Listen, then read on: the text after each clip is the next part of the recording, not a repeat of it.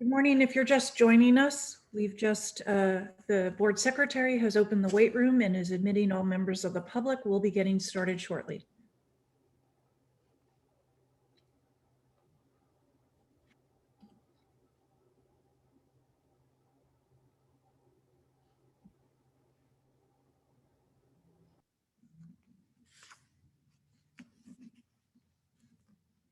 All right, we will begin. Good morning. Today is Tuesday, February 23rd in 2021. It is 9:30 a.m. This is a special meeting of the Los Angeles Board of Police Commissioners. Madam Secretary, please call the roll. Good morning, Commissioner Decker, Present. Commissioner Bonner, Here. Commissioner Briggs, Present. Commissioner Kalanche, Here. Commissioner Sobroff. Here. Let the record reflect that we have a quorum. Also present, we have the Executive Director, the Chief of Police, the Inspector General, and the City Attorney. Madam President. Thank you, Madam Secretary, and welcome to everyone to today's meeting. As we begin today, I'm very mindful that our city's flags are at half staff, honoring the 500,000 Americans who have lost their lives to COVID-19.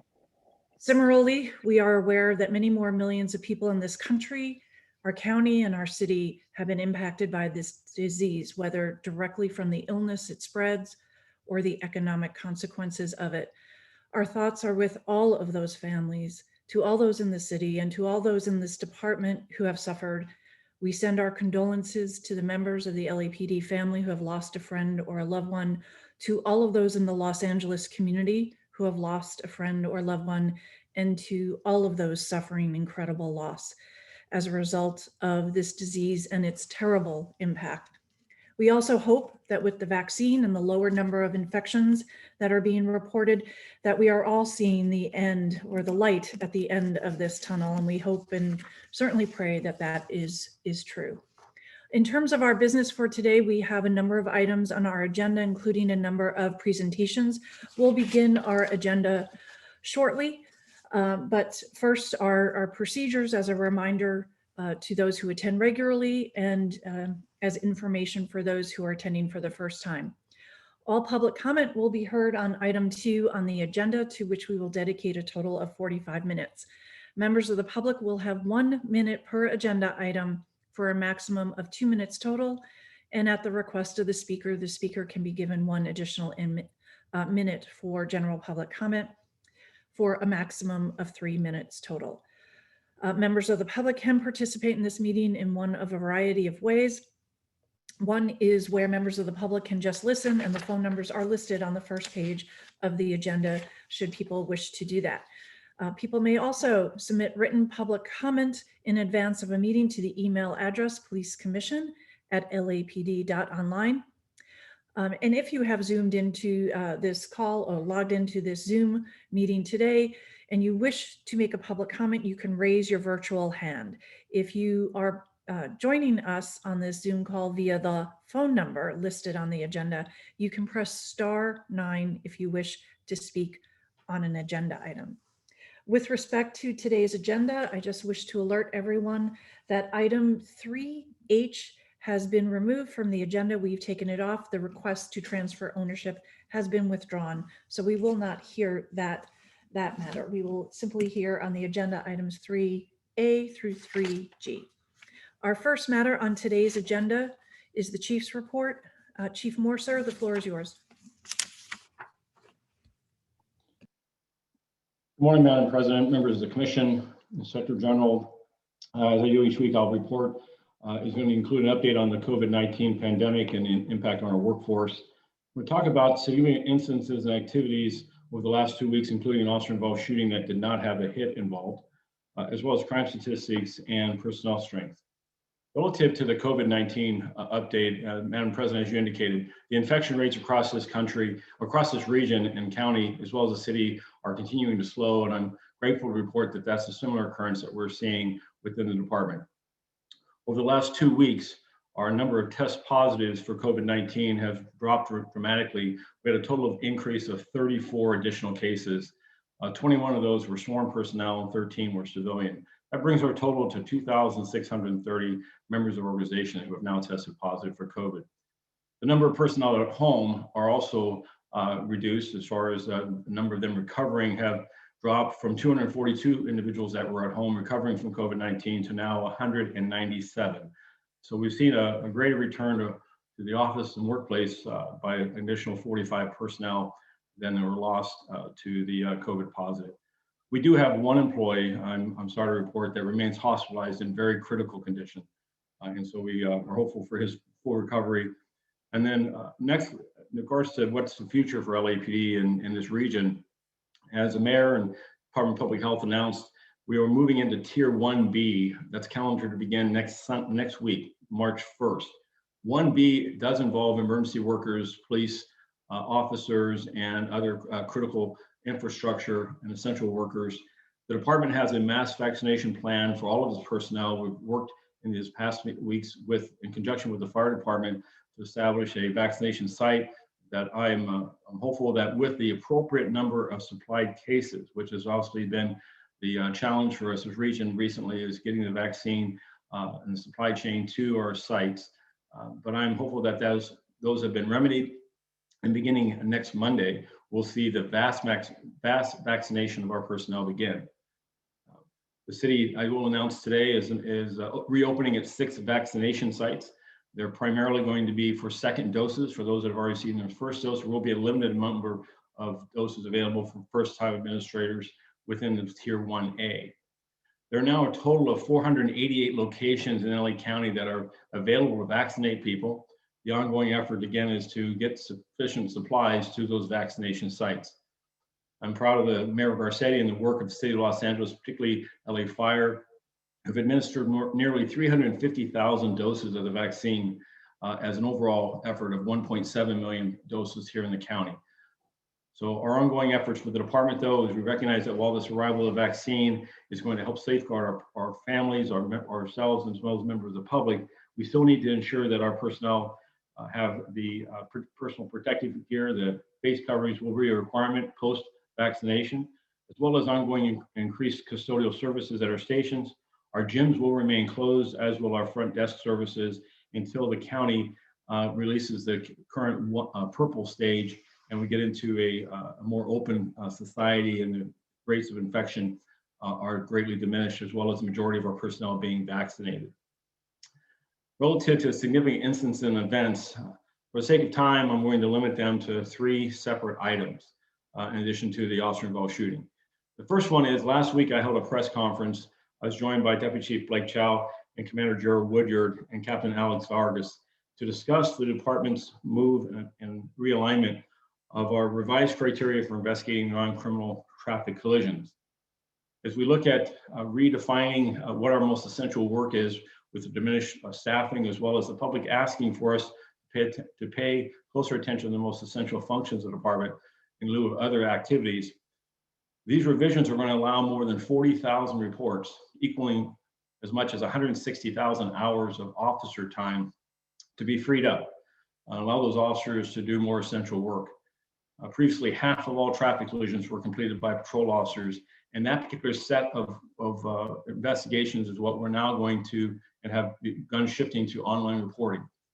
Now, the department investigators will still continue to respond and investigate all fatal and serious injury collisions, as well as all hit and run felony investigations, and all suspected DUI involved collisions will still have an officer respond and conduct investigation and take arrests as appropriate.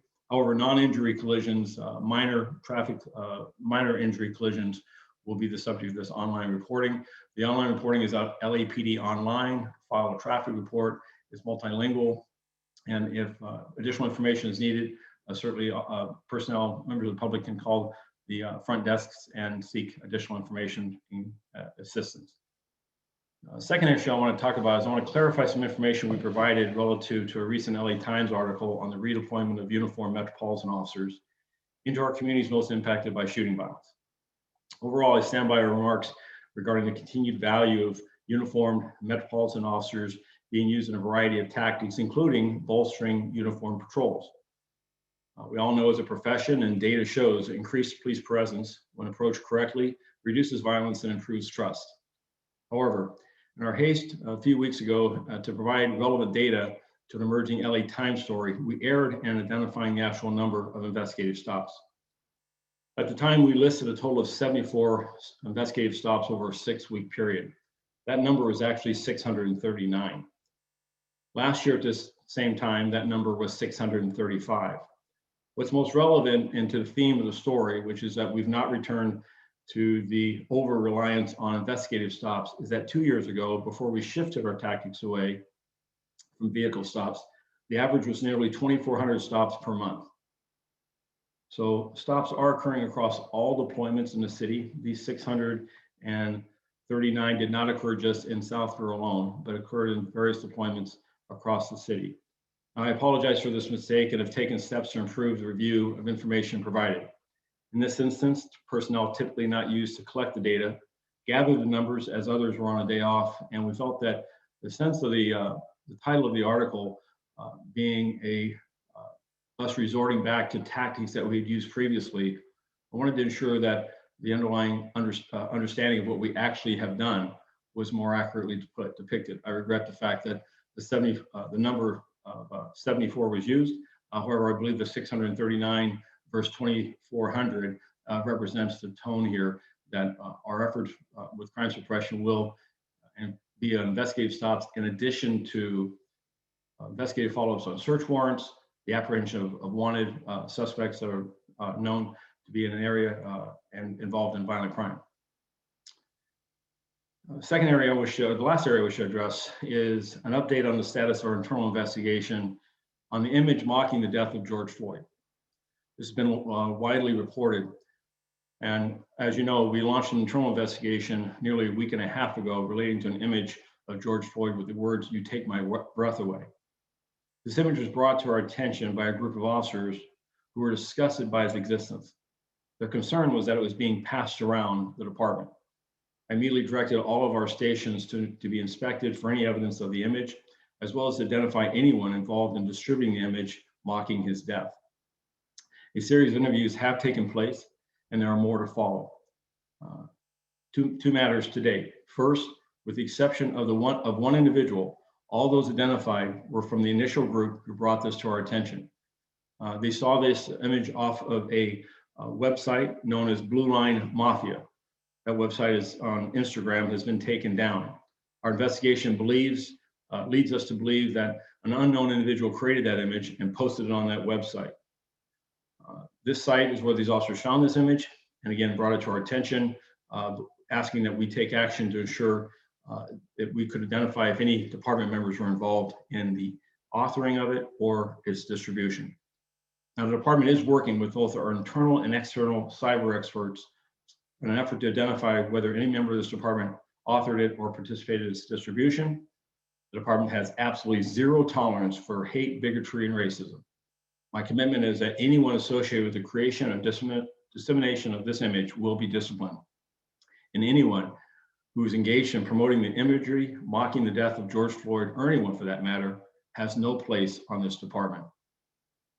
Now, as I reflect on the events of this past summer, and most recently with the events of at this nation's capital, and apparently those within this profession today, whose actions, whether anonymous or not, involve such racist and toxic views as seen with the existence of such disgusting imagery and caustic remarks on social media, we must acknowledge that some portion within our profession, and by extension within this department, has explicit biases and extremist views. This is a similar conclusion the Department of Defense has reached with its forces as it comes to terms with the members of its own armed forces being inside the Capitol this past January. I want to thank Commissioner Bonner for providing some material recently regarding the Department of Defense as it develops a multi-tier approach to discussing extremism, prejudice, and racism. I've talked with Deputy Chief Dominic Choi, Commander Reyna. I've directed Dr. Pennell and our DEI officer, Ruby Flores, to all review this material as we develop an employee development plan for the department. An initial portion, like the military, will involve a stand-down session to frame the problem, followed by strategies involving frontline supervisors, sergeants, and lieutenants, as well as expectations of every member of this organization. Now, the vast majority of our people serve this city with honor, integrity, and compassion. They do not tolerate or provide safe haven or excuse for those who's exposing who expose hate, racism, or bigotry. However, I feel at this moment that while the underlying core values of respect for people, integrity, and always say and do, and others speak to the absolute expectation of our men and women to protect and to serve everyone on the same equal and unbiased playing field. I believe that in totality, as I reflect over these past months, that this is, as we move into 2021, this is an area for internal issues of our mindset and the manner in which we conduct ourselves on and off duty that demands a focus and specific attention. Last issue for significant events is an officer-involved shooting that occurred in the southeast area on the 9th of February at about 4:30 in the afternoon in the area of Manchester and Figueroa. There, uniformed Southeast patrol officers pulled into a parking lot and observed a vehicle that was facing southbound. The officers conducted an investigative stop for an equipment violation, and the driver stopped his vehicle. The driver of our patrol vehicle stopped his vehicle adjacent to the suspect's vehicle. The driving officer exited and contacted the individual inside the vehicle. Meanwhile, the passenger officer exited his side of the vehicle and maneuvered in front of the suspect's vehicle, standing near the front passenger fender. The driving officer ordered the individual inside to turn off the ignition. However, he did not comply. Instead, the driver accelerated forward towards the officer who was standing in front of the vehicle now. The passenger officer ordered the suspect to stop. However, he continued and an officer-involved shooting occurred. The individual fled in his vehicle. An air unit was able to locate the vehicle nearby and followed it to a shopping center and observed the individual enter a nearby store. The air unit directed officers to the last known location. Officers searched the store, however, they were unable to locate him. A review of the surveillance photos and video inside later determined that the individual changed his clothes inside the store and escaped prior to the start of the search. Fortunately, no officers or anyone else was injured during this incident, and it does not appear that the individual was struck by gunfire. Force Investigation Division did respond and are conducting the investigation, and their investigation identified the individual who was in the vehicle and drove from the scene as a Mr. Travis Elster, a male black, approximately 31 years of age. Well, Mr. Elster's last residence was in the city of Compton, and he has an outstanding felony warrant with no bail for evading, and also an additional charge of felon in possession of a firearm. Anyone with information on his whereabouts was encouraged to contact this department. I want to comment that this investigation will result in a critical incident video release. But in advance of that, I have viewed, as we do each of these videos, or each of these instances in a 72-hour brief. And in the early stages of this investigation, I viewed body-worn video of the officers involved and other forensic level evidence. And I have concerns over the tactics used by the officers who were conducting this investigative stop. Two primary areas. One, the placement of their vehicle alongside Mr. Esther's vehicle during the initial encounter, as well as secondly, the position of the passenger officer at the time of the officer-involved shooting. I'll not place a judgment on those concerns that I have, but I do want to raise and identify them as the tactics I've looked at initially have caused us to take additional action relative to the training and expectations of the involved officers. Lastly, as I do each week, I'm going to talk about crime numbers and our personnel strengths. This year to date, we continue to struggle with homicides and our shooting violence. However, I am happy to report that while they're well above last year's numbers, there has been some slowing or decrease. For example, over the last 28 days, we've had 22 homicides in the city of Los Angeles. During the previous 28-day period, that number was 41. Over the last 28 days or 4 weeks, we've had 102 shooting victims. The previous 4-week period, that number was 185. So our numbers have decreased. However, we still remain concerned about the level of violence, which is still ahead of last year. Overall, we have a 1% reduction in violent crime with the increases in homicides as well as aggravated assaults. The other areas are seeing reductions. As an overall Part 1 crime, we're down just over 12%. And again, the most pressing issue in our property crime remained our vehicle thefts, which have increased 34% this year. over last year. Finally, you'll hear much more details from Chief Kamala and Chief Regina Scott from South Bureau, so I'll withhold any further commentary on our crime numbers. I do want to close with officer-involved shooting numbers for the year, which represent a total of 4 this year versus 3 last year, with 1 fatality this year versus 1 fatality last year. These numbers all remain well below our 4-year average. And I'll remind the public, our crime and personnel strength numbers are posted online for greater detail. Our sworn personnel now stand at 9,798, and our civilian personnel staffing are 2,887. I'm sure that concludes my remarks, and I'm happy to take any comments or questions. Thank you. Thank you, Chief. And Commissioners, if I may suggest to hold questions regarding crime and crime data, crime numbers until our presentations that are on the agenda, just for efficiency's sake. Chief, thank you for your report. I'm heartened to hear about the COVID numbers and hope that that continues to move in the right direction.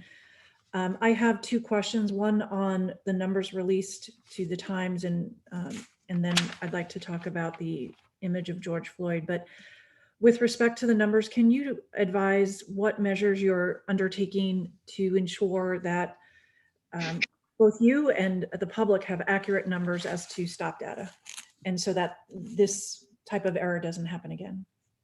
So first of all, to look at the process, we are currently in a manual means of capturing this data, so it requires personnel to go to various locations where the stop data is located and extract it and do calculations. We're currently working with ITB to develop a more automated system, a dashboard, if you will, so that the operator cannot make these type of mistakes.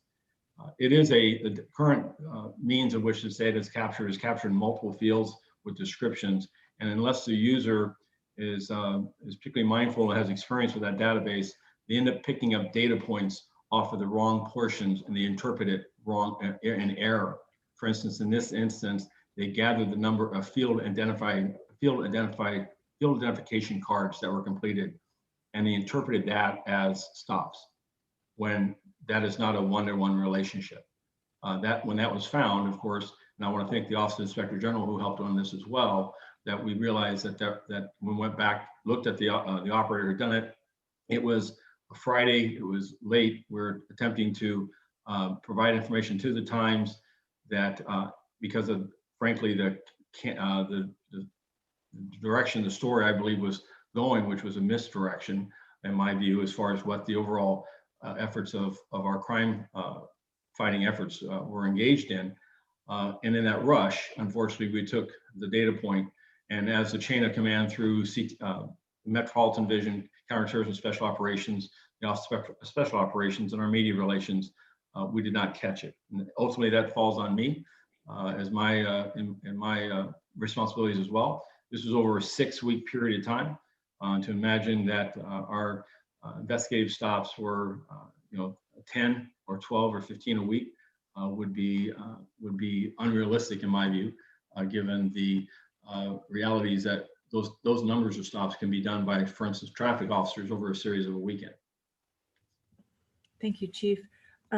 With respect to the image of Mr. Floyd that you described, it certainly is incomprehensible to think that any individual would create such an abhorrent image or flyer. But I do want to acknowledge and appreciate the fact that you took immediate action to start an investigation and had a very prompt response to that. I should add, Commissioners, that when I was briefed on the matter, I did direct the Office of Inspector General to oversee that investigation and ensure that all was being done to conduct a thorough and detailed investigation. I do want to add that shortly after this incident became known, and I want to appreciate the fact that the Police Protective League issued a very strong statement that says, in part, they repudiate this abhorrent image and anyone associated with its creation, dissemination, or passive observation of it If that image was created, liked, or shared by a member of the LAPD, the chief of police must act swiftly to hold those individuals accountable. In addition, the LAPD, various employee groups, such as LeLay, Oscar Joel Bryant Foundation, Association of Black Law Enforcement Executives, the Los Angeles Women's Police Officers Association, the Law Enforcement Association of Asian Pacifics, and the Hispanic American Police Commanders Association, all collectively issued a statement as well, indicating they stand in solidarity in denouncing any behavior, statements, or actions motivated by prejudice, discrimination, or racism, and that they condemn the reprehensible posts of Mr. Floyd, and they're especially outraged at any allegation that LAPD officers may have shared it with others. They go on to say that any employee engaged should be held accountable. I read portions of their statements, not only simply to reiterate those sentiments, but to indicate how important I believe the leadership organizations, all of them, as well as the command staff and leadership of this department, must all collectively, as well as this commission, make very clear the universal condemnation of the creation and dissemination of such an issue, of such an image. It is absolutely abhorrent. There's no place in policing for this type of behavior and bigotry. I certainly hope the investigation proves that no one in the department was responsible for it, but we'll await the full investigation before making any specific comment regarding that. So I do appreciate your efforts, Chief. Along with Commissioner Bonner, I would like to acknowledge you for planning forward, looking for other models to effectively root out any extremism or extremism in all forms, and to ensure that the department does everything it can to let members of the public know that the department will do everything in its power to root out extremism, and that they can trust the processes and trust their police department to be fair, and that their department will work every day to reflect the community's values. So I do thank you, Chief, for your efforts, and Mr. Bonner, yours as well, sir. Thank you. I do have a few more questions, but I want to open it up to other commissioners so that they can ask questions, make comments as they deem appropriate. I do see Commissioner Soboroff signaled he'd like to speak, sir. Go ahead. Thanks. Chief, thanks for the report. Certainly not the most serious, but probably the most practical issue you talked about is reduction in traffic and the officers being deployed to traffic situations. I appreciate the savings and the time, et cetera. But from our customers' perspective, from the citizens' perspective, what should they do if they get in an accident? What's going to be different if they get in an accident? Is it many times, even small accidents create traffic hazards. What's your advice? Thank you, Commissioners. You're right. The vast majority of people are not victims of violent crime or property crime, but they do experience traffic collisions as motorists in the city over the course of years and decades. First and foremost, many accidents occur currently and previously, even to our earlier reporting standards, that do not involve the police. They simply involve clearing the roadway, ensuring you reach a point of safety, and then stopping and identifying yourself, exchanging information.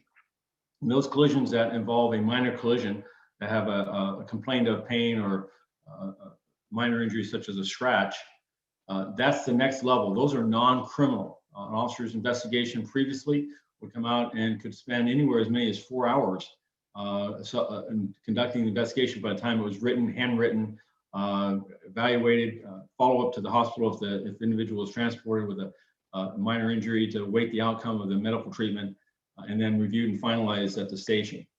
All those instances are 98% of the time are non-criminal, because the drivers involved are not suspected of being DUI or otherwise criminally involved. In those situations, we're asking the public to report as they would a traffic collision to their insurance company, as they would to DMV as required as a motorist. There is no state law provision of requiring local law enforcement to do this.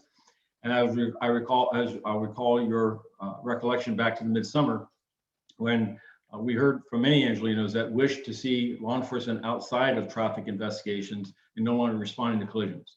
So we're responding to a host of both perceptions of what the public is asking law enforcement, the activities to be engaged in, that what we focus on most is our essential services, and that alternatives be found for community members that can report matters that are of interest and of concern, but are non-law enforcement matters. So to this point today, if you're involved in a collision and you have complained of pain, again, clear the roadway, establish a safe location, and seek to identify the other person. The other person refuses to identify themselves, you can call, and law enforcement, LAPD will respond.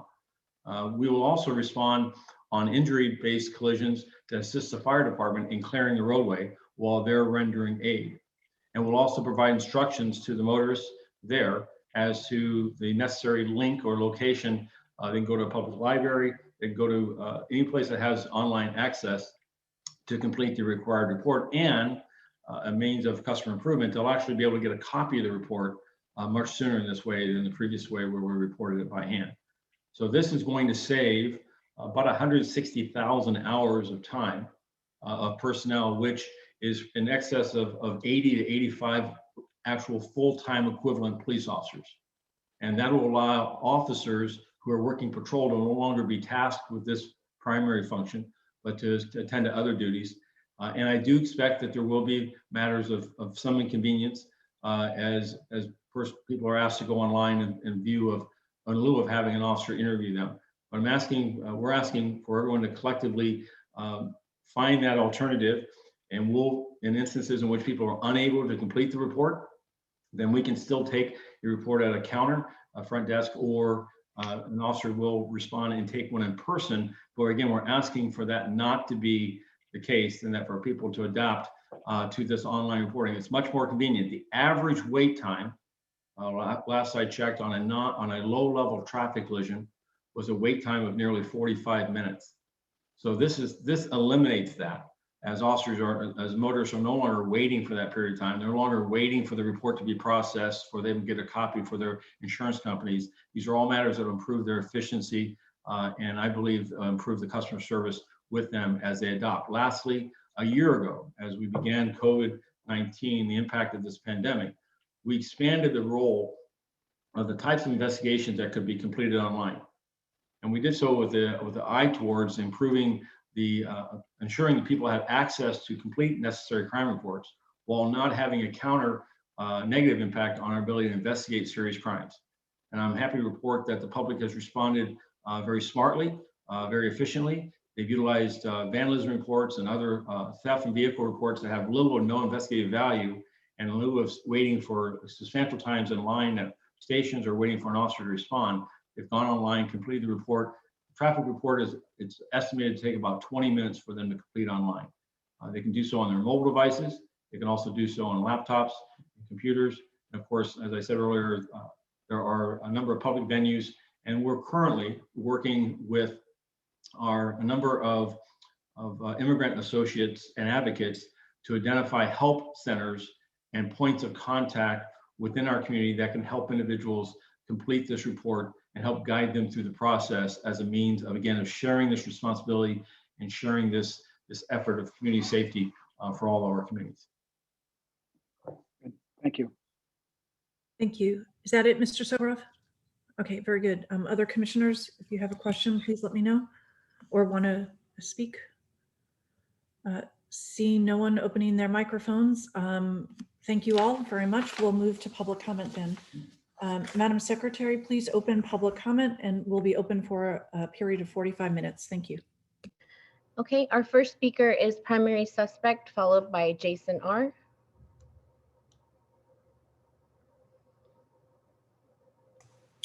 Hello, what items would you like to speak on? 1, 2, 3, 4, 5. Okay, 3 minutes. Thank you very much. Good morning, Chief. First of all, I have questions regarding some comments regarding the LAPD gathering. And then based on the news, what I have read, LAPD launches internal investigation into photos of nearly 40 unmasked officers socializing in downtown LA. So I am really happy about it. At the same time, I'm really sad about it. I'm happy about it. It is because finally LAPD is doing something regarding officers without a mask. I am sad about it is this investigation is 1 year late, is 10 months late. And then at the same time, Chief Moore continue to emphasizing we are looking for the voluntary compliances, and then that's a little bit difficult. Can you show me the timer? I don't even know how many minutes I have remaining. And then also the second thing I want to talk about is the sex trafficking. And then just a couple of weeks ago, Chief Moore reported there's a very successful sex trafficking task force, which involves many law enforcement agencies. That's perfect. That's so good. But the only problem is that like the Sheriff Villanueva said, that is just one task force. That's just maybe 1 or 2 times a year, and that's it. But we have 365 days a year, and then that is just one task force. That's just 1 week of work. What happened every other day? For all the police specialists, can someone take a bus or driving down the Figueroa Street? What do you see on the side of the street? Do you see there are hundreds of women who wearing a bikini and stop the cars and asking questions and flirting to the stop-by drivers? So I cannot believe I am the only one who knows that a situation in the Figueroa Street. Can someone just drive down the Figueroa Street and you see yourself? I will say if you have the task force in the Figueroa Street, you get 100 busted every single day. And then the last one, I would like to report about the Asian, the crimes against Asian. 2 times last week when I was on the bus, fully masked, and then some people without a mask are saying, "Stop bringing the fucking virus, get off my fucking country." And then they spurred, is that a coffee or milk tea or something on my pants. But however, there's nothing we can do about it because, like many people mentioned, Black Lives Matter. And for some reason that I do not blame the police because all Asians do not speak up. It's our own people's fault. Asian needs to speak up. Okay, thank you. Next, we have Jason R., followed by Matios Cadane. Hello? Hi, what items would you like to speak on? All of them. Okay, 3 minutes. All right, let's start with the man of the hour, Chief Pig Moore, the overseer of the overseers. Let's take a look at 2021. Officers from your department attended and supported the white supremacist attack on the Capitol. How have they been held accountable for their participation? You need to release the names of these officers immediately. Let's look at the latest rubber stamp tool for oppression that you passed, the racial recognition technology, one that you claimed that the LAPD never used, even though there's evidence that it's been used over 30 times since 2009, including last summer during the George Floyd uprising. So let's get into it. LAPD's collaboration with Ring Technology. Over the summer of protests against police violence and killings of Black people, LAPD has used various tactics to obtain and analyze images and video of protest activity. While thousands in LA demanded an end to police violence, LAPD used incidents of property damage to justify the surveillance and investigation of protesters through social media, facial recognition, aerial video footage, and through video obtained from Amazon Ring devices. This focused on property crime over human lives, and the refusal to acknowledge LAPD's deeply racist culture, purpose, and history is yet more proof that LAPD cannot be reformed. And now, the George Floyd Valentine, Chief Pig Moore. Do you remember when you said last June, we didn't have people mourning the death of this man, George Floyd. We had people capitalizing. His defense is on their hands as much as it is those officers. See, when that white supremacist rhetoric like that comes from the top, how can we be surprised that a racist, disgusting George Floyd Valentine is circulated at the bottom? While this instance of racism has become public, if you scour through social media posts from your officers, you'll see that it's commonplace. In fact, if you walk the streets of this city as a Black or brown person, you'll see that racism every day. And so what's going to happen to these officers who circulated this? You seem to be only focused with who created the Valentine and not who circulated it. How long does your department need to do an investigation on this, given you already know who circulated it and have access to the evidence you need? Does it matter who made the post? If they shared it, that's co-signing it. They should be fired immediately, and every case they were involved in should be reopened and assessed for racial bias. They've shown you who they are and who we have always known them to be. Another quote from your apology tour this last week. Chief Pig Moore, I am going to be responsible for the conduct of the people of this department.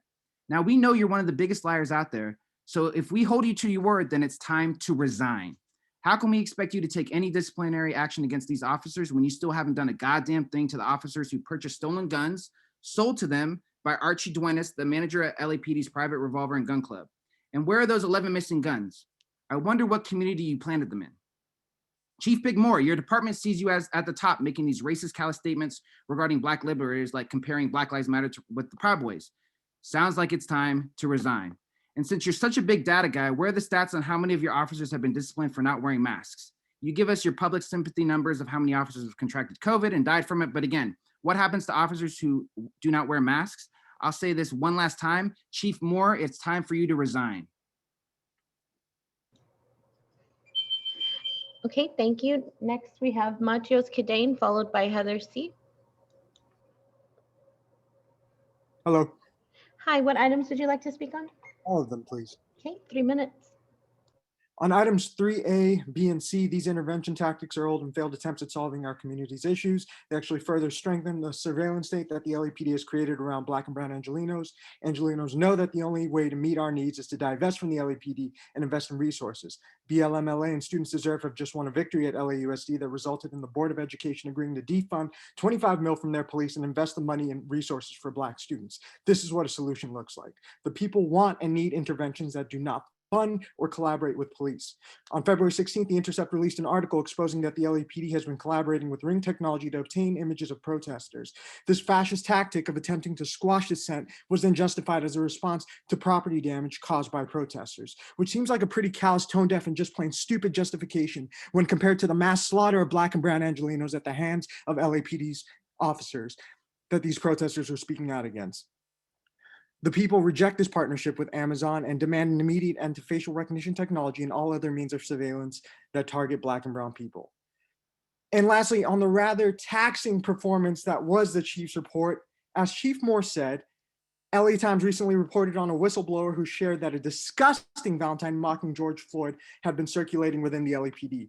Chief Moore appeared to be outraged by the matter, but I personally found his crying shame, shame to be nearly as offensive as the LAPD officers who laughed at the slow, agonizing murder of a Black father.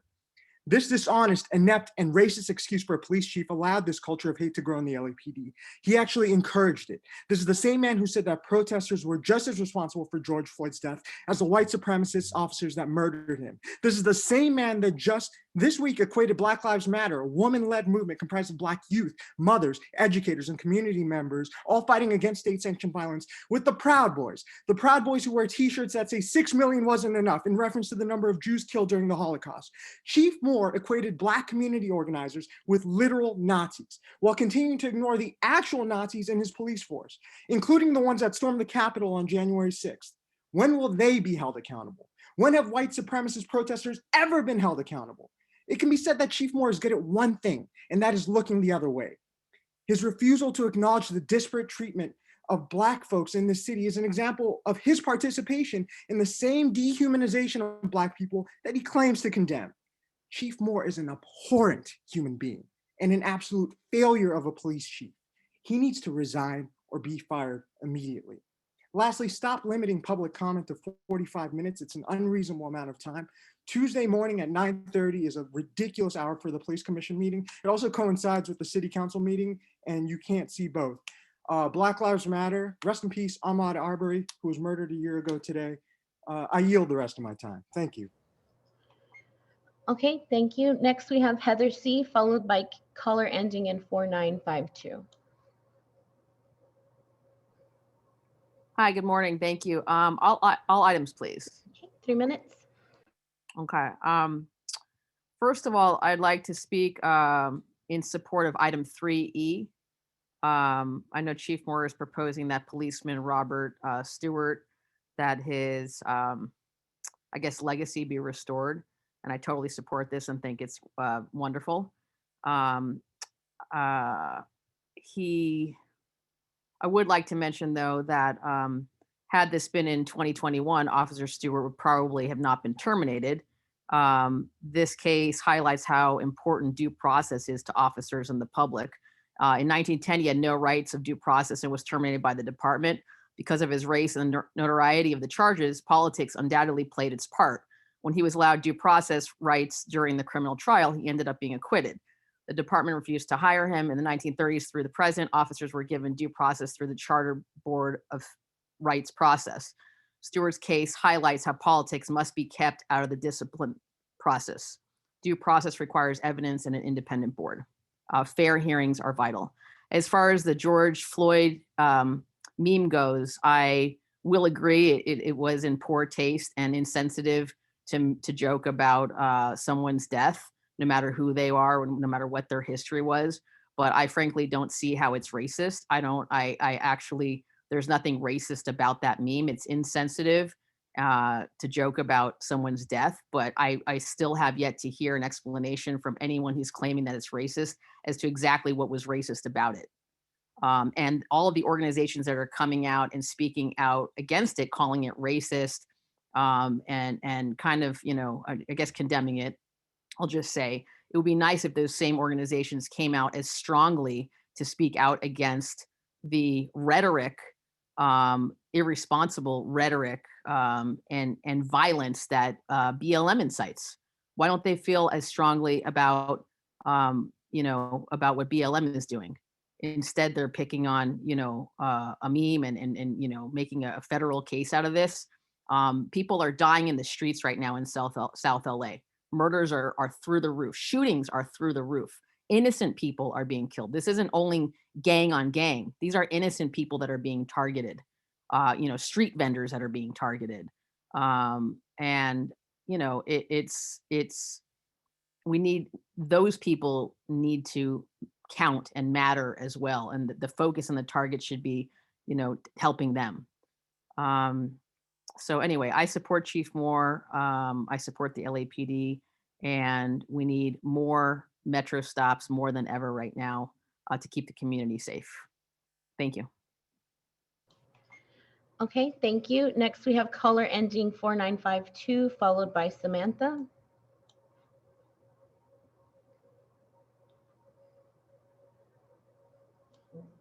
Caller 4952.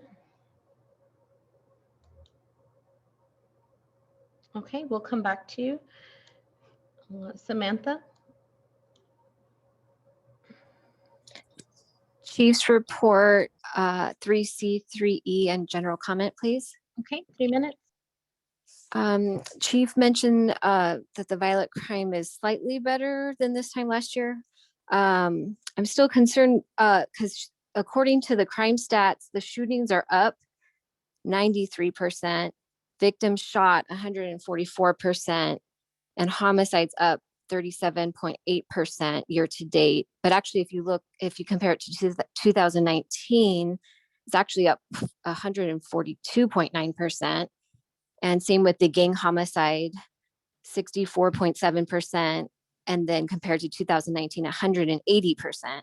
So we're still very, very concerned about these high numbers and just wondering just what the plan is to reduce crime and homicides. And in terms of the vaccines, I think it's good to offer it to the officers, but I disagree in forcing them all to take it if they don't want to. It should be their choice. 3C, the youth community programs, cadets, magnet high schools, police orientation and preparation, Operation Progress, and building blue bridges. I support programs that reach out to our youth, Black, brown, white, Asian, all youth, to focus their energy and time on productive causes in our society instead of maybe getting involved with gangs. It builds trust between youth and the police. We need more of this since kids are oftentimes taught to hate police, especially nowadays. And these are opportunities that may lead these teenagers to choose law enforcement as their vocation as they enter adulthood. I hope these programs continue and they continue to be funded. Thank you. And 3E, I support the ceremonial reinstatement of former policeman Robert William Stewart, in 1889, possibly the first Black patrolman, and his career and reputation were taken away, wrongly accused of raping a white teenager. He was acquitted but never regained his job. This is why we need due process to officers and the public. politics must be kept out of the discipline process. Due process requires evidence and independent board. So I'm against giving Chief Moore more power to terminate officers without due process. So general comment, please give more funding to police, and we need more safety. We need more law and order. We want people to want to stay in Los Angeles and feel safe, families and children and grandparents to walk on our streets, and that Los Angeles would be considered a safe city to move to instead of everybody moving away. So thank you, every officer out there. Okay, thank you. We'll go back to caller 4952, followed by Michelle Fowl.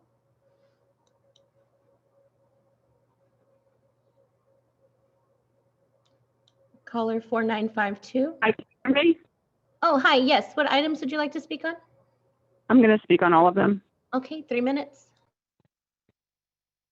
Hi. Okay, so this is T. Guerra. I'm with the Stop LAPD Spying Coalition and with the LAPC Fails Coalition. So on the agenda today, there's a presentation about the partnership between LAPD and the City Attorney's Office, and also with the Children's Institute, a program called Children Exposed to Gun Violence. And there's also a discussion about youth programs, including the cadet program. And what comes to mind when we look at these programs is how LAPD can never be involved in a youth community program that is not inflicting harm on community members, and that is not using it as an opportunity to gather information about communities and about Black and Brown youth specifically. And the reason why that's true is that when violence and specifically racialized violence is inherent to everything that LAPD does, and we see this every day. So when LAPD has a program in the community, the intent is to cause harm, and the intent is to gather information on who is in the community, who is there, who's willing to talk with police, to work with police, and who is not willing to work with police. So the intent is to get people's information, to get them into databases. We know that LAPD loves data collection. That's why they use FI cards for no other reason than to track people's movements and who they're with and to map community members. We know that they do this specifically in Black communities. That's why they have databases full of information that doesn't get purged, and why they're always looking for more ways to get information on people, such as through the Ring surveillance network that has recently been exposed, and that, of course, is nothing new. So when LAPD has these youth programs that we'll be talking about today, including collaborations between the City Attorney's Office and nonprofit organizations that are willing to work with LAPD, it is not for the good of community members, and it does not benefit community. And that's why people are demanding services and support and an investment in community programs. Yes, we want those things, but without the funding and without the involvement of LAPD, because LAPD is inherently violent and inherently seeks to infiltrate, to control, to surveil, to gather information, and to dominate any space that they are in. And that is what Black Lives Matter LA has been demanding. That is what Students Deserve and the People's Budget LA has been demanding. A divestment from LAPD and an investment in communities. That's what all of us are demanding. And as we talk about the LAPD youth programs, we also have to name that for decades and also presently, LAPD has been the source of much harm against youth in LA. It hurts the youth of LA when so much money goes to LAPD instead of to homes and to housing and to hospitals and to schools. It hurts the youth of LA when there are more cops in communities having access to kids. LAPD has a history of assault, sexual assault, rape, of stalking and killing Black and Brown community members, of following kids in neighborhoods, of using their position of authority to taunt these kids.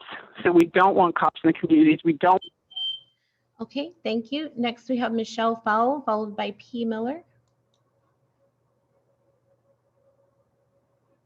Hello. Hi. Yes. What items would you like to speak on? Items 3A, B, and C, and public comment. Okay, 3 minutes. Thank you. So first I want to ask or make a comment. If you guys can change the time of this meeting, it conflicts with city council, with board of supervisors. It makes it really difficult for the community to get involved and participate in our community here. So it would be an easy change and you guys have the power to implement it. So I'd really like to see that. Barely anybody attended the most recent like listening session that you guys held, which was in the middle of a workday and it was announced on short notice and barely publicized. Those who did attend were associated with the Police Foundation. So it was kind of obvious sham. And we still don't even know the source of the $350,000 that funded them. So that's a problem. And also 45 minutes for public comment is too short. You regularly present information on the agenda items after you take public comment on those agenda items, which is kind of backwards. So as far as 3A, B, and C, students deserve an organizing project of high school students from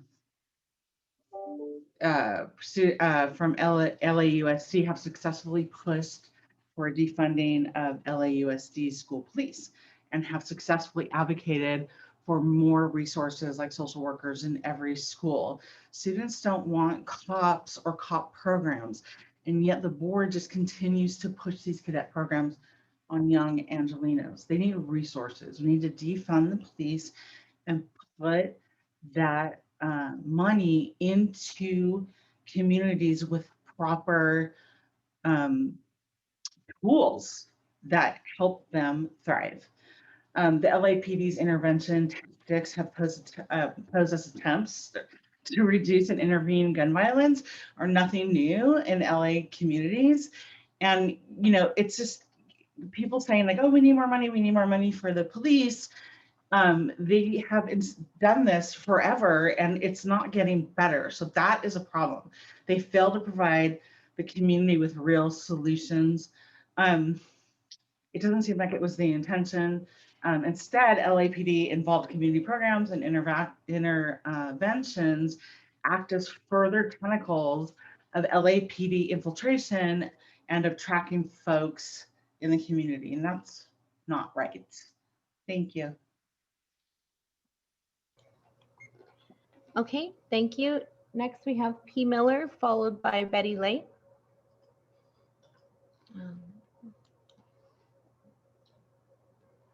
Can you hear me?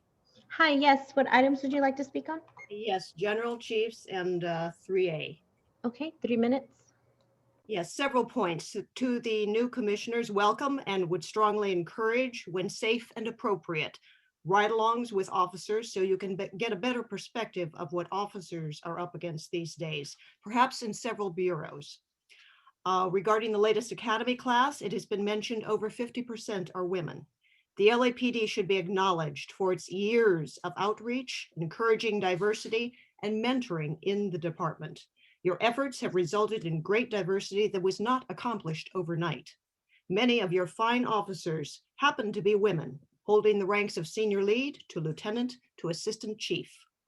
Want to support that, but to also caution in this political climate, never should a female officer be a quota. The quality of women who have earned their place within the LAPD should be honored and respected by accepting only the best officers to come after them on a fair playing field. Commissioners, want to thank you for the support of Human Trafficking Task Force. Its work is vital, and would like to encourage the LAPD as you move forward to strongly consider re-implementing the Animal Cruelty Task Force when possible.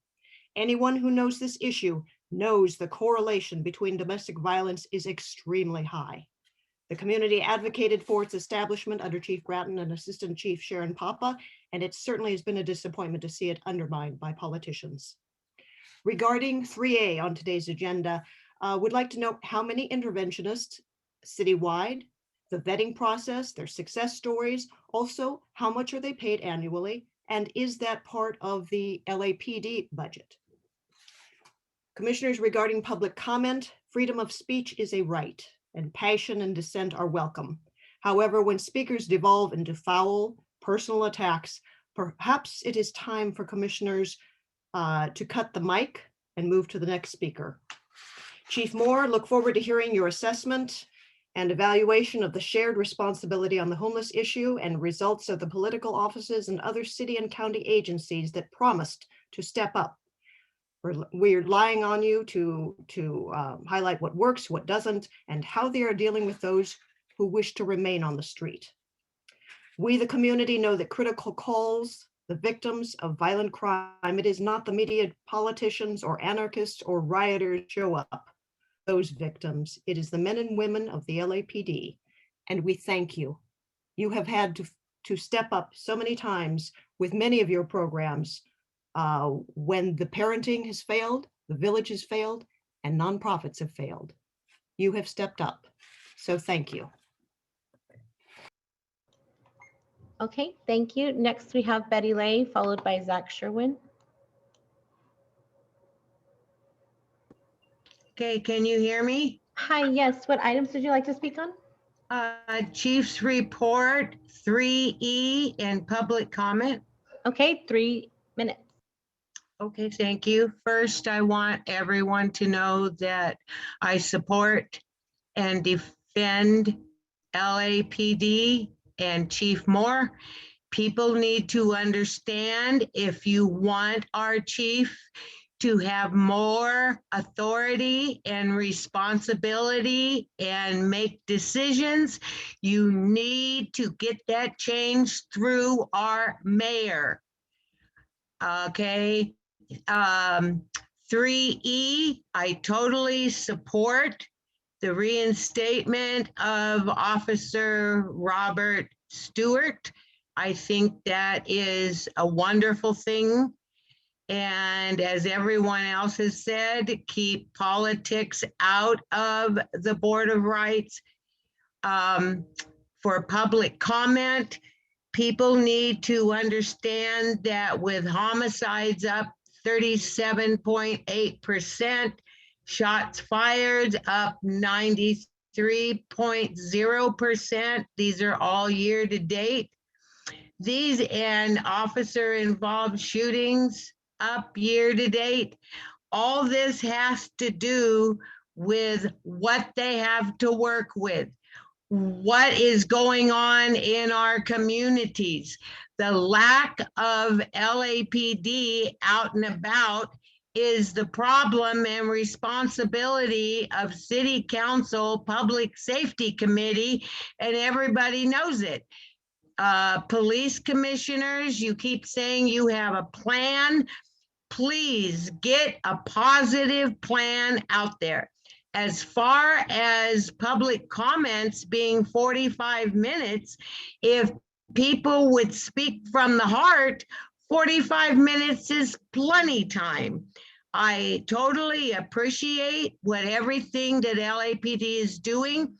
It's terrible that they have to go out there and do what they have to do with the public in the way, causing issues with these different races.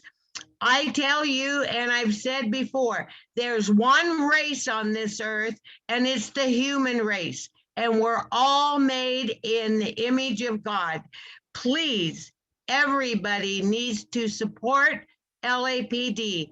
Thank you for all the brave men and women in blue, and especially for Chief Moore. I yield my time. Thank you. Okay, thank you. Next, we have Zach Sherwin, followed by Michelle Wetland. Yes, I'd like to speak to all items on the agenda, please. Okay, 3 minutes. Thank you. First, I'll just say that listening to the previous speaker and all of these other awful cop plants is nauseating. It is racist, and you're on the wrong side of history.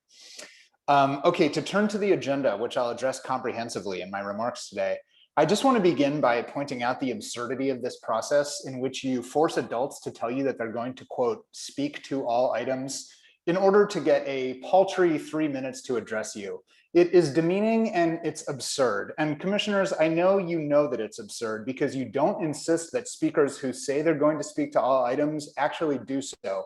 I certainly have no intention of speaking to all of the items. I have no expectation that you're going to demand that I do. Just give speakers 3 minutes and then let them cede any unused time at the end. perhaps accompanied by a suggestion of a body part on which you might choke.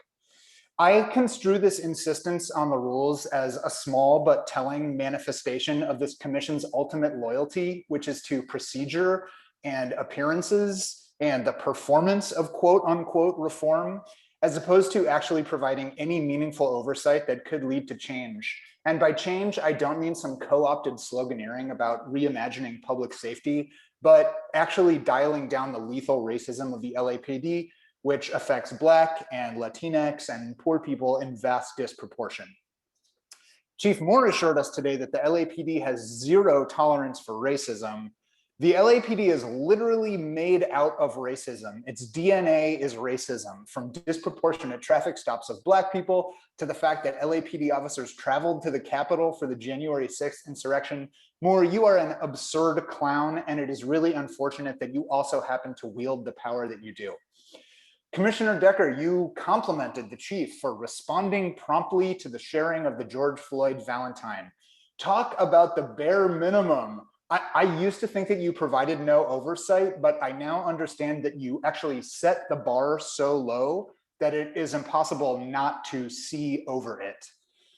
Also, you're horrified about the George Floyd Valentine, but you also told us indignantly a few weeks back that you can't acknowledge LAPD killings because you'll eventually have to rule on them a year or so down the line.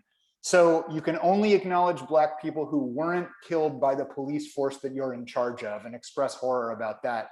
Commissioner Decker, I don't expect you to answer the question of how do you sleep at night, but I wonder if you'd be willing to share what brand of coffee you drink to stay awake during meetings like this. Commissioners, by my tally, this is your 5th meeting of 2021. When you cancel a meeting, you need to allocate more time for speakers. If you have to cancel after a long weekend, your next meeting should be longer. You act again and again to limit the public's ability to address you in contravention of your claim to be the citizen's voice in police affairs. Defund. Okay, thank you. Next, we have Michelle Wetland, followed by Bill.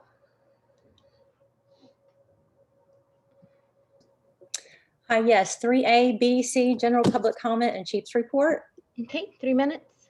Okay, just to clarify for you, Commissioner Decker, the LAPD is extremism in all forms. The LAPD cannot be reformed. It must be defunded. LAPD intervention tactics, youth, families, and community members are demanding community services and programs that divest from policing, not collaborate with it. Black Lives Matter LA and Students Deserve led the fight at LA Unified School District to defund the school police department, and they won, with the Board of Education agreeing to divest $25 million, which will now be used to fund the education of Black students. Youth and communities have spoken clearly. Are you listening? They are demanding community services, programs, and interventions that do not fund or collaborate with police. LAPD's culture of dehumanization of Black people, and specifically the mockery of George Floyd, was exposed when a brave whistleblower shared this internally circulating horrific Valentine. This is at the leadership of Chief Moore, with his words and action over time. Outside of the scripted public comment Chief Moore made with forethought and intent, blaming the murder of George Floyd on those protesting state violence. Just this past week, Moore equated white supremacist group, the Proud Boys, with some elements of BLM. Let me remind you that Black Lives Matter has been nominated for the Nobel Peace Prize. Chief Moore constantly denies the experiences of Black community members and the very real, present, and persistent racialized violence enacted by LAPD on Black community members. Commissioner Decker, you publicly stated at a commission meeting, Chief Moore, you always have our support 100%. It's time for this oversight body to stop enabling harm. It's time to support the safety of the citizens of Los Angeles and recommend to the mayor of Los Angeles to fire Chief Moore. Chief Moore, your admittance of your lies today to the LA Times is indicative of the constant corruption of the LAPD. honestly, there was a very sad time in my life where I trusted and respected law enforcement. I was not able to see beyond the propaganda of power. But clearly you all here are still under its delusion. If you weren't, you would change the time and day that you hold these meetings. You would end the 45-minute public comment time. You would allow transparency in your queue. You would allow Dr. Melina Abdullah to speak, who has been waiting to comment since 15 minutes before this meeting began with their hand up. LAPD cannot be reformed. It must be defined. Okay, thank you. Next we have Bill, followed by Kimberly Isaacs.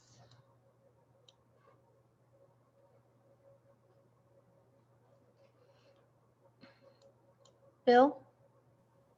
Yeah, thank you. I'd like to speak on all the items plus public comment. Okay, 3 minutes.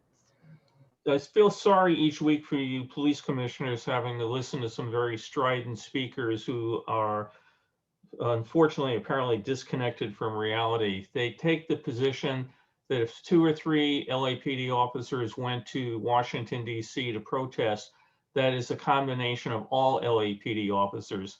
That's as disingenuous as saying if one black person does something bad, it's okay to condone or condemn all black people. Instead of listening to all the people, I obviously have my point of view, they have their point of views. I asked the police commission to look into more community outreach to the city as a whole. You have the community police advisory boards, which are made up of members of the community that meet on a regular basis to try to find out what's important to the community. But there appears to be no formal interaction between the advisory boards and the police commission. Some members of the commission have attended some of the boards, but I suggest a wider, open, more interconnection there. I'd also suggest that many of the very mass majority of the city of LA is not represented in these calls, either the pro or the con comments about the LAPD, because they're busy working or going to school or other things.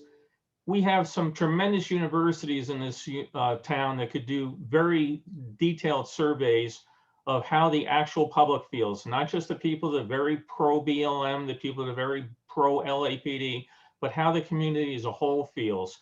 So rather than base input on who can yell the loudest, who can use the most obscenities on one of these calls, who can kiss the most butt or scream the loudest, I'd suggest that the commission ask some of the universities to start working to find out what the community feels, not just what the activists, the pro or the con activists feel on either side, myself included. I'd also like to state that it's very easy to make up facts. You can state that somebody has had their hand up for 15 minutes before the meeting began, but unfortunately, until the secretary opens the meeting, you can't put up your hand. So you can say anything you want, and that just doesn't make it fact. Again, I appreciate all the efforts that the LAPD does. I think that if the city did not have a police force, we would learn the true meaning of the word anarchy. I thank the commissioners for their time and going through this ordeal each week, and appreciate the efforts of everybody to make the city better. I yield my time. Okay, thank you. Next we have Kimberly Isaacs, followed by T.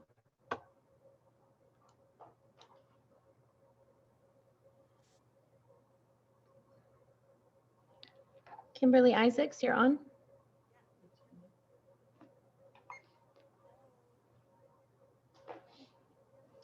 Okay, we'll come back to you. We'll go to T.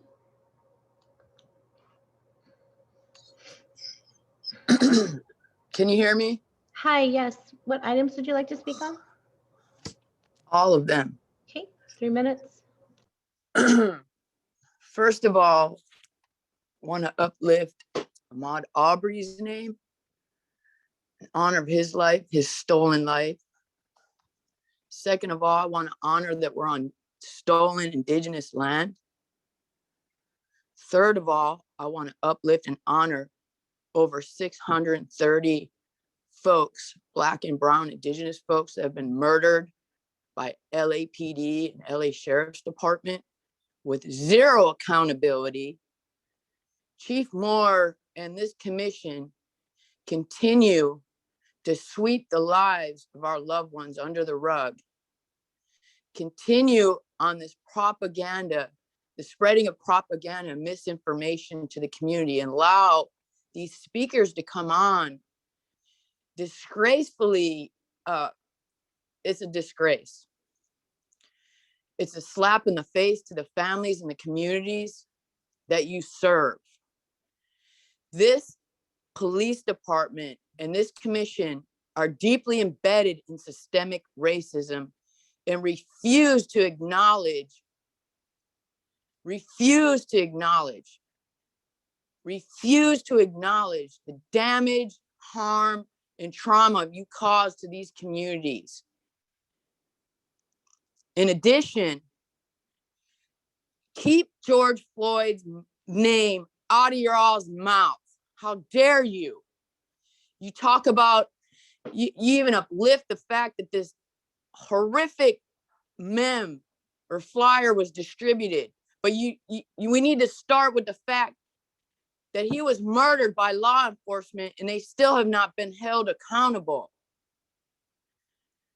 The fact that this meme was passed around, first of all, is disgraceful, and nobody's been held accountable for that. Y'all continue to rubber stamp and be complicit with police state sanctioned violence. This commission is a disgrace. All y'all are is a propaganda machine, spreading misinformation, disillusioning the communities, further oppressing our people and our loved ones. Dr. Melina Abdullah has not been allowed to speak on here. You're silencing our community members for months. There are other members of our communities that have not been allowed to speak on here for months. And 45 minutes for public comment in a city of millions, that's less than 1% of people allowed to give public comment. Defund the police, fire Chief Moore. And Madam Secretary, we have time for one more speaker, please. Okay, we'll go back to Kimberly Isaacs.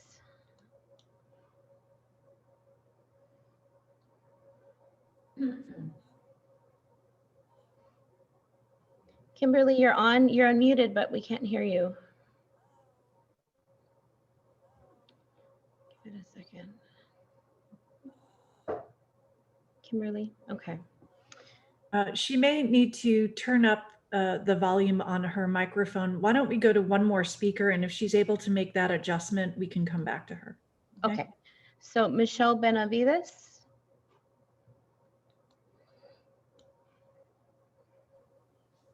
Hello everyone, my name is Michelle Benavides. I'm 25 years old. I am with the Invest in Youth campaign, and I would like to give public comment on item 3C and general public comment.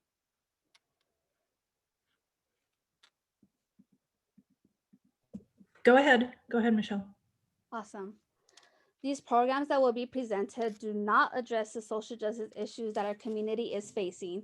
You should be hearing directly from the youth that live in these communities, and they themselves could tell you exactly what programs and services that they need. Our young people do not want more LAPD programs. LAPD programs do not stop crime or address the root causes of these crimes, such as over-policing, the lack of academic support programs, and the lack of jobs. It is ridiculous to me that 32% of arrests over the last 10 years have been young people ages 10 to 25. We need to address this and approach things through a different perspective. We need to invest in positive youth development for our youth. Our city always likes to say that our youth are our future. Well, it's time that we invest in them and support them with the proper, adequate tools that they need to be successful. Our youth demand that the Board of Police Commissioners support our efforts to have the divested LAPD dollars be used to support positive youth development in communities that suffer the most of the impacts of COVID, educational inequities, and raising crime. Now is the time to invest in LA's youth and support them in their efforts to create a youth development department that will reflect that. We need to talk about public safety, because when we talk about public safety, that also means that we need to invest in youth development to be able to address the public safety issue. it's time for y'all to listen to us and start listening to the demands of the youth. The youth are the future, and we need y'all to be able to hold that accountable. Thank you.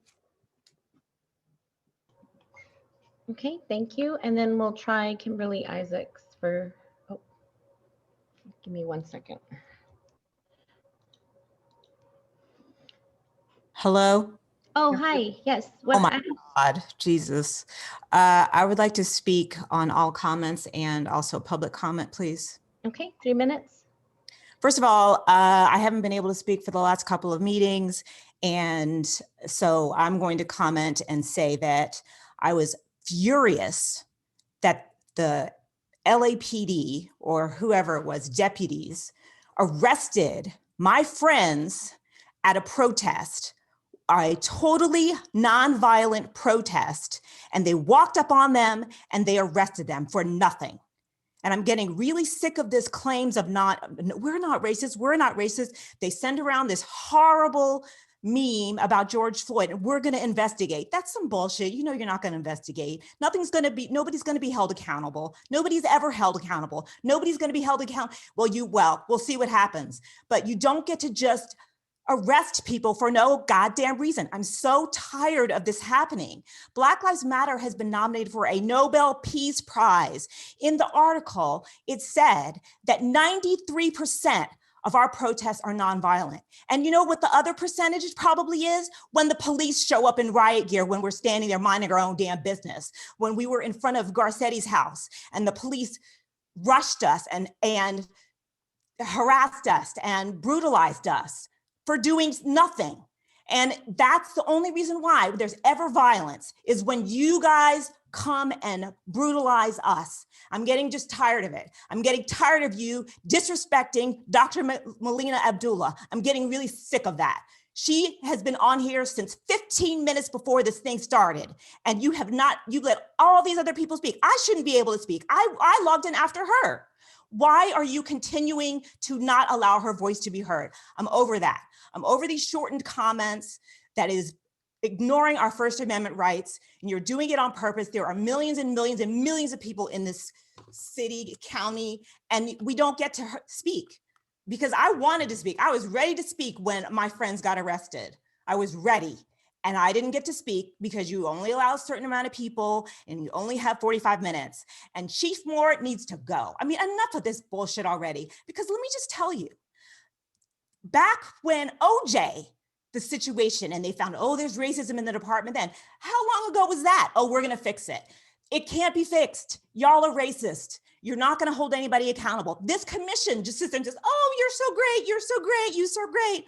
Nobody's gonna be held accountable. We have to get rid of the police and start over. And especially this white supremacist attack in the Capitol. When is somebody gonna be held accountable for that? Our officers that were there. I mean, you guys need to do better. And you need to listen to the community and what the community wants, because this shit ain't it.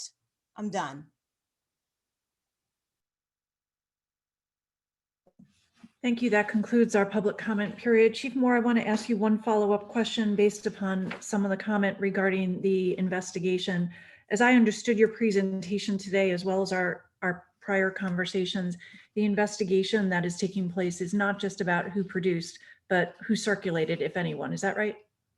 That's correct, Madam Chair. Okay, I just wanted to be sure to clarify that in case any part of the presentation made that unclear.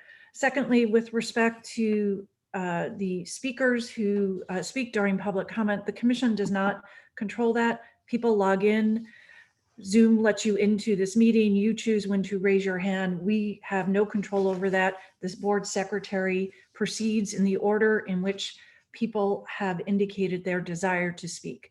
And in what order that is just depends on the actions each individual takes and how many other people are in queue. We do not control that.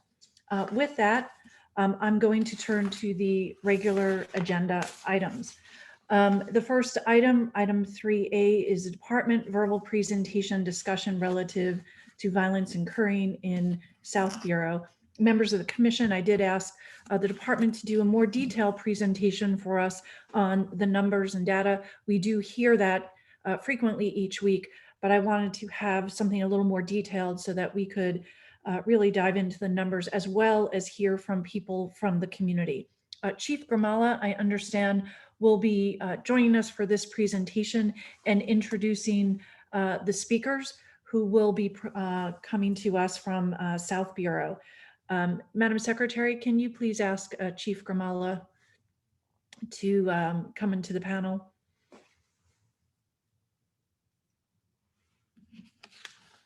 If you can find her. Okay, ma'am, the mic is on. Okay. And I'm trying to get your video going. There you go. There we go. We can see you, Chief Gramala. Welcome. Good morning, commissioners. Good morning, board. Good morning, chief, members of the public. I'm Assistant Chief Beatrice Gramala, and I head the Office of Operations. The team I have assembled with me here this morning in the Chief's conference room, so please excuse my wearing of the mask to comply with COVID safety restrictions. The team assembled here today will not only be providing information and an analysis of the gun violence in South Bureau, South Los Angeles here today, but we will also be giving voice to the victims, survivors, their families. As numbers sometimes tend to numb us, we need to shed light on the sacrifices and the impacts that gun violence has had on our communities. So we appreciate the commission allowing us this time to provide voice for the victims of gun violence and their immediate families as well. In addition, collaboration is our strength, and we are very proud to be here today as well with community leaders in the area of gang intervention.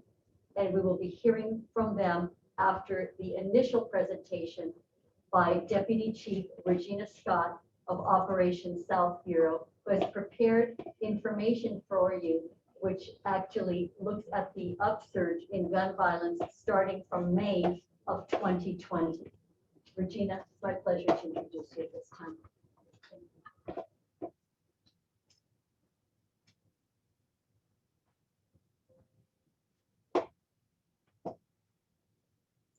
So good morning, everyone. I hope everyone can hear. I have a slide presentation. Hopefully, we'll be able to share that with you, and you guys can really see that. So when we look at the first slide, flip over. Chief Scott, if we could give the board secretary a moment to bring that up, it just takes a minute. Okay. Just going to run out, ma'am. There we go. We have it. Okay. So if you look at the first slide, it really just kind of gives us let me introduce myself. So I'm Deputy Chief Regina Scott, and I'm the commanding officer of Operations South Bureau. So today I will provide a little analysis of the increase of the violent crime in South Bureau that we've been experiencing. And just so that we're clear, this just did not happen in 2020. We started to experience this uptick since May of 2021 to date. And so I will provide what I believe are the contributing factors for the increase in violence. And then finally, an overview of our commitment to protect and serve and continue to engage and educate and collaborate and provide enforcement. And then after I'm done with my short presentation, then I will introduce you to 3 community members who will talk to you about the community impact. And then, like Chief Gramala said, I'm going to provide you with numbers, but this is a presentation to remind everyone that these are not about numbers, that these are about the mothers and the fathers, sisters and brothers and cousins and aunts and uncles that live in South Bureau. So as we switch to the next slide, you'll see year to date for South Bureau, we have seen a 75% increase in homicides, 165% increase in shootings, another 358% increase in victims shot. And I added in here, and although it's not gun violence, but I did include 24% increase in grand theft autos that is occurring in 2020. And so I began with, like they talked about earlier, that our increase started in May of 2020. And what we saw at the end of that year, we had a 35% increase in homicides, a 45% increase in shots fired, and we had a 35% increase in victims shot. And if you compare South Los Angeles to the rest of the city, we have 21 homicides year to date, and our homicides and our violent crime represents 42% of the city's homicides and 65% of the city's shooting victims. Next slide, please. So in only 6 weeks into this year, South Bureau has experienced a total of has experienced 21 homicides compared to 12 last year. Of those 21 homicides, 12 were gang related, that's a 60%, and one was domestic violence, and 7 others were some type of dispute, either narcotics or a fight that resulted in a shooting. Next slide, please. So year to date, what we've seen so far on our next one is that we've had 223 shootings. Of our 223 shootings, if you compare that to last year, that was only 84 shootings. The majority of our shootings occur in 77 Division and Southeast Division, and 70 of those shootings were gang related. And if you break it down by race, 118 of those shootings, or 53% of those shootings, are Black or African American. 55 of those shootings, or 24%, were Hispanic. And the majority of our shootings, the age range between 18 and 30. However, this year, we saw 39 of our shooting victims were 45 years or older. Next slide, please. And so year to date, well, what we've seen in just 6 weeks, we've had 110 victims shot. And let me repeat that, because that is a significant number. That's 110 victims shot. And when you compare that 110 to 24 last year, you see that that spike is phenomenal. These are numbers that I have not seen, or we haven't seen, since the late 90s and the early 2000s. 61% are gang related. And what I will say is that when you look at it, I mean, it's hard to break down, because our victims are being shot while just merely walking down the street, or sitting in their car, or inside of their home. And 2 of our victims that we had this year were wheelchair bound.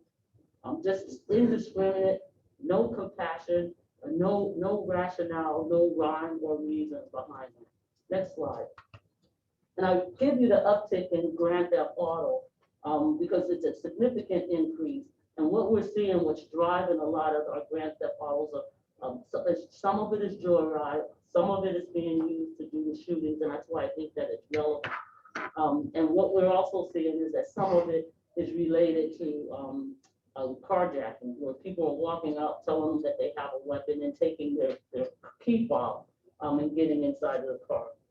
If you look at the slide there, it shows that the #1 car that's being taken is a Chevy, which is unusual, because if you look at previous years, our trend was always Hondas and Toyotas.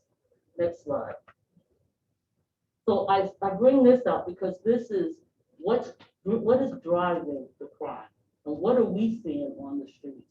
And what we are seeing is a phenomenal number of weapons. And I show you these slides because these are weapons taken off the street this year from our patrol officers, from our gang officers, from our FBI task force that we have, and our ATF task force. And when you look at that, in 2021 alone, homicide arrests are up 89%.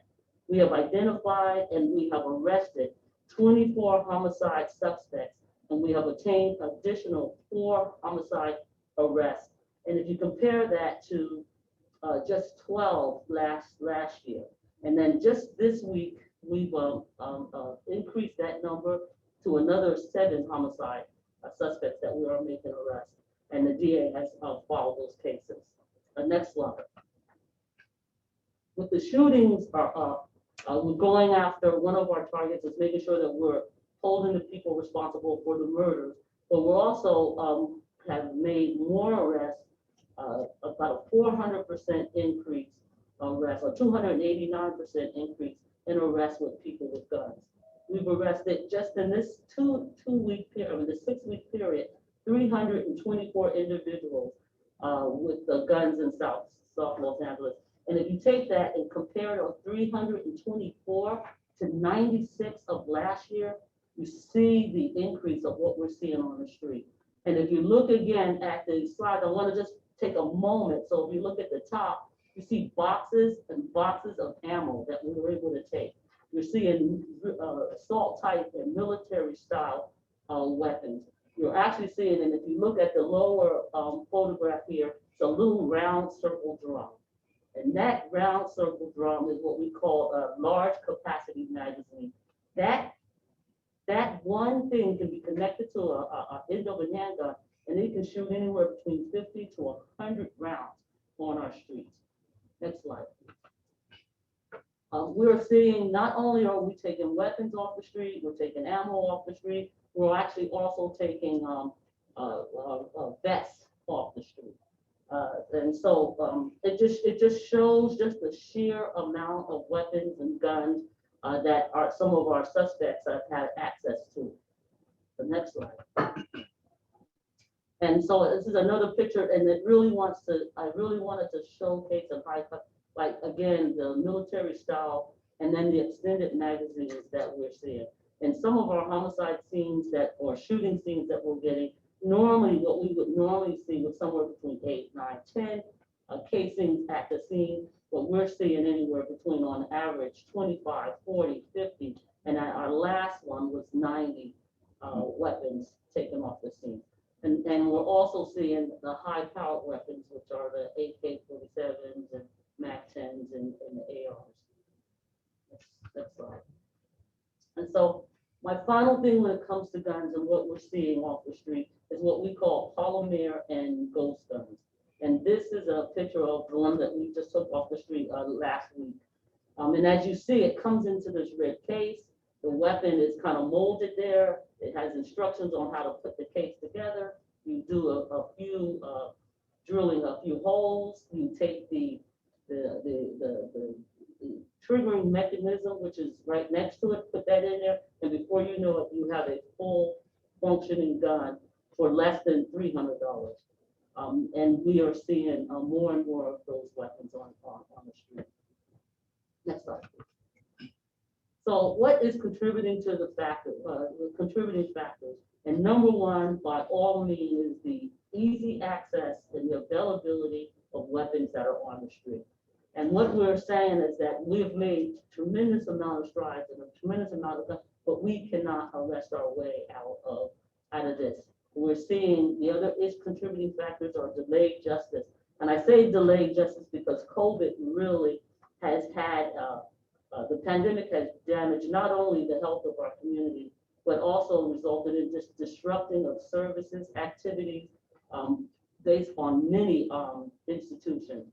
It has provided a stress, lack of productivity, outlet economic problems, just to name a few that are there. But the impact that it's had on delayed justice, and I call delayed justice because we are being all of those arrests, and the majority of those with the zero bail and early release are out waiting for the court case. And in some instances, some of these cases, as far as weapons, should be looked at through Department of Justice and federal filings. And we have had the grand jury has been shut down since May. I think we're finally getting to see that the courts are coming back up, and we're finally seeing that we're able to file and prosecute some of our suspects. A few other contributing factors that I just want to talk about really quickly is just really the modification of how we do parole and probation. For those that are there, the minimum amount of supervision. We saw an uptick in prostitution-related crimes.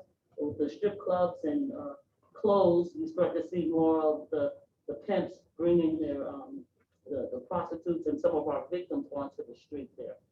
And then during the summer for Southeast and for South 77th, we just saw an extreme eruption on gang feuds and retaliation. So what have we done, or what are we doing to combat that? And next slide. So the number one thing that we know, and we know what works, because if you look at the numbers today and you look at the numbers last year, we know what works. And I agree with a lot of the callers that were on the call today, that community outreach, community engagement works. Again, we can't arrest our way out of our system, and we're not going to try. But with the pandemic and the COVID, we start to see that community outreach in a different kind of level. So part of what we're doing is our weekly Zoom meetings, reaching out with our schools, working with gang and reduction in our grid, which you'll hear some of our intervention, our clergy. We're making sure that we're working with our neighborhood council, any youth program that we can get involved with to make sure that, one, that the community understands that the crime that's out here. Two, that they are actively engaged. And then three, if they see something, say something. The other things that we are doing is our investigative efforts.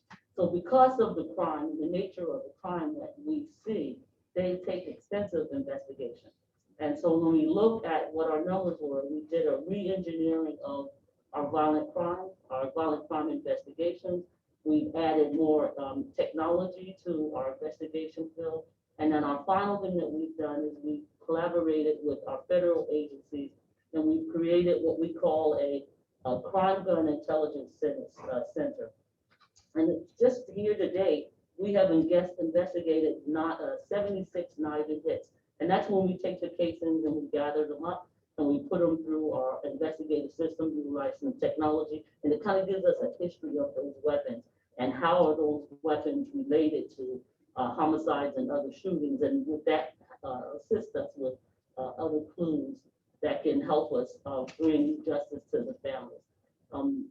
So we've increased our investigation period of it. We have increased our deployment. And one of our deployment methods that we've done is we've deployed what we call traffic safety to help us with our hit and runs and our increase of traffic related orders. And we have also deployed Metro. And I know that that seems controversial when we deployed Metro, we started to see 8 homicides. I think we had even gotten up to 12 homicides in a week. I mean, those numbers, something had to stop. And so what we've done with Metro is that we kind of reimagined how we need them to help. Because if you can imagine a shooting scene and a homicide scene, it's not just the officers coming and taking a report. You have to preserve the evidence, and it takes resource intensive. And what Metro has been allowed us to do is to help supplement those resources. They've been actually to do those relentless follow-ups on our shootings. And so we've kind of redeployed them, not just blanket them in the area as how we kind of done that in the years past, but rather we provide them with recent shooting information, gang feuds, hangout locations, nuisance locations, wanted suspects, wanted vehicles. We provide them with specific strategies and missions to help them formulate arrest operations, name suspect follow-up, parole and probation search for us. They've done a number of search warrants for us to include some intelligence and monitoring, what we call cyber bullying and gangs where they're calling out other gangs to help follow up with that. And with that, within those weeks that they have been there, that has allowed us to arrest 24 homicide suspects. That has allowed us in this week to take off 84 guns off the streets. So we will continue to monitor how Metro supports South Bureau with our trying to reduce our violent crime. So I can trust you as your chief in South Bureau that they will be balanced and they will be measured. This is not an occupying South Los Angeles. But before I go, I want to end like I started, is that I want to put a face, a name to the people that live into the community. So the first person I'd like to bring up is the Evans family.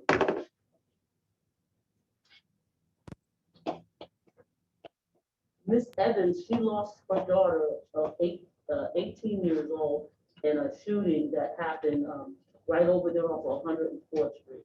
where she was sitting in a car with some of her friends. Another car drove up, shot into that car, and struck her daughter. So if we can turn the cameras over and we can hear from the Evans family. 1 second. My camera went away. Okay, come over again.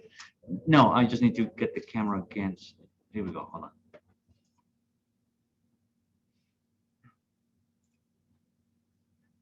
Please.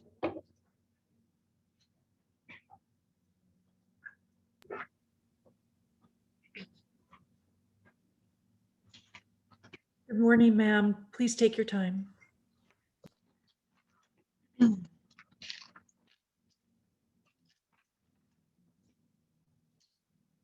First of all, I would like to say good morning to the commission. I would also like to acknowledge Detective Mike Levant and Sergeant Cohen for giving me the opportunity to speak. My name is Leah Evans. I am the parent of Chloe Evans, who was my daughter. She was murdered October 25th, 2019. And I just want to say, I mean, listening to the duration of the meeting and the agenda, you know, I wish I would have been able to speak to those matters on the agenda, but I'm here for a different purpose. My daughter was murdered on the 25th, and the irony of it all is that I serve the city of Los Angeles as well. I'm a teacher for LA Unified, and my tenure started at the elementary school, Charles W. Barrett, which is located on 98th and Figueroa, which is ironically blocks away from where my daughter's life was taken. And so I also was born and raised in LA, but I had the opportunity to attend school and become a teacher to serve the community. So in August, it would be 20 years. In July, had my daughter still been alive, she would have been 20 years old. And so it's a lot of symbolism involved in her life and what has happened to my whole family regarding this situation. But I'm here to speak about enhancement sentencing and how it impacts people like me, because any other day I will be speaking about how enhancements have disproportionately placed Black and Brown people in our penal system, especially here in California. And so that's a fact. That's something that we are all aware of. And so I do want to applaud the new DA for at least making efforts to trying to come at the problem in the way that he has by trying to do away with enhancements. Unfortunately, doing away with enhancements in totality does not help my situation, okay? My daughter was murdered. She was a victim twofold. She was a victim of sex trafficking. She was also a victim of murder by a suspect who was a known gang member and who had a gun, and he was a previous, he had a previous felony, okay? And so he committed this horrible crime against my family prior to the district attorney coming in with these you know, amendments to what has been going on, and including getting rid of the gang unit. And I've been fortunate through the grace of God to have been given a positive experience with law enforcement as it pertains to my daughter's death. The Detective Mike Levant and his team, they have to be commended for the work that they did in capturing the suspects that brought this shame, this horror onto my family. I was blessed to, well, we were blessed to have, the suspect was caught literally 2 months after she was murdered. There are several families who, unfortunately, they were not blessed in this way, and I'm aware of that.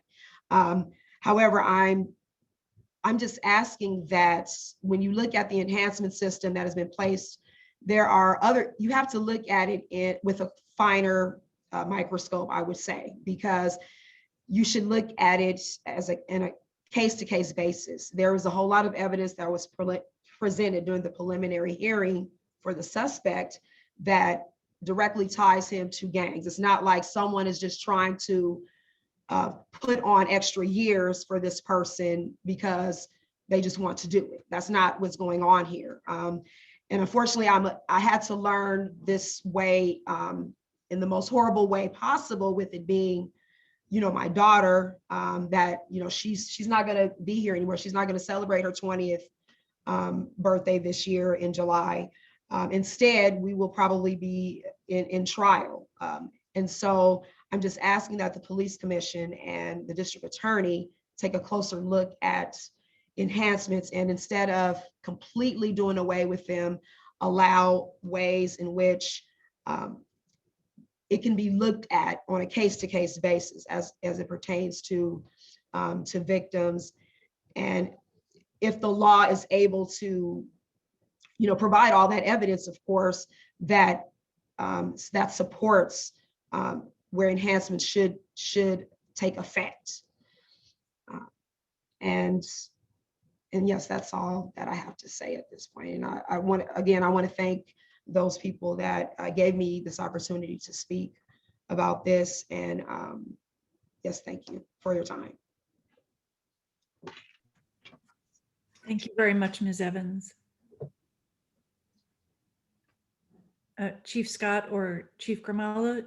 I have, I would like to bring out the Velasquez family. This is for Sal Velasquez. He was parked in his vehicle on Grand and 93rd Street. The suspect appeared to follow the victim. There was 2 people in the car at the time. Shots rang out. It was shot in. The suspect fired into the weapon and murdered their family. Get a little closer.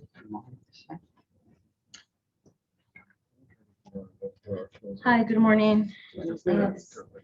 First of all, I would like to say thank you to everybody for allowing us to come over here and shine a light of what's going on in our community, in our cities. And I'm going to be speaking for my mom. I don't think she's capable of holding up. But on December 14, 2018, my brother was murdered. My brother was 30 years old. My brother wasn't a gangster. He was just at the wrong place at the wrong time. Since then, our lives have changed completely. My mom lost a child. I lost a brother. My kids lost an uncle. And we just want them to pay for what they did.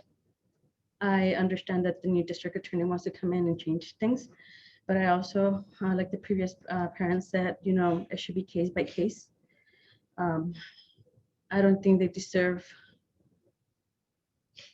a linear sentence or enhancements or whatever it is that they want to do, because my brother's never going to be here anymore.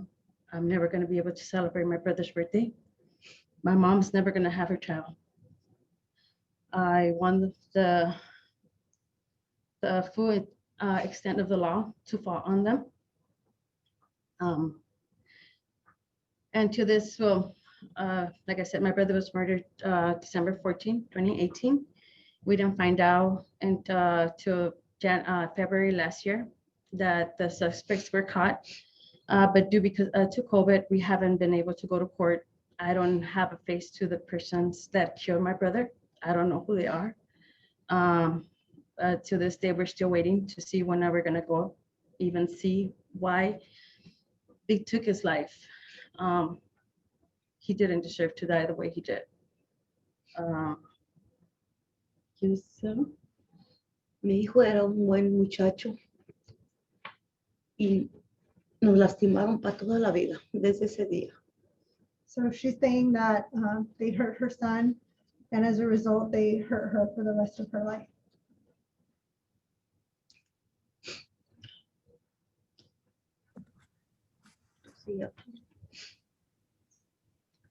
Thank you very much, ma'am. Thank you. My uncle just has something to say too. Like I said, it has affected all of our families. It certainly has. I just wanted to say I'm grateful for our police officers being out there, but is there any ways, or ways that to get more support out there, because unfortunately, you know, he had no reason to be killed and he got 4 shots, and now my family's going through all of this. So is there any way, you know, somehow to get some extra help out on the streets? Because I grew up in South Central. Luckily, I don't live there, but every single time I go there, I do fear for my life. And it's really sad that I have to feel this way. And I'm trying to tell my sister to move out of that area. Unfortunately, you know, our roots are there. So we just need more support from our police officers, I'm assuming. And that'll be it. Okay. Thank you to all the members of the Velasquez family. Thank you for coming forward, and to the Evans family for putting faces to and names to the numbers that we see. I understand there may be another family who's speaking. Chief Scott, I'm not sure. Yes, ma'am. I'd like to bring up the Fennell family, and she is going to talk about just being in her house with her children and how shots rang out, nearly striking her son, who was 5 years old, and the impact that it is having on her family. Thank you, Chief Scott. I just want to mention briefly, so all the families know that this is obviously the police commission they're speaking to, and we have no oversight or influence on the district attorney. That we are that the district attorney is an independently elected individual, and we don't oversee that office in any way. And I certainly appreciate all of your opinions, but I just want to be sure you understand that distinction. So thank you again to all the families. And now thank you, Chief Scott, for introducing the Fennell family. Good morning to everyone. I just wanted to, I don't really have much to say. I'm very grateful for everything the police have done so far. They're doing their best. I work with police at my job and they're amazing. So this is new to me, all the complaints. I'm not used to that. But I also want to say I'm sorry for all the loss. I was blessed to have been one of the lucky ones and didn't lose a family member behind this. But it was just a regular, it was June 23rd of last year. We were in our home, summer, and I'm getting breakfast ready and I'm hearing what I thought was fireworks. And I'm thinking now the people downstairs under me were doing fireworks in the yard until my 8-year-old came in and said, "What just happened?" And I said, "The neighbors are doing fireworks in the yard." He said, "No, the ceiling just fell on my head. A piece of the ceiling fell on my head." And I go in there, I see a hole in the ceiling. And later we found a bullet hole from the floor. My downstairs teen neighbor shot a bullet through their room, and it came up and just barely missed his head from where he was standing watching TV. So I've had a lot of support, a lot of help. We're grateful that that was the end of, the situation as far as him. But we really respect and have much respect for the police and everything you guys are doing to try to handle it. And that was it. Thank you. Thank you, ma'am. And to all of the families, we want to express our sorrow for what you're going through, the loss you feel, the pain, the suffering. But we do thank you for coming forward and putting faces and family stories and experiences around the numbers that we are seeing. Commissioners, I believe Chief Scott, does that conclude the presenters for item A, or there are additional community organizations that you're presenting? Is that right, Chief? Well, I believe I'll turn it over to Fred Booker, who's going to introduce some gang intervention and pastors for the community. Oh, very good. Commissioners, after we hear from all the members of the community, we'll open for questions. Good morning, Commissioners, Madam President. I have two individuals here that work out in the streets and have been there for many, many years. And what they are trying to do, they're trying to work with individuals coming out of the systems into the community, the reentry programs, to try to get them geared towards finding jobs. And they have been doing this, again, for many years. They are street soldiers, so to speak. And the first one I'm going to bring up is Mr. Skip Townsend from Second Call. And he's finding jobs. In addition to finding jobs, he's teaching these young people out in the streets how to not resort to violence, how to find productive ways to live their lives. So I'll let Mr. Townsend first bring some very few comments to you. Commissioner, if I can just introduce for the record, that was Fred Booker for the record. Yes, thank you, Chief. So thank you, Commissioner. Thank you, Chief, for having me. I have to start by saying first, my condolences to the families that are here. I understand by being in the street that it's time for the community to heal, and it's very hard and difficult to heal when this is not post. This is constantly reoccurring every day. Families are affected by it. I wanted to share some of the findings I have for this year. Is that what I found is that, as we just talked about, the healing process hasn't started. Some of these young people are going to parties, going to clubs, even though it's COVID and they shouldn't be. They're going to parties and clubs, and when something happens, it happens in the small space, but it comes back to the community. So now we have shootings, and individuals don't know why the shootings are occurring, but it occurred at a party or a feud or something like that. We also have young people who are going, because of COVID, parks are shutting down early. It's not a lot of people there. Individuals go to other parks, and what they do is they take pictures, they go on Instagram, and they're sharing that they're in someone else's park, and they're disrespectful, writing on walls, things of that nature. Some of these Instagram posts get maybe 100, 200 likes, but what happens is it turns into community violence. One community now goes after the other community. These are things that, regardless of whether you have Metro, regardless of whether you have a gang unit, these are things that are clout chasers that are on social media, that there is absolutely nothing that can be done unless there is someone in the intervention field who catches it and can cause different meetings.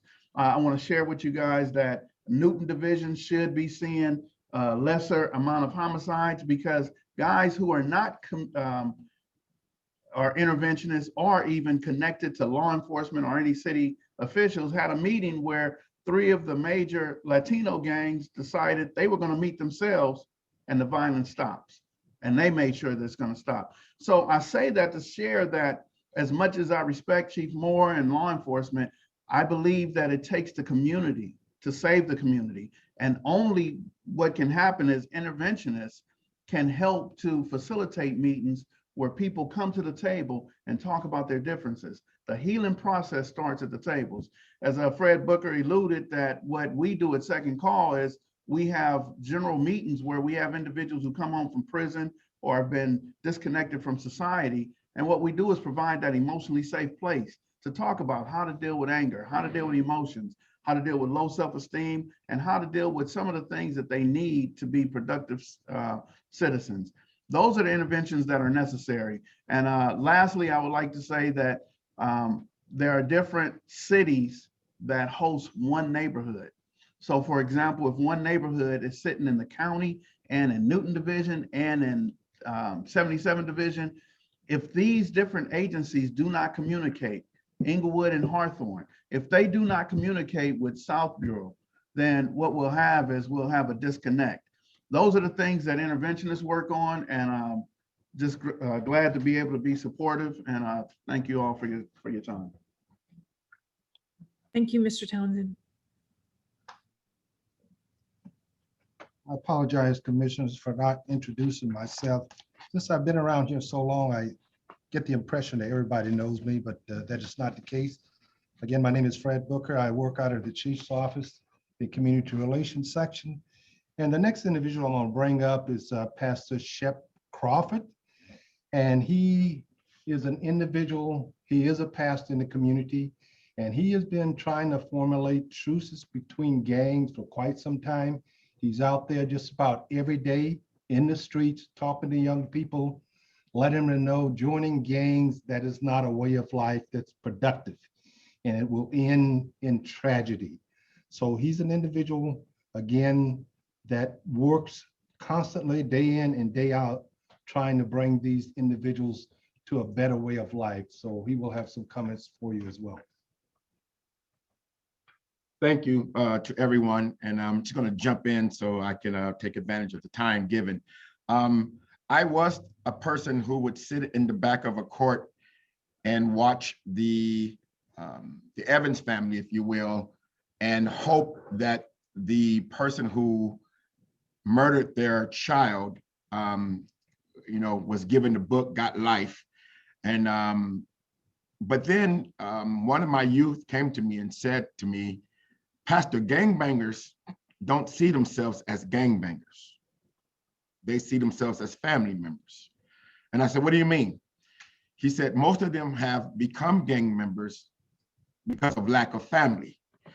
And he explained to me that one of the reasons why they bang so hard for their set is because that is their family. And you will overdo what's been underdone for you. And so it gave me a different perspective. Now I'm in the courtroom and I'm not only pulling for the Evans family, but I'm also watching the grandmother who is in there without no male figure to support her son who has done the murder. And I tried to figure out, where did we go wrong? And I say we, and I'm talking about as the community. As a pastor, I have gotten involved with a lot of the peacemakers, Skip Townsend being one. And let me just clarify, when I got involved in trying to bring some peace, I found out that they were already doing it, that they were already at the table. And they invited me to a table that had been created for years, but have never really got the exposure that it needed. They never really got the support that it needed. And so my church have decided that we were going to support them physically, financially, emotionally, and spiritually. And I believe that that is one of the ways that this thing could happen. In the South Park area where we are, CSP is fantastic. Sergeant Kenji, of course,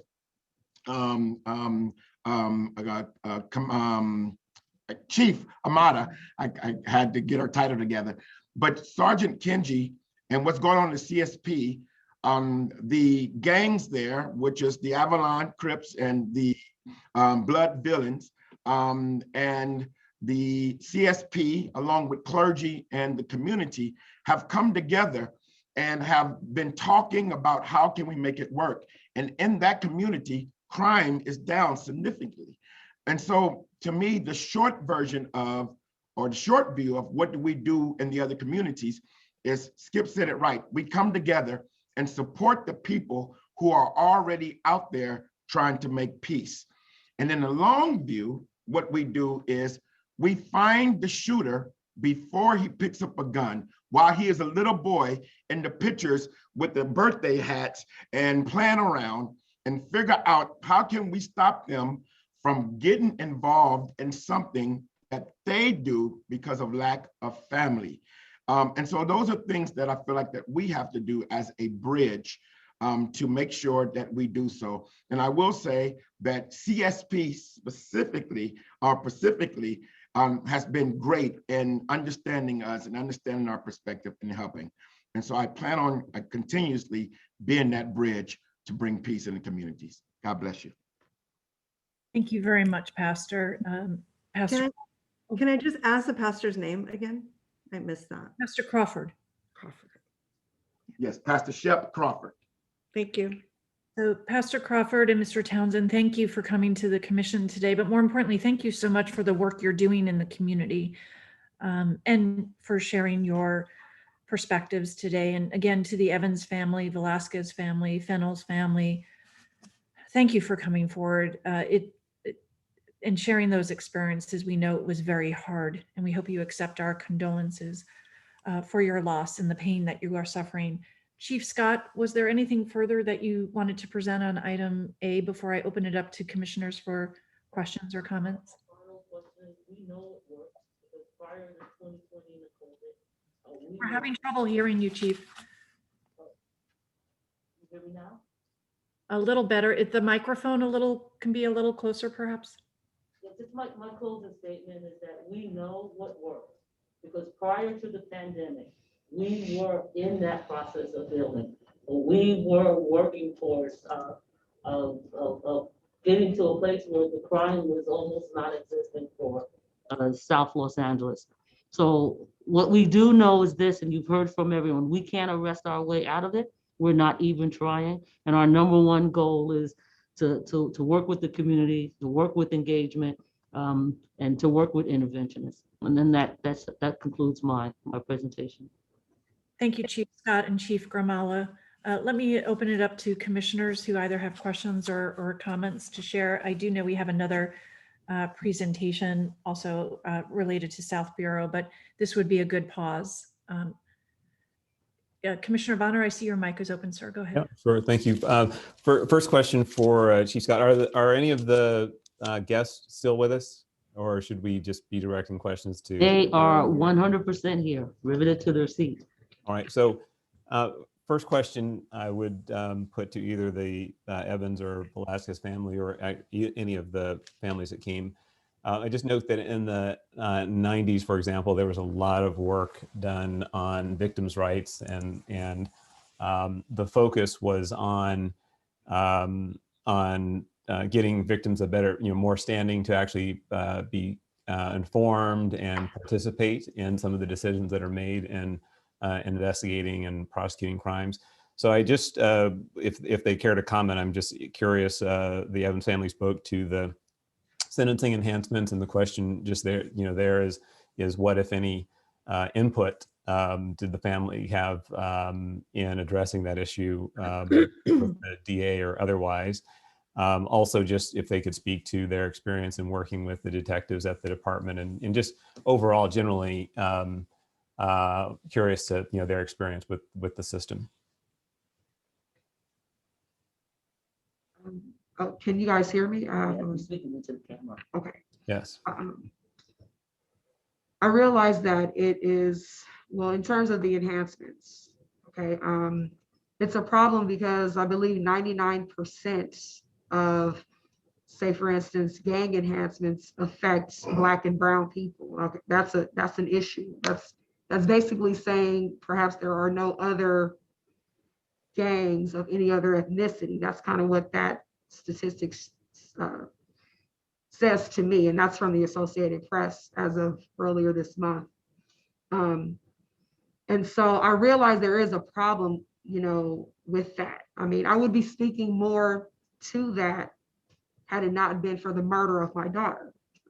That's the irony of this whole situation, because when she was murdered, I even, questioned, the detective to make sure that, because they brought up the gang situation and where she was located during the murder, I was thinking, okay, it was hard for me to understand that it was even a gang situation, but it was based on when I went to the preliminary hearing and when I heard the testimony and the evidence.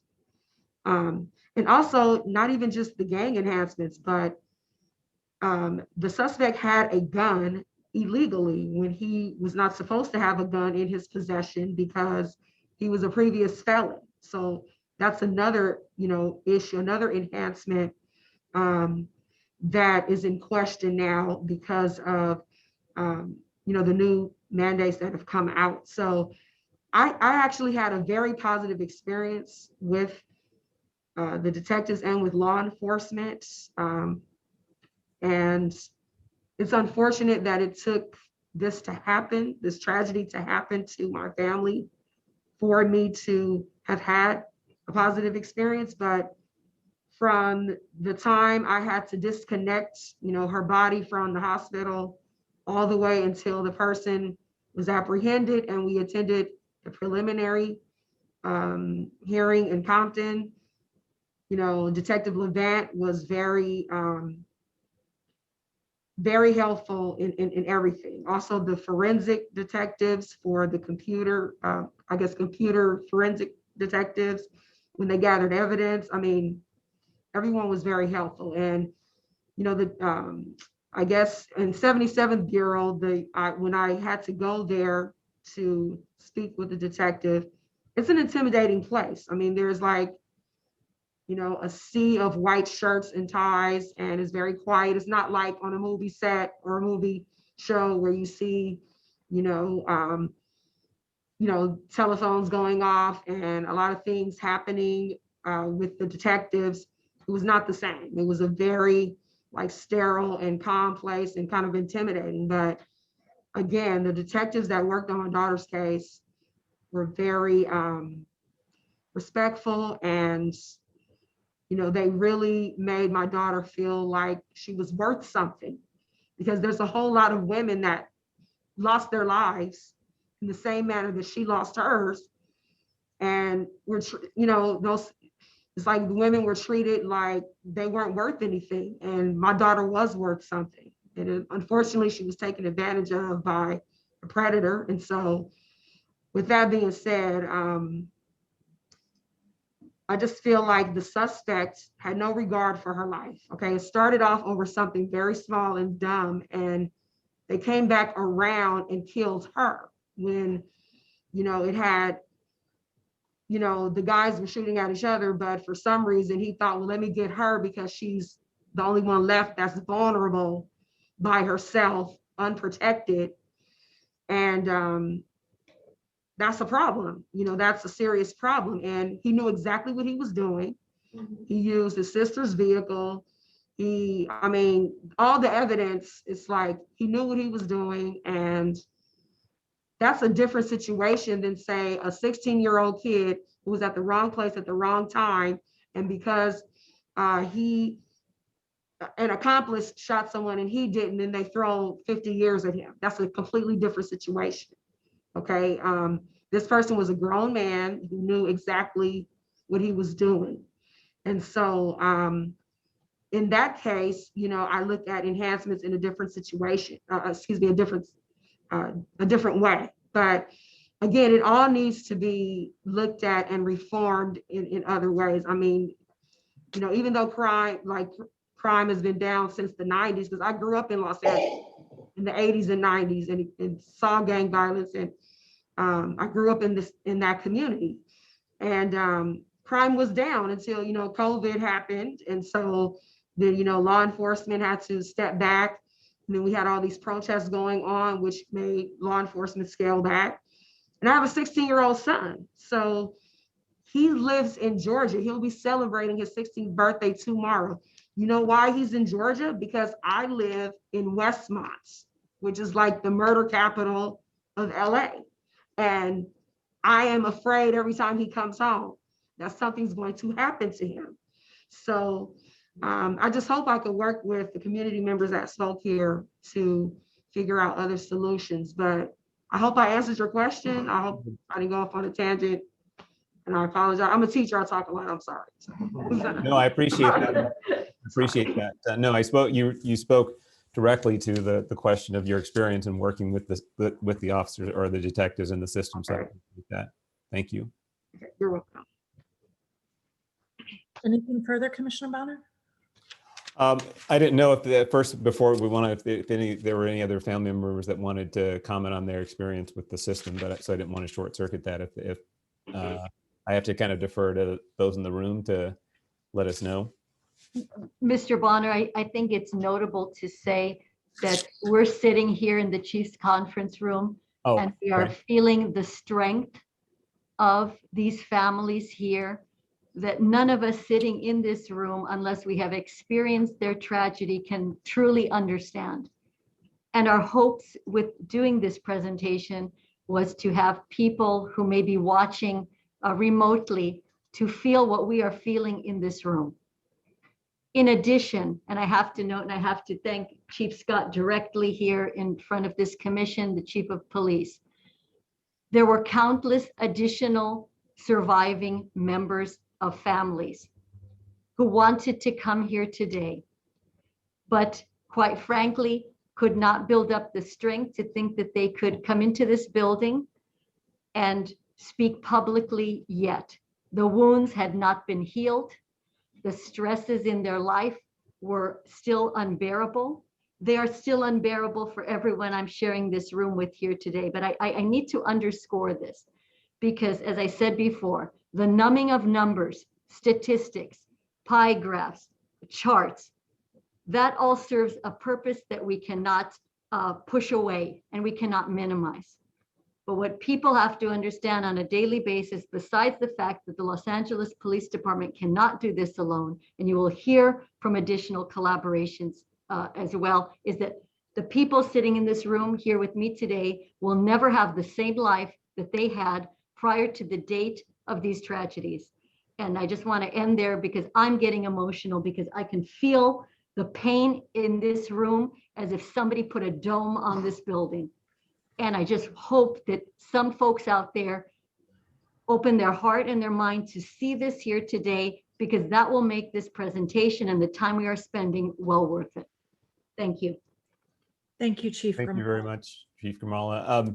Madam Chair, what I'm going to do, I had two other questions. One I'll save for a later presentation so I can let others. But I did have a question for Mr. Townsend or Pastor Crawford if they're still available. I don't know if they are. Pastor, would you like to come here while Mr. Townsend goes there? Thank you. Please, please. So you can. Yeah. So thank you very much. Okay. The question I had, and I appreciate you both coming here today, and also appreciate I've had a brief opportunity to meet each of you in different contexts in South Park and some other areas here locally. The question I have about, and this is just, I'm going to speak broadly to the concept of community intervention and those who are in the community doing this, the hard work of trying to avoid issues and work on addressing problems. And the question is one of really of capacity. And I'm thinking about how localized many of these issues are. And so when you have, like, throughout South Bureau, in the Southwest, where you have the Rolling 40s and then in 77th, you have the Hoovers and the Brims and different people have different influence with different organizations. So my question both to the pastor and to Mr. Townsend is, comment on what is the workforce, for lack of a better term, that's available to do the work that you're doing. In other words, you can't send somebody who has got a good relationship on one block or in one area, may or may not have influence just 2 miles away. So can you comment a little bit on how you manage that, or how that situation is being managed when you've got so many different groups and only so many of you who are in that space? Right. Well, I and of course Skip is going to go, but speaking of Skip, like, there is a Skip Townsend in every hood. There is someone who is pushing peace, and they have people with them pushing peace. And one of the ways that I feel like we need to support them, I feel like the church have failed in supporting them. And one of the things that we tried to do, the church have tried to do, is come in with our own programs. But they are the ones who know how to talk to the shooter. They're the ones that know why the shooter picked up the gun in the first place. And so I think one of the things is making sure that we identify all the peacemakers in the different hoods, because they've been meeting weekly or bi-weekly, but the pandemic, of course, have stopped everything. But it's identifying who they are and asking them, what are you doing? How can I help? Some of them might say, I need you to come in and do this. And some of them might say, I need you to not arrest me when you see me on the corner, talking to the young homies, roll on by. But whatever that is, it's important that we know that they are the only ones who can actually go into those communities and have that conversation. And for the younger ones, we have to give them something. If we're telling them to put down the gun, we got to give them something else to pick up. And so we got to make them feel good about themselves, because what gets rewarded gets repeated. And so those efforts, I would love to see expand all over Los Angeles. But to answer your question specifically, there is an OG, or there's someone very respected in every hood who is pushing peace. And we need to maybe find out how can we make an alliance with that moving forward. Thank you. Thank you, Commissioner Bonner. Does that conclude your questions for now? I didn't know if Mr. Townsend had anything he was going to say, but yes, to answer your question, yes. My other question I'll hold for later. I'll let Mr. Townsend go if he wants to add something, sir. Yes, indeed. First of all, thank you for the question, Commissioner. When he said there's a Skip Townsend in every community, I just want to be clear that what we have is people who I want to call ambassadors. So I myself have a license to operate in different communities, but they're not always going to be listening to me. So what has to happen is I have to have someone who is out there with them every day. I hate to say it, but drinking and smoking with them every day. And when I approach that person, I have to empower them and say, look, man, we need peace. What will it take to create peace? And that person will be able to speak to the actual shooters, the people who are out there ready to hurt somebody. So that's what's really important, is having individuals who are in the community every day. How can I empower them? How can I make them know that they're important? Most captains, most deputy chiefs will say, oh, Skip stopped it. They think that I stopped something when actually I had to find someone who would stop it. The only problem with that is this person who I find might have a gun in their pocket. They might have jars of weed and want to call the deputy chief and say, why are they arresting me? Well, because you have jars of weed in your car. So we got to find that healthy balance where these individuals in the community who can actually help me stop the violence in the community, they still are committing crimes in the community. And I would never ask that we don't arrest them, but what I want to do is invest in them. I want to invest in the people who really have the ability to take the guns from the younger guys and make them stop shooting. And that's what I invest my time in, those individuals. So thank you for that question. Yeah, thank you. And just say that we got stopped a little bit by COVID. I was down there to some degree in December, and I look forward to coming down and talking with each of you a little bit more in detail about that challenge. Thank you. Yes, sir. Thank you. Thank you, Commissioner Bonner. Commissioner Kalanche and then Commissioner Briggs.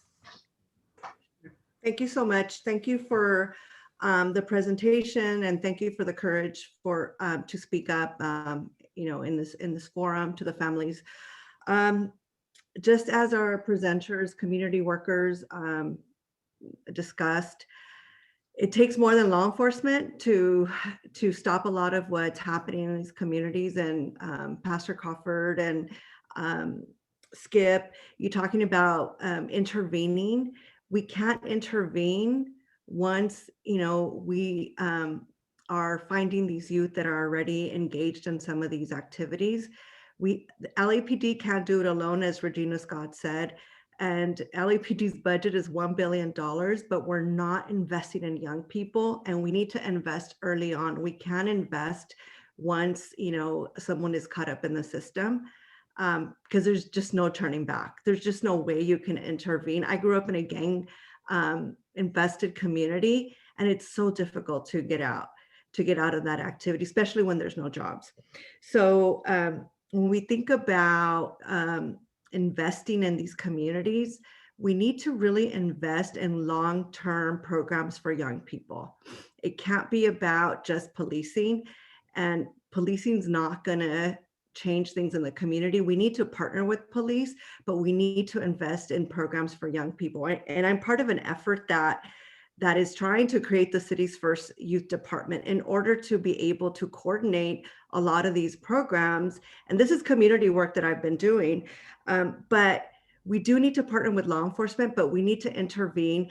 A lot of these peacemakers like Skip, they're underpaid. They're doing very dangerous work. There's not enough of them in the city. We need to really invest in peacemaking, but it has to come as a long-term investment and systemic change for the city. So I wanted to I just follow up on what Skip was saying. How can we invest the city's resources? What would you do to invest in some of these children today? Because it's really difficult to get them once they're already involved. So just we need to hear from you. Would you like to either? Yes, Skip. Either location, whatever works for you. Thank you, Luis. No problem. Yeah, how would you invest the city's resources in these communities? Well, the first thing I would do is I would invest in the people that the youth are looking up to. I would like to say that maybe some of us are heroes or are people of role models in the community, but there's a real model that the children are looking at. And as you said, before they get involved, they're 8, 9 years old. They're really looking at the 13-year-olds, and the 13-year-olds are looking at the 18-year-olds. So as we invest in the youth, we have to invest in their real models, not their role models, but the real ones who they're in contact with every day. I spoke on individuals who are at the park, who are hanging out, they're smoking and drinking. I want to invest in them, the 30-year-olds, the 35-year-olds. Most of the city and county resources stop at 25, 26. Like we just throw a whole group of people away. These 32-year-olds, they can still help us with these 19-year-olds. And of course, the 19-year-olds can help guide our children.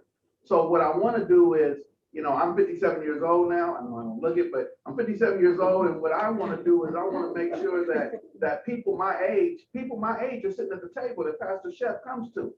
And I know that our influence is only so much. I think we should invest in the young people, like you said, but we have to invest in them and not just talk to them, but I believe we have to listen to them. That is the key to any table, is listening to the young people, not telling them what to do, but act. I have found that young people respond to pizza and chicken. So I spent about $25, $30 on pizza and chicken, and I just let them talk. And they tell me everything I need to know to reduce the violence in their homes, and their families, and their communities. Let's invest in the young people. Yeah, I agree. And I think as a commission, we have the ability to at least, you know, provide our opinion about, you know, investing in these communities. We need to support law enforcement by investing in these communities because they cannot police their way out of these problems that we're having. These are long-term systemic changes that need to happen. And I feel like we need to voice our opinion and not be silent about asking for those resources to be invested in these communities. Thank you. Thank you. Thank you, Commissioner Calanche. Did that conclude your questions? Yeah, okay. Commissioner Briggs, please go ahead.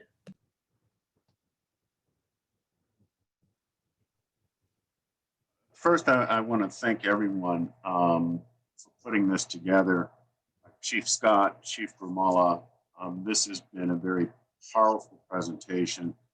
And Chief Grimala, while I'm not physically there with you in the room, I nevertheless feel the emotions coming out of that room, particularly those of some of the survivors of victims of violence.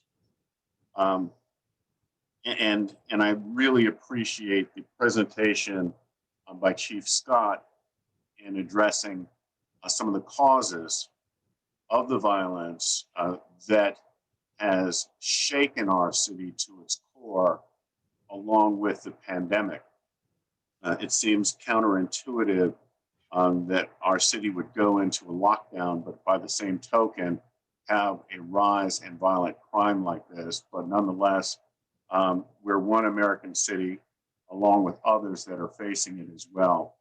But more importantly, I think some of the suggestions that are coming out of here, particularly with regard to the intervention of the young people, is what is really needed in this city now, and programs that support that.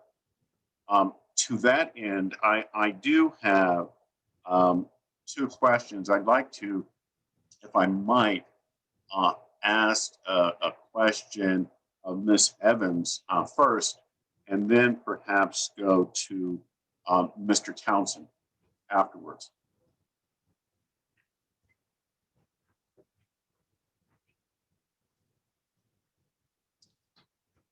Ms. Evans, thank you very much for coming in, and I'm sorry for your loss. I too grew up here in Los Angeles. I'm a product of Los Angeles. I grew up in an area that also experienced a rise in gang members at the time, and violence as well. And I'm extremely disheartened to see that you had to send your son to Georgia just to be safe. That is fundamentally something that I don't think any one of us in this city should feel good about. What I would like to ask you is it your belief that as a community, as a community member and someone who grew up here in Los Angeles, that we should have less police in the community to help get rid of the violence? Is that an answer? Or what do you believe would be the best thing moving forward between the community and the police? What do you, as somebody who grew up here, someone who teaches the young, what do you believe to be the best for our city? Well, the elementary school that I served for the first 15 years of my career on 98th and Figueroa, we had a very good rapport with the police.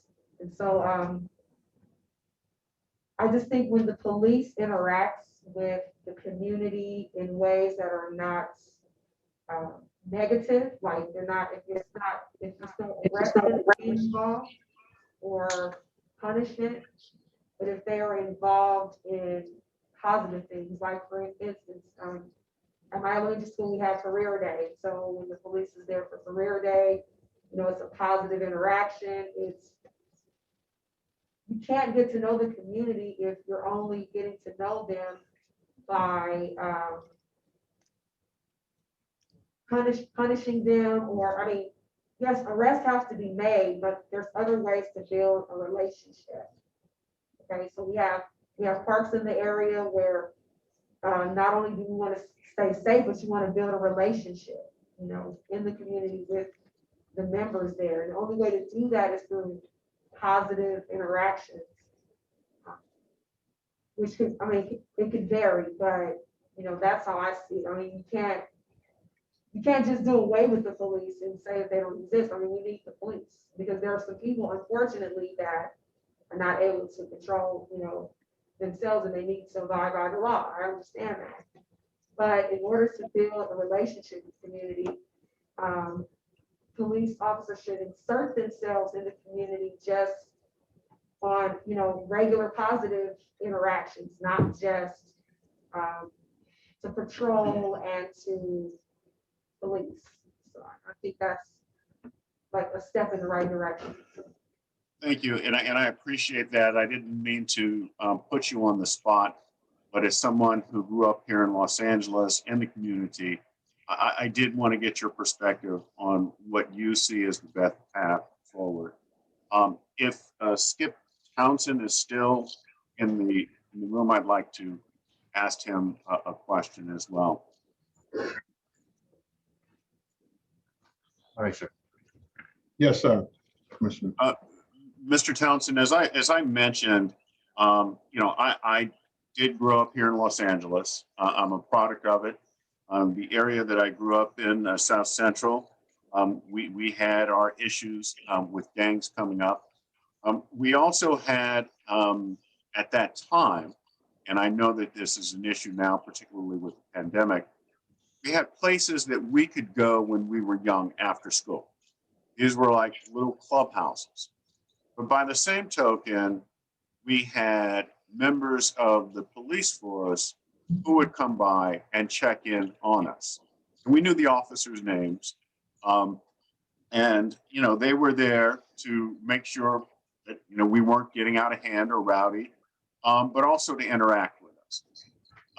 Do you see something like that as a model? Because I know that you talked about getting the 8-year-old who looks at the 13-year-old and the 13-year-old who looks at the 18-year-old as perhaps one piece in a system that we as a city could adopt to help us move away from this constant cycle of violence? Yes, sir. I think that I did not have that growing up.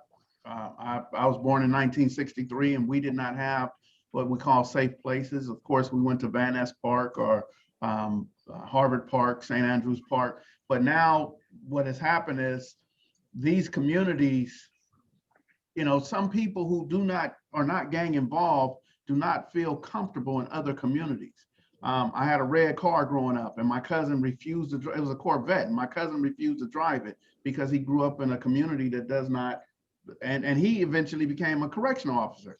So he was not gang involved at all, but just the communities itself, the culture. So let me give you an example. Watts would be a great example. If there is a resource, Yo Watts used to be on 103rd, and they told me, the Conservation Corps told me, Skip, we cannot get people out the Imperial Courts or the Nickerson Gardens. And I told, well, you're not going to get them on 103rd and Compton. So we have to understand that even though there are resources available, might be a mile, might be walking distance. Some of these children are so deeply entrenched in the culture of their community that they will not interact with other communities. So it has to be a boys club. It has to be a YMCA. It has to be a Challengers. And we have to understand that there might be a family 2 blocks away who won't utilize that. Matter of fact, one of the chiefs here on the wall, Bernard Parks, told me that my community can go play indoors at the gym at Dinker Park. But I come from the West Adams community, which is walking distance. And these guys wear red shoestrings and Dinker Park wears blue. So I had to explain to the chief, we do not have an indoor gym. You know, as close as we are to USC, from Crenshaw to Figueroa, there's no indoor gym for the people on Washington, on Adams. And that's what happens is they create summer night lights at Dinker Park. They move it to King Park. So everybody in West Adams is hungry. They're not playing any games. They don't have summer night lights. The best they can do is go to the jungles, go to Jim Gilliam Park. But Chief Bernard Parks was thinking, well, Skip, you're down the street. Why wouldn't you just go there? So we have to understand the dynamics too, that even though I'm not just talking about people who have submitted to the culture of gang violence, but people who just live in the community are not comfortable outside of the culture of their own community. So we got to keep that in mind, that if we create something, just think about it. When you leave out a project, just think about everything done in the Jordan Downs, the Nickerson Gardens, and the Imperial Courts. How do they feel in the Gonzagas, the Haciendas? I don't know the name, but how do they feel there? They feel left out. They feel like, why not us? So when we think about what we do in the city, let's just be inclusive. That's all I'd like to say. Let's be inclusive, because those gray areas, those gaps that we leave out, that's where we're going to find our violence, in the gaps. Thank you. I really appreciate your input. Thank you. That's all. Thank you. Thank you, Commissioner Briggs. Commissioner Soboroff, your mic is open. Sure.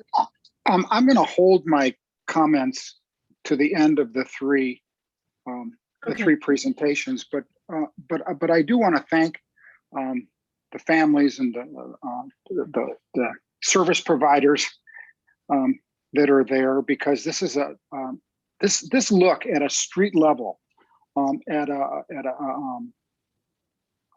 from people who are experiencing these issues is really important versus a theoretical level.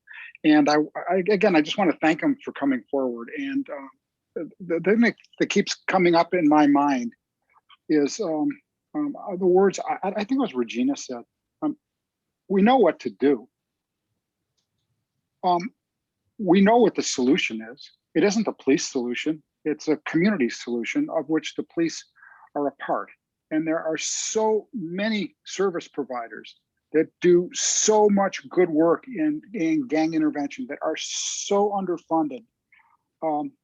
This idea of taking money from one group and then not distributing it the way it's supposed to be distributed, instead putting it into street repair and things like that when the need is so great on the level that we're talking about today, it's another crisis. But the city, philanthropy, individuals, and volunteers, there are answers, there are solutions, and that's the vibe coming out of that room, and it's really wonderful. Thank you. Thank you, Commissioner Soboroff. I do have, now that the commissioners have asked questions, Mr. Townsend, I wonder if I could ask you to address a question I have, sir. And thank you again for all the work that you do in the community. But I wonder if you could shed additional light on the impact that COVID has had on you accomplishing all you are trying to accomplish in the neighborhood and of other intervention and community workers. I think it would help us understand both the increase in violence that has been happening during this time of COVID, as one I think my fellow commissioners indicated, it's a little counterintuitive to think it would go up, or as Chief Scott did, until she explained the context in greater detail. But I wonder if you can share from your perspective, working in the community every day, the impact COVID has had on you achieving all of your objectives. So I think it's a very obvious impact. When we look at having parks, having different community groups where we have 30, 40 individuals in one area, like repass or hanging out the park for summer night lights, I'm able to see someone's children right here in front of me. Whereas once we've taken the basketball courts down out of a park and we've shut down summer night lights and we don't have these programming, it's sort of like I'm sneezing but not covering my face. All my germs, everything is going everywhere and I have no idea where it goes. It's the same aspect. So these children, as they're in front of us and we have intervention workers playing Lotarito with them or playing basketball, creating these basketball leagues and things of that nature, we know where they are. But as soon as COVID hit, I have no clue. You know, we don't know whose backyard they're in, what they're doing. Some of these guns that you saw Chief Scott put up there, where they're putting together these guns in backyards now, or they're doing things that we don't want them doing, and we don't have action to them. We don't have access to them because we don't have the programming that we had prior. Yeah, I think that's the main thing there, is that because it's like out of sight, we cannot touch them. The one thing I will say that has happened because of COVID that is a good thing is now we're passing out food. So now we're getting the community together. So I might not see little Johnny, but I'll see his mother and his sister as they come get food, and we have more interaction with the family because now food has become the #1 thing that we're offering the community. So it's helped us more so with the family, but not so more with the individuals we really need to be on top of every day. Thank you for that, sir. Greatly appreciate it. Chief Moore, I know your team has spoken. We've heard from community members. We've heard from victims' families. I wonder if you want to share your thoughts regarding this, what we've been hearing today. Yes, thank you. And thank you, commissioners. Let me first say that I want to really identify and thank Chief Kamala, Chief Scott, Fred Booker for organizing this today, for the outreach and engagement. I also want to thank our community members. We listened to the pain, the suffering of the Evans, the Velasquez, Finnells. These are real lives, people whose lives will be forever shaped and molded by an instance of violence, many times senseless and without any purpose. Presenters also included, I know, Skip Townsend and Pastor Shep, two men that I have tremendous respect for the efforts they have. And all of us today are sharing a moment of something that I equate to a public health crisis. And that today we hear the shared responsibilities, the shared insight of the Commissioner Kalanche's matter, the long-term way of changing this. What has to change long-term? Because once the patient is now engaged in shooting violence, is now engaged in a gang lifestyle and the destructive nature of it, while there can be a saving or recovery, we know from a public health example that, again, once this sense sets in so far, there's a certain level of, quote unquote, no return. And so today we heard presentations that talked about the long-term support that's needed to avoid getting into this entire matter, underlying the culture issues that we need to shift as a systemic issue of our cultures, why people cannot move from one block to another. What are the things that reinforce that disables even the public sector's ability to intercede and to bring an improvement and a sense of safety, where a mother can have a 16-year-old child here in Los Angeles and not in the state of Georgia because of the confidence that the underlying circumstances are going to provide for that. We also heard that intervention works, that the model in Los Angeles has worked and has worked wonderfully because not of law enforcement. Law enforcement had a decade of work to understand how to best interact with interventionists and how to ensure that their work is as least disrupted. When one of Skip is talking to that 23-year-old on a corner who's the inroad into the violence that's happening on that set, and how in the past we would be stirring that up, and today we recognize that that's work that's going to prevent further violence, and we need to facilitate that. While at the same time, interventionists saying, I can't excuse people from carrying guns or committing violence. I'm not going to, to stand in the way of bringing those individuals to justice as is necessary for victims.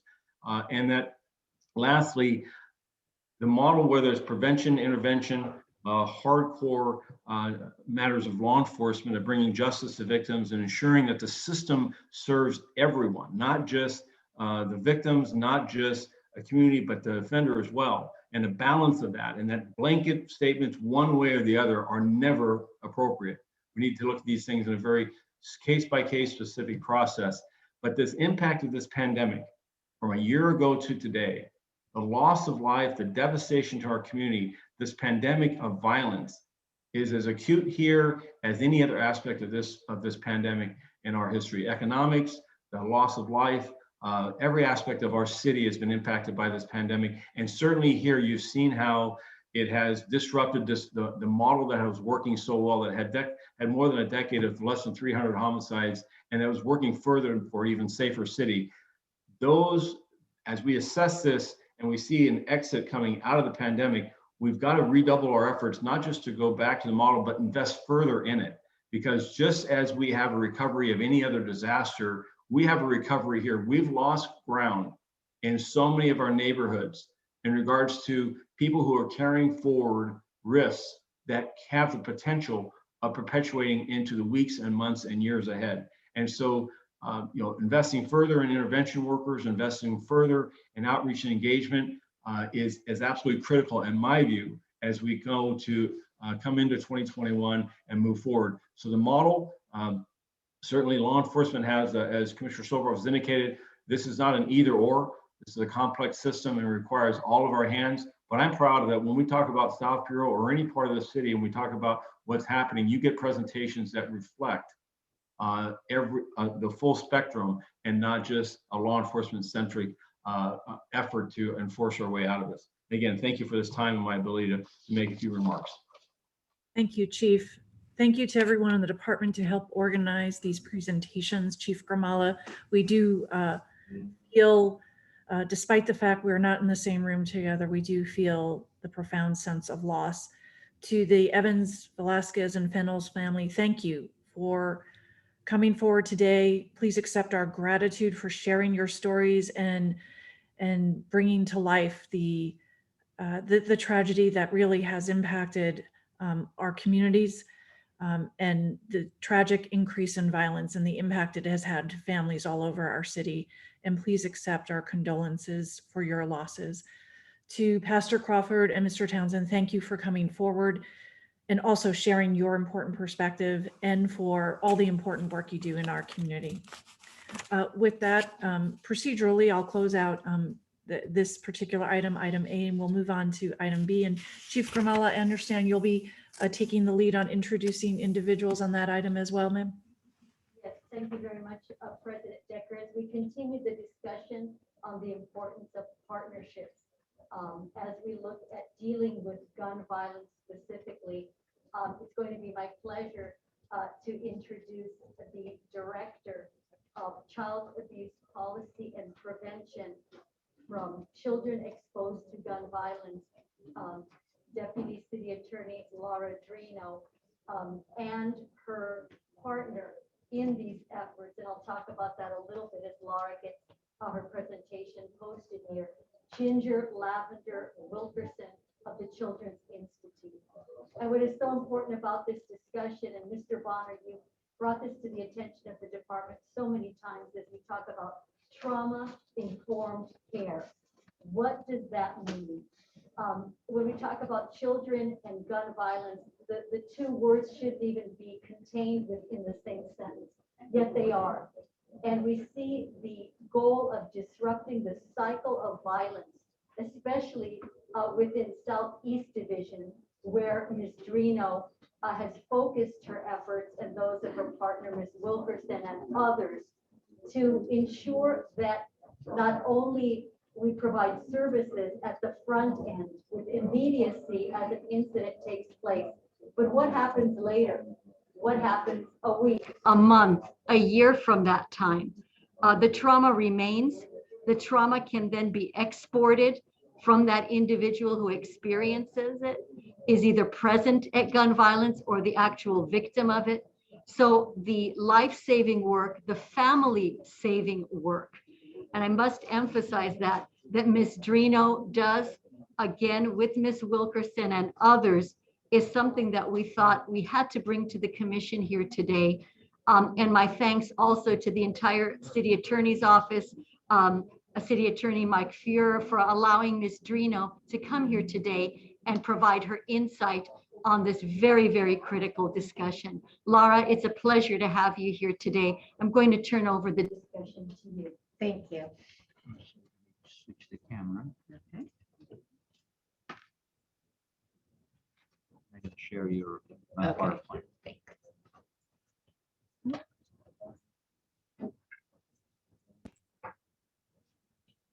Okay, Thank you. Good afternoon to the commission and to the public. I'm happy to be here. My name's Laura Drino. I'm the Director of Child Abuse Policy and Prevention for the Los Angeles City Attorney's Office. I just want to say, listening to the families, I always tell everyone I'm a mother first.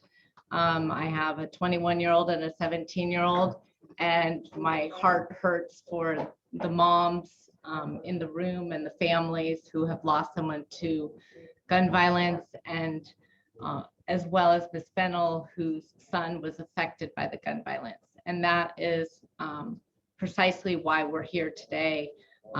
Ginger Lavender Wilkerson is a therapist from Children's Institute. She is part of our team here. This is a collaborative effort that was put together back at the end of 2017. I became the Director of Child Abuse Policy and Prevention after being a prosecutor for approximately 24 years, dedicated my whole career to prosecuting domestic violence, child abuse, and specifically child sex abuse. Mike Fuhrer asked me to go to Southeast LA and come up with a concrete program that would help children exposed to violence. I spent quite a few months meeting the community leaders, going to Watts Gang Task Force meetings. I even spoke to a group of parents at Charles Barrett Elementary School where Miss Evans told us that she was a teacher. And I asked the parents and I asked the community, what is needed here?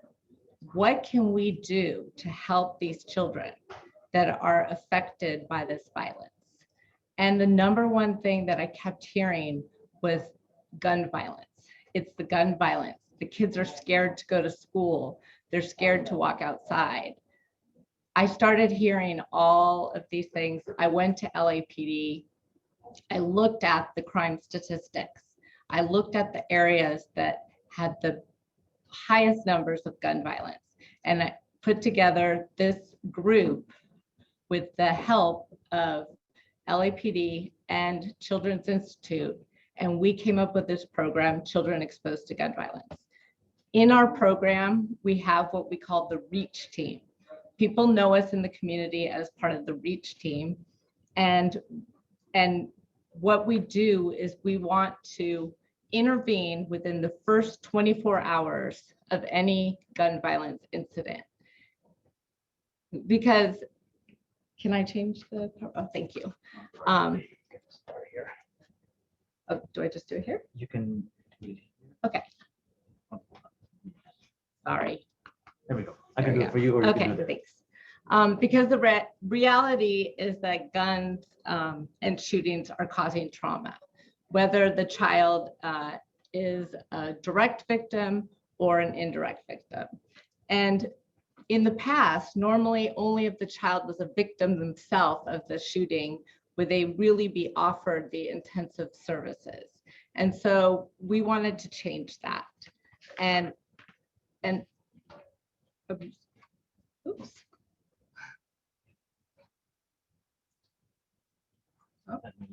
Get you started. Sorry, we're having technical things there. So you can use this and then right arrow. Right arrow. Okay. Yes, thank you. So the purpose of the initiative was to respond and support, to educate and train. Respond, as I said, within the first 24 hours, touch the family, touch the child, educate. We go out into the community. The REACH team goes to schools. We go to Watts Gang Task Force meeting. We go to neighborhood councils. We go to the clergy council, to the CPAB meetings, and we talk about what we can do for children exposed to gun violence. We are now in 2021 expanding it to children exposed to any violence. We started in 2019 in Watts. We worked closely with CSP in the 5 housing developments. And then in 2020, we were able to get another grant and expand to all of Southeast Division. I should say that even in 2020, with COVID happening, our team was out in the streets. We were working with the community, some of it via Zoom for presentations, but when families needed us, we were there. And 75% of the families accepted our services. Training, we go around to schools, we train staff, we train, talk to principals. I do roll call training for LAPD on children exposed to violence. What does that mean? What does trauma do to a child? The whole purpose of this program is if we can intervene early, what everyone has been saying all morning, we need to get to these children while they're young. We need to address this childhood trauma while they're young so that they don't choose to go in the direction where then they might end up in the criminal justice system. We don't want that to happen. We don't want them to be victimized. And so by training the officers of what to look for, that when they're in a crime scene, they're focused on the suspect, they're focused on the victim, but maybe there's a little child over there that's witnessing it. The child next door who's looking out the window. They know to call us because we are the experts. Our team, made up of therapists and care coordinators, can come in within the 24 hours and work with that child and that family. Things that the police are not supposed to be, it's not part of their job to do that. They're not social workers, they're not therapists, but they are our partners and they let us know, hey, we need the REACH team to come help these kids. We also do follow-up services with the children and with the families. I'm going to let Ginger explain more about the actual support that we give the kids, and then community engagement. Pre-COVID, we were at every community event outside with a table. We do art therapy with the kids while we talk to their parents about our program. And so I heard everyone talk today about why we need programs like this, because we want to change the trajectory for these children so they don't end up in the criminal justice system. We want to educate parents about trauma, what it does. When a child says, I don't want to go to school because I have a stomach ache, are they really sick or are they suffering from trauma? When I talk to parents, a lot of kids are getting diagnosed in South LA with ADHD, and they don't have ADHD. They're suffering from trauma that needs to be addressed. And it has to be addressed through support for that child. They have to be told that their feelings are real. They can't be told, oh, that's normal, like shootings down here, that's normal, get over it. We have to stop doing that to our kids. And so we want to keep them in school. We want to keep them in school. And obviously COVID has made that very difficult, but we're continue to try and engage. And we want to change the narrative between the police and the community. So you see like a picture up here, that's the REACH team playing basketball with some kids in the community. You can't see all the other kids because we were divided up, and some police officers.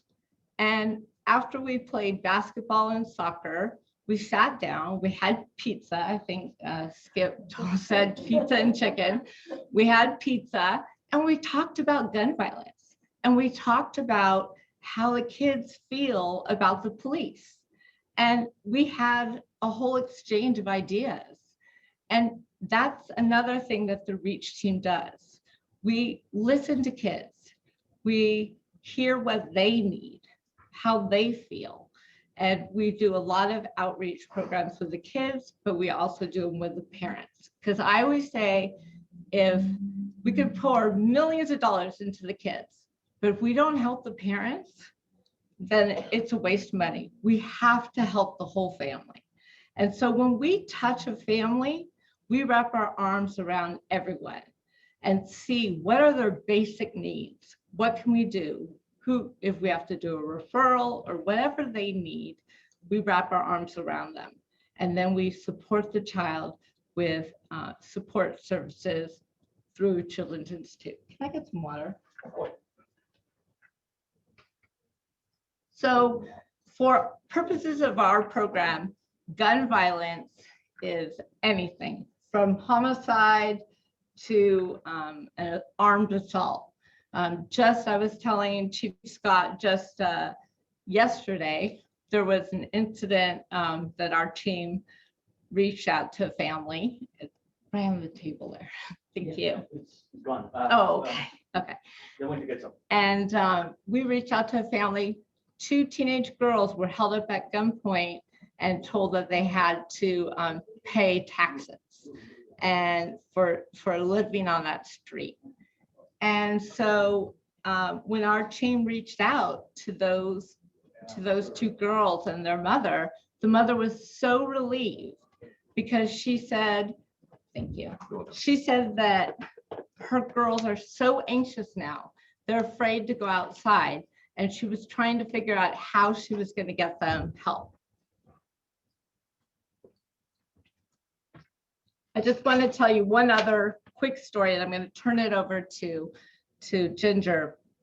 But we helped out with a case where it was a drive-by shooting into a house.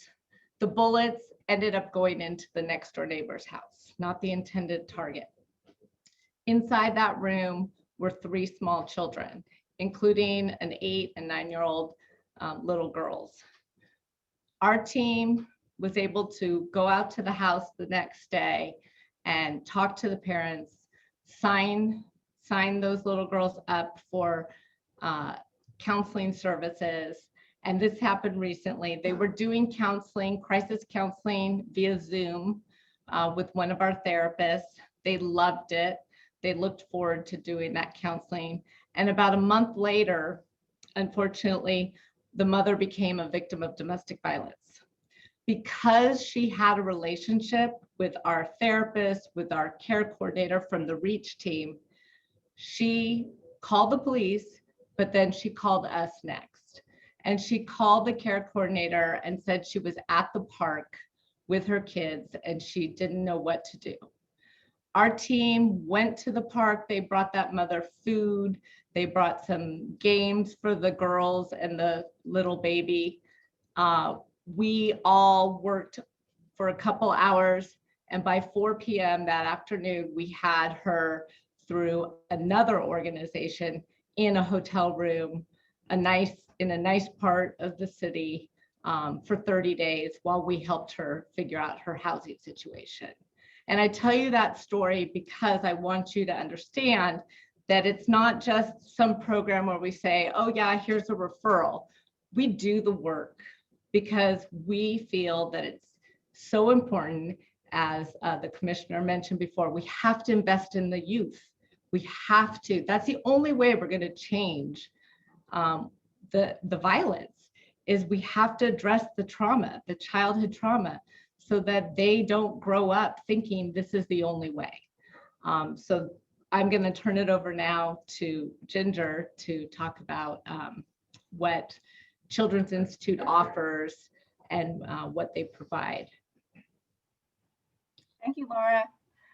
So I'm Ginger Lavender Wilkerson, also licensed marriage and family therapist. I've been with Children's Institute for about 12 years. And so I've worked in South Los Angeles as a therapist. And now I help to oversee and manage the program and the staff who work with the program.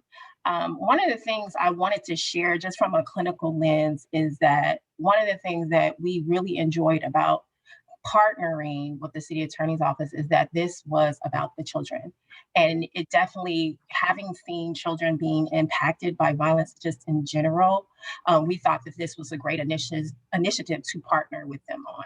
And so I shared this for the purpose of understanding the level of impact, not for the level of sympathy, but also to understand that this is impacting our children. So I share stories so that you can get a real life of what's happening. So directly, so if this is a child who was present, threatened, as Laura talked about, with the gun or injured, I share a story about a 3-year-old boy who was sitting in the back seat of his car, and his mom and dad were in the front, and the dad was murdered in the car, and the 3-year-old was in the back. And so this call came into us a few years back, and as we took on the case, it was, one would think, what is a 3-year-old? How does a 3-year-old impacted by this, you know? But what we know is that from birth to 5, that brain is developing. The social emotional ability to regulate their emotions, the ability to process things is happening. And if you aren't aware, the brain doesn't really fully develop to 25. So just imagine if something tragic happens during that age, it really rewires the brain to anticipate violence, or to anticipate anxiety, to anticipate these things, which Laura talked about before, could look like ADHD. And so then we have an overly inflated rates of ADHD diagnosis because they can look alike. And so what we were able to provide for this family, because the preschool, because the behaviors had spiked, that's how we see mental health in little kids. So the fear of darkness, fear of strangers, acting out, short attention span, hitting. These are all of the things that the body for a 3-year-old is not able to verbally communicate, but the preschool felt that they may not be able to manage behaviors. So we stepped in and I provided a training to the teachers on how trauma impacts them and what are some of the things that they can actually do to support the family. So I did a hands-on training about, you know, when there's a fear in a child, sometimes we have to come to their level. We have to stoop down, and because a 3-year-old's here, and if they see that you're here, that means that you're like a dominating force over them. So just practical information. Typically, they try to find safe space, so they're extremely clingy, and so there may be one teacher that they're more invested in. So we were able to provide some training for that, and so that is extended upon, and we gave training to the mom as well, and support and grief counseling because it was a tragic event. The indirect exposure is that kids hear shots, they hear stories, they hear about, oh, did you hear what happened last night? And this is happening in the school settings. And so one of the things that Children's Institute is able to do is partnership with the schools and the social workers that are in the schools so that it's not only LAPD that we receive information, it's because we're out in the community, because they don't just see us as a response team to violence, but they see us as community partners. So another shared story is because of our relationship with the schools, we heard about an incident and shots fired call that came out. And so our team called the school, the local school, and they were like, you know what? Actually, we did have a student who came in and said that they were directly impacted by it. And although they were not at the scene, they, with the family, showed up to the scene later on because that's what families do. We want to be supportive and understanding. And so the 9-year-old witnessed his uncle, it was a murder-suicide, and witnessed his uncle and aunt being transported from the house in draped in sheets. So that image, when I met with him, is what was lasting for him. And he said, he was able to recall every incident that happened, from the details of how he's seen the officers go into the house and how he was able to see, you know, certain little details where we're thinking, okay, this is a little kid that's just watching, but it's manifesting itself in his body. So while the teacher is saying, yeah, he's acting out in class and we may need to give him an IEP, he just experienced a very traumatic event that happened. So one of the things that we partner with the school is saying that, you know what, something has happened. How can we support? Can we be a voice for that child so that his behaviors is not classified as a behavioral action to just want it to be a behavioral child? But there's a traumatic event that happened. And then we learned that there was domestic violence. And then we learned that there was, his mom had miscarried. And there was just so much trauma that happened. And they were homeless. So the families that we work with combat with a lot. And so it was able to have a gateway for us to support the family. And so these are just incidents that happen. So the next slide I'm going to talk about a little bit is about the brain, and not to overwhelm you or bore you about the brain, but understanding that if a child from birth to 5 brain is developing, and that means his social emotional, the regulation, their ability to manage emotions, their ability to regulate, that's why they say, okay, stress kills, because it literally manifests itself in the body. And if it's not taken care of at a young age, that stress response becomes a way of life. And so therefore, if someone communicates, well, it is normalized, because I'm used to my body responding this way. So we understand that in schools, this comes out as learning disabilities, criminal behavior. This could be alcohol or drug dependence because I don't know how to regulate myself. So our ability to step in the beginning is the whole point as far as intervention. So we've been really successful in getting in early. That's why 24 hours, we are at the family's house. We're contacting the family. We're out with care package because we want to get to these children as soon as possible. So the next slide goes into just how we do operate services. And this is our team. We get a contact. It could be LAPD, it could be the schools, it could be the city attorney's office, it could be community members who say, hey, there was shots fired last night, or there was an incident of violence. Can your team support? And that's what we go out and do. When we support, we bring a care package. We are there in the moment. We understand that things happen out of our control, but we are there to respond to make sure that the family knows. I've been to the hospitals in the wee hours of the morning just to tell the family, you know what, we're here. So tomorrow when you wake up and you need someone for your child, please call us. And so we're willing to go out when people are retreating. So that is one of the things we want to communicate, is that our team is out there in the midst, and during the pandemic has been there in the midst. And we've navigated the social distancing and all of that stuff, but we understand that there's still needs that need to be met. So that is our team at Children's Institute. And just so everybody knows, we get the majority of our information from LAPD. When an incident happens, they reach out to us, and we have a dedicated LAPD line so that they can call us, or they have, my cell number. And then also we have a community line, a 1-800 number that I've posted here, so that the community can self-refer. And there's no kind of deadline. It doesn't have like it happened last week. If it happened 6 months ago and your child is showing signs of trauma, of support, that they need that support, then the community can call us, and they know that. And we, at events, we hand out brochures, we talk to families, and the community loves it in Southeast. I've had many grown men with tears in their eyes say to me, where were you when I was a kid? I needed a program like this. So we are writing grants and trying our very best to be expanded into all of South Bureau by 2022. That's our goal. But again, we want to make sure we're actually doing the work. We don't want to just be a program in name. We want to be a program that's really making a difference. And so we are, looking at the best way for us to help as many families and as many kids as possible. So thank you for having us. Well, thank you so much for being here. Deputy City Attorney Drino and Ms. Wilkerson, thank you for attending our meeting today and sharing all of this valuable information. We greatly appreciate you taking the time and sharing with us the services that you provide in the community. But more importantly, thank you for the work you do every day in taking care of the most vulnerable in our community, our children. It's to say your work is important is a tremendous understatement. And we can see your passion and hear your passion as you're presenting. So thank you for that. And thank you for your dedication.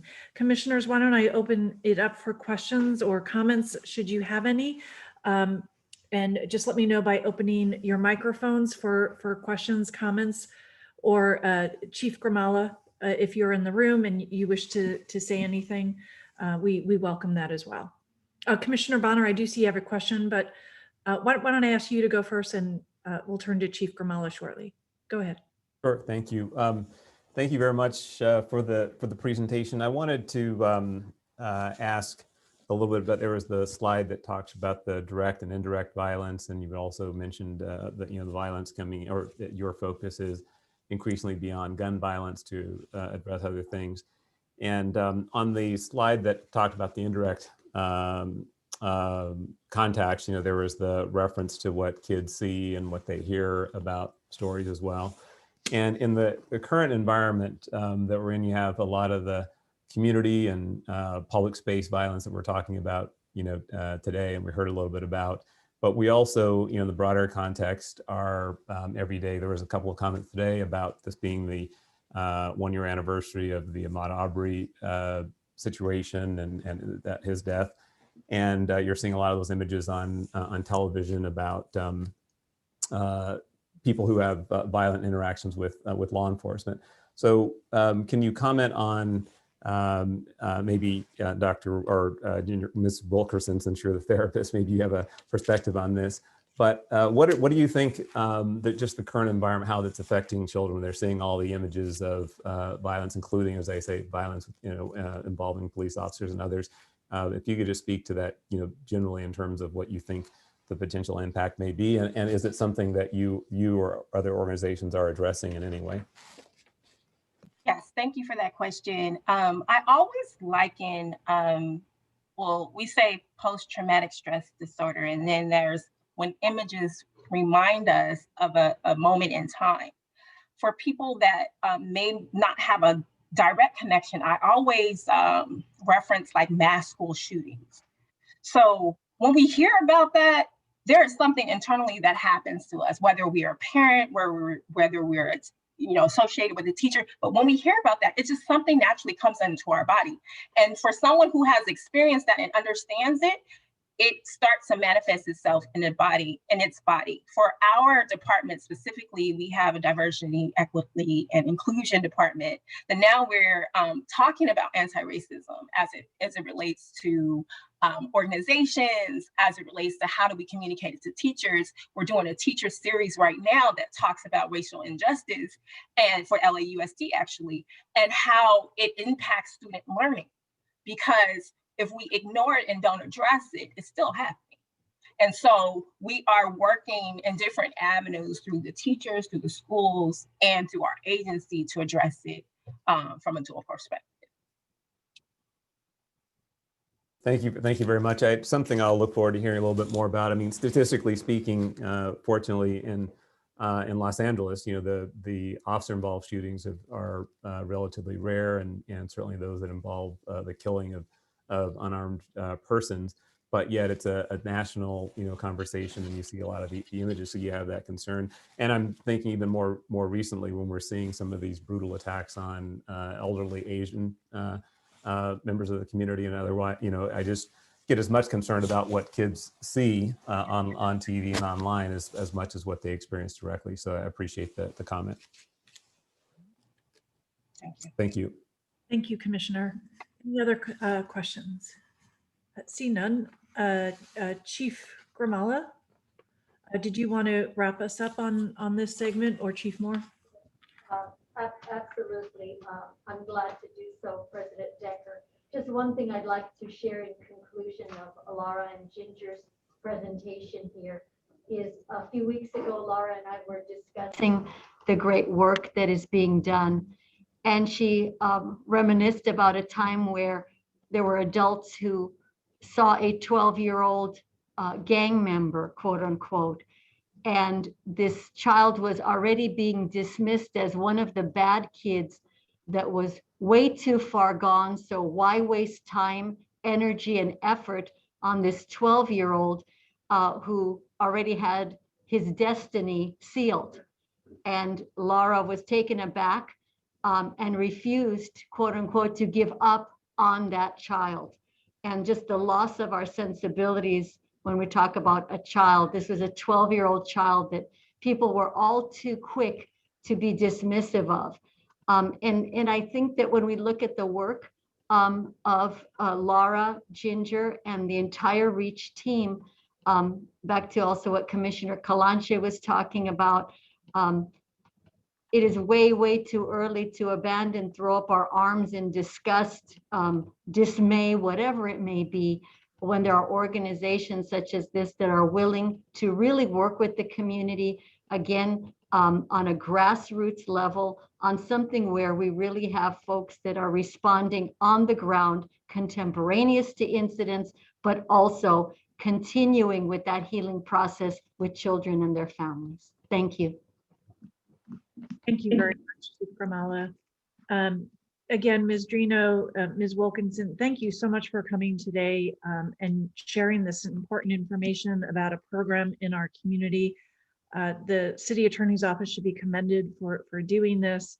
The Children's Institute, please extend our gratitude to all who work in your organizations and who are so dedicated to this project. And thank you again for coming today and sharing all of this information. It's critically important. Thank you.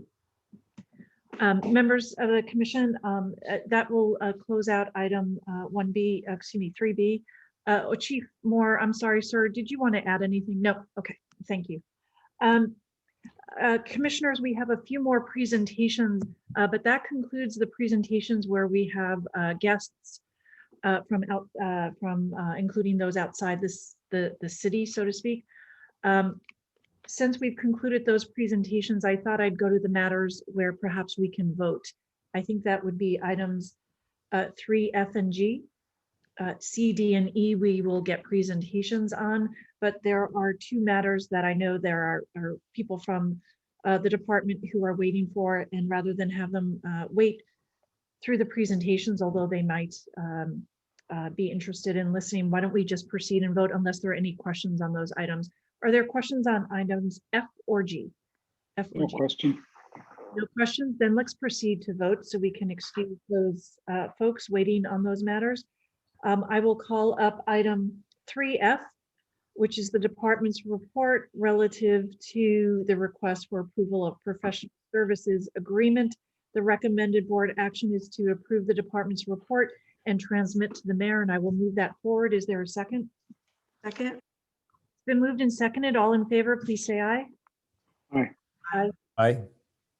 Opposed? All right, it passes 5-0. Thank you. And item G is, I'll call that next, item 3G, the department's report relative to a request for the third amendment to the agreement for emergency response crime scene cleaning. The recommended board action is to approve the report and transmit to the mayor. I will move that forward. Is there a second? Second. Moved and seconded. All in favor, please say aye. Aye. Aye. Opposed? Very well, it passes 5-0. Thank you very much. We'll then proceed back to item 3C, and Chief Gramala, I believe you're going to be introducing this matter as well, ma'am? Yes, thank you, President Decker. As we round out our discussion here today, we would like to talk a little bit about something that many commissioners and the chief touched on today, and that's the importance in times of COVID or when a pandemic does not exist, that we have the opportunity to engage with our youth throughout the city. And there are a variety of programs. It's not a one-size-fits-all, but there's many opportunities with which the department and other private institutions and individuals partner to provide a wide array of opportunities and exposures of our young people in a constructive manner. And again, the point of these programs is not necessarily to coax a child or a young person into a future life and career in law enforcement, but it is to help them believe and understand that there are adults, there are organizations, and there are people within their communities that not only care about their welfare, but believe they're important enough for us to invest time and effort in their future. So at this time, I would like to introduce Captain Aaron Ponce.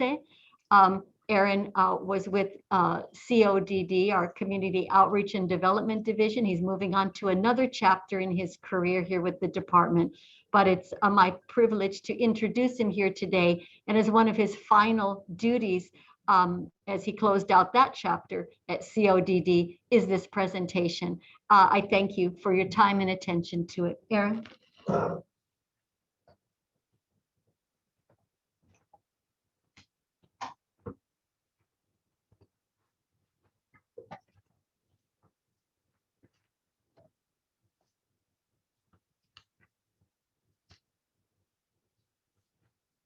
Maybe the first page, Luis. Yes, I'm sorry. Thank you. Carry away there. Thank you. Hi, good afternoon. I am Aaron Ponce. I'm the commanding officer of South Traffic Division. Until very recently, I was a commanding officer of Community Outreach and Development Division, which has functional oversight of the cadet program as well as a number of the other department youth programming. The Los Angeles Police Department has a long and proud history of partnering with our city's youth. Through our department programs and our partnership with educational institutions, businesses, private and community organizations, we have fostered lasting relationships with our youth, their families, and our partners. The Cadet Leadership Program was established in 1962 to encourage the city's youth to assume leadership positions in various vocations, particularly that of law enforcement. The cadet program has evolved into building lasting relationships, establishing trust and goodwill between law enforcement and the participants, which improves our communities. This is accomplished by partnering with our youth and their families, by providing a safe place to engage in educational, social, and life skill developments, in addition to accessing career pathways that might not otherwise been realized. The Cadet Leadership Program entails students between the ages of 13 and 17. We ask that they maintain a 2.0 GPA or above, maintain good moral character, no serious medical conditions, attend and graduate from the Cadet Leadership Academy, demonstrate a willingness to serve their communities and participate in cadet activities. There's also no citizenship requirement to be part of any LAPD youth program. The Cadet Leadership Program lasts for 15 weeks. That's 113 hours every Saturday. These youth participants give up their Saturdays and attend this, which is pretty remarkable for any teenage student on top of their coursework. The courses teach time management, peer leadership, communication, and teamwork. Cadets are taught lessons on a variety of topics. Classes range from ethics, finance, nutrition, conflict resolution, and physical fitness. The greatest reward of this program is a social interaction that students have with like-minded peers who are driven to succeed, including the interaction with our officers. During the Leadership Academy, a number of officers throughout the department provide instruction on their specific areas of expertise. The cadets represent the youth of our communities throughout the entire city. There are 27 posts representing each division, including South Traffic, Central Traffic, USC, Los Angeles World Airports, headquarters, and the Weingarten YMCA post. In 2019, the cadet program partnered with California State University Northridge. This is a partnership between CSUN's Department of Communication, their students, and our youth, engaged in 6 educational workshops on the fundamentals of public speaking. The program focused on leadership, academic excellence, and life skills in all youth participants, providing our cadets the opportunity to work with college students on the campus of CSUN and our home campus. The CSUN students brought what they had learned during their educational journey and engaged with our officers and cadets. The program culminated with each cadet preparing a 2-minute speech and speaking in front of their peers. The C-STUN students earn credit for their participation in the program. Prior to the COVID pandemic, we had 1,769 cadets. Due to the pandemic and some of our cadets reaching the age of 18, we now have 1,329. The department commits 54 full-time officers to the cadet program, in addition to a supervisor who works at the community policing section.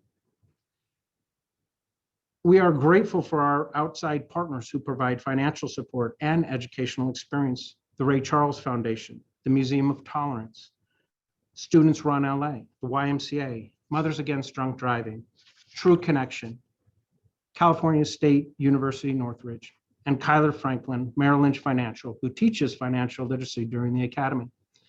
The cadet program is supported by generous financial donations and organizations who partner with the department to provide educational services. In 2018, the Ray Charles Foundation continued their support of the cadet program by offering a grant for the future of the program, in addition to a grant and funding from USC that supports the program. We also offer the Junior Cadet Program. The department, this is for our younger cadets, ranging in age from 8 to 12, who demonstrate a willingness to serve their communities and participate in these activities. The junior cadets participate in weekly meetings. They learn valuable lessons such as pedestrian safety, safety while at home alone, importance of physical fitness, community service, respect for others.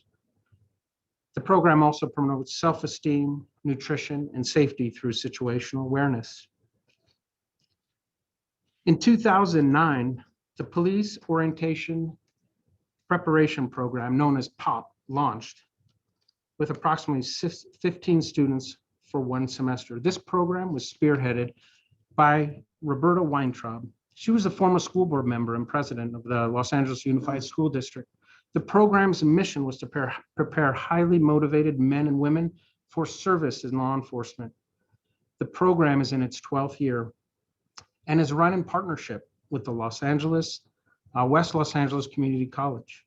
The classes are held at the Amazon Recruit Training Center, ARTC.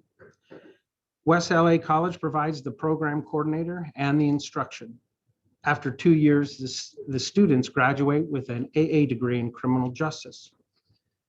Potential students apply online via online application. Students provide a statement of intent, letters of recommendation, in addition to their grades. Once the students are selected, they attend a 4-week summer orientation program, which entails physical fitness, educational classes, and academic testing. Each year, the program accepts 50 to 55 students. Approximately 30% of the selected students come from our PAMS program, others from the cadet program, the Los Angeles Sheriff's Department, the CHP youth programming, in addition to students who learn about the programming through their schools and counselors. In 2017, through a collaboration between Los Angeles Police Department, West Los Angeles College, Cal State LA, and the Los Angeles Police Academy Magnet School Foundation, we created a transition program for our students into Cal State LA's Criminal Justice Bachelor Degree program.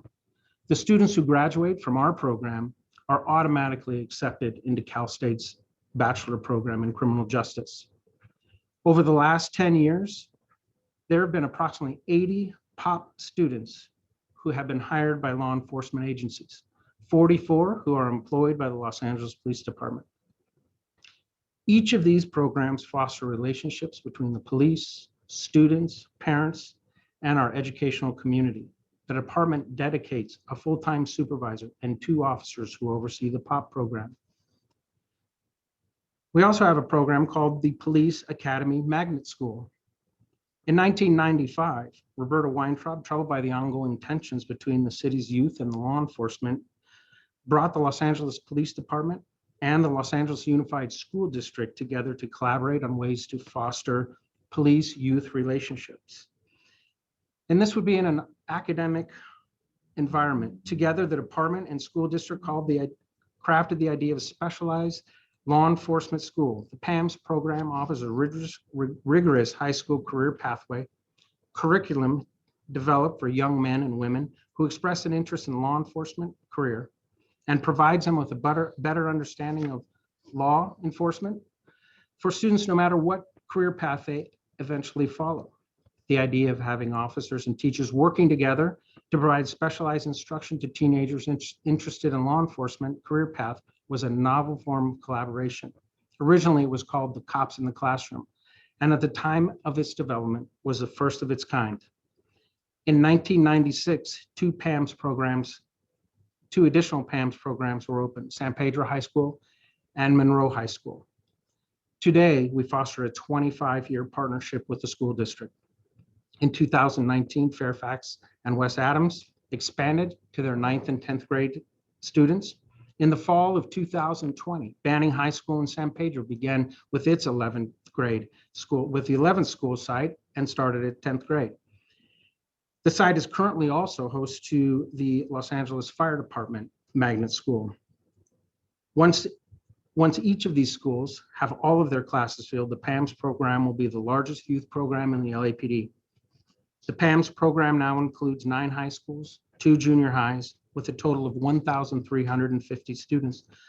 The department dedicates a full-time supervisor to the program and 1 officer per school site. There are 13 full-time employees assigned to the program. Until 2020, the program also included partnerships with the school police. The program emphasizes communication and listening skills, concepts of criminal law, physical and mental health, computer science, and community service. The most recent evidence of the success of PAMS comes from our overall graduation rate, which exceeds 95%, compared to approximately 87% for the rest of the school district. We also have a program that's called the PAL program. It is called the Police Activity League. It's a youth crime prevention program for youth ages 8 to 18 that relies on educational, athletic, and other recreational activities to build a bond between officers and the youth of our communities. It is intended to develop strong, positive attitudes towards police officers and the law. The PAL program activities includes arts and crafts, dance, music, drama, social services, remedial reading, and field trips. We partner with our communities and our educational institutes for this program. The Jeopardy program is a gang prevention and intervention program for boys and girls ages 8 through 17 and their parents. The Jeopardy program uses a positive approach to help children at risk of being involved in gangs or criminal activity. The program offers a variety of educational and physical activities from tutoring to martial arts. There are 6 divisions that have the Jeopardy program, and each division provides an officer to work with within this program, which is generally overseen by the Community Relations Office. They're located at Southwest, Van Nuys, West Valley, North Hollywood, Foothill, and Mission. The goals of the Jeopardy program are decrease truancy, improve police-youth relationships, keep the kids and our youth from entering the criminal justice system, as you have heard from the other presentations, increase graduation, build self-esteem, decrease the risk of gang violence and gang involvement, improve conflict resolution skills, improve and introduce goal setting, reading and writing skills, and decrease violent and other destructive behavior. The Jeopardy program works by parent referral, school or counselor referral, and by officers who interact with parents and families that see this opportunity for intervention. We identify children, or children are identified to us that need help or may need this type of intervention, notifying their parents and holding a family interview, referring families to local counseling agencies, holding monthly family seminars, offering alternative activities to be selected by each child, and monitoring the children in a program that lasts at least 1 year. In 2017, the department developed a very innovative program known as the Associated Community Officer Program, which is known as ACOP. It was developed in collaboration between the Los Angeles Police Department, the City of Los Angeles Personnel Department, and the Mayor's Innovation Team to achieve the following goals. Enable the LAPD to retain diverse individuals who are participated in LAPD youth programs, but are not yet age eligible to join the department or other law enforcement agencies. Develop well-trained, prepared, and motivated LAPD candidates by providing meaningful employment opportunities. Excellent on-the-job opportunities. Preparation for a career as a sworn officer. Help the LAPD maintain its commitment to employing a diverse workforce that is reflective of the city by expanding opportunities for young Angelenos, especially from those from some of our impacted communities. And a pathway to become workforce ready. We provide a method to reduce sworn station time by providing critical administrative support. It's important to point out that many of our youth must transition directly from high school into the workforce to help support their families.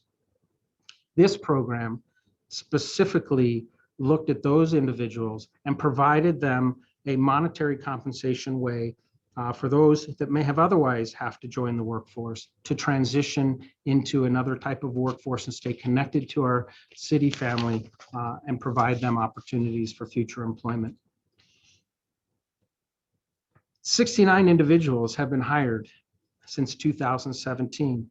The program can support 50 people at any one time, mayor budget permitting. There are currently 24 individuals in the program, 16 are in the hiring process, and 8 are either in school or not yet reached the age of 20 and a half.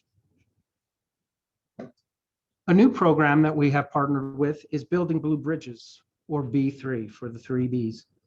It was founded by Daphne Bradford. Her mission is to improve relationships between the youth and law enforcement. One example was her B3 Summit. It provided an open opportunity for students to have face-to-face conversations and interaction with the Los Angeles Police Department command staff and officers in a welcoming environment filled with care, concern, and respect for all participants. After a successful 2019 to 2020 pilot year, Ms. Bradford memorialized an agreement with the department that the parties would continue to work together collaboratively with a common goal of rebuilding relationships and reestablishing trust between the youth and law enforcement. Chief Moore agreed the department would participate in educational sessions, relationship building sessions, officer cultural sensitivity summits with the Building Blue Bridges leadership team comprised of students, teachers, mothers, and fathers. We also have the LAPD LGBTQ liaison, which has worked with the Community Action Network since 2017. Through partnerships with local organizations, schools, and youth, CAN Coalition brings many sectors of the community together to serve as a resource to one another. Working together, members of CAN Coalition provide a nurturing, safe space, fostering personal development, education, and resource substance misuse amongst LGBTQ youth. Working with LGBTQ youth early in their development helps encourage a community where they can fully embrace their identities, define their voices. Some of the strategies include leadership development in middle and high schools, school-based trainings, and sponsoring substance-free youth events. And our department, out of our office, the Community Outreach and Development Division, has the LGBTQ liaison, and they work with them very closely. Operation Progress is another program that we work with. It was originally founded by an officer named Johnny Coughlin out of Southeast Division.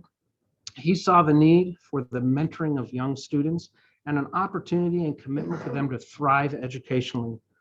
Over the past 8 years, the program has grown to serving from 31 students to 96 students today. Operation Progress has 5 pillars: academics, life skills, health and wellness, service, support and safety that combine the mentorship of a Los Angeles police officer. The mission of Operation Progress is to empower underserved youth to thrive educationally, provide ethical and productive adults who reach their full potential and positively contribute to society. To do this, they are committed to supporting participating youth from elementary school through college graduation with our comprehensive program. Operation Progress partners with the Los Angeles Police Department, who provides mentorship of a police officer.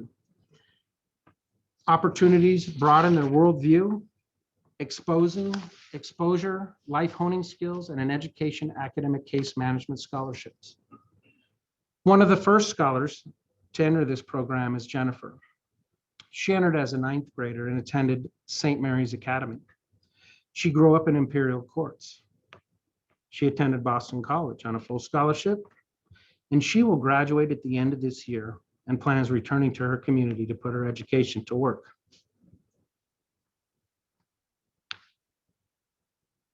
Our Community Safety Partnership Bureau has blossomed into a number of sites and community base that we have seen proof reduces the harm and violence within our community, as you've heard throughout today. The Community Safety Partnership officers collaborate with existing community-based organizations, individual schools, philanthropic groups, the Housing Authority of the City of Los Angeles, and gang interventions via the Mayor's Office, GRID, to offer a variety of programs designed to reach every member of the community, from youth to seniors. The work aims to provide youth diversion and intervention, which is bolstered by mentorship programs, which pairs officers with area youth and adolescents. Collectively, these programs have helped to reduce gang membership and delinquency, provide avenues for employment and personal development. In addition to building trust between law enforcement and community members, the program has also shown an overall reduction of violent crimes at our CSP sites. CSP utilizes a number of strategies and programming to enhance safety and building trust. One of those is safe passages. CSP officers employ a visible presence along travel routes that establish safe passages to and from school, parks, and recreational facilities well within or near local businesses and mass transit locations. The overall goal is to increase safety, reduce truancy, develop relationships with parents and students by engaging with them while walking to school, consult with school staff regarding safety, and allow community members to stay connected to one another without the fear of crime. The Watts Rams, originally the Watts Bears, was established in 2013 as a football program to serve the youth of the community. The Watts Rams was created by LAPD officers from the Southeast Division. Officers coached and mentored student athletes in football and track and field. The goal was to offer the youth of Watts a chance to play organized sports on a much larger scale and to positively change the historically strained relationships between youth and police. The original officers were part of the newly formed concept of what has become the Community Safety Partnership Bureau. And in 2019, the Los Angeles Rams joins with CSP to support equipment needs. Thus, the name changed from the Watts Bears to the Watts Rams. The program serves community youth ages 8 through 13, 4 to 5 CSP officers and volunteer parent coaches. It strengthens a bond within our community by mentoring youth and developing relationships with the parents. And CSP officers regularly check in with school officials to ensure student athletes attend school and maintain high academic standards.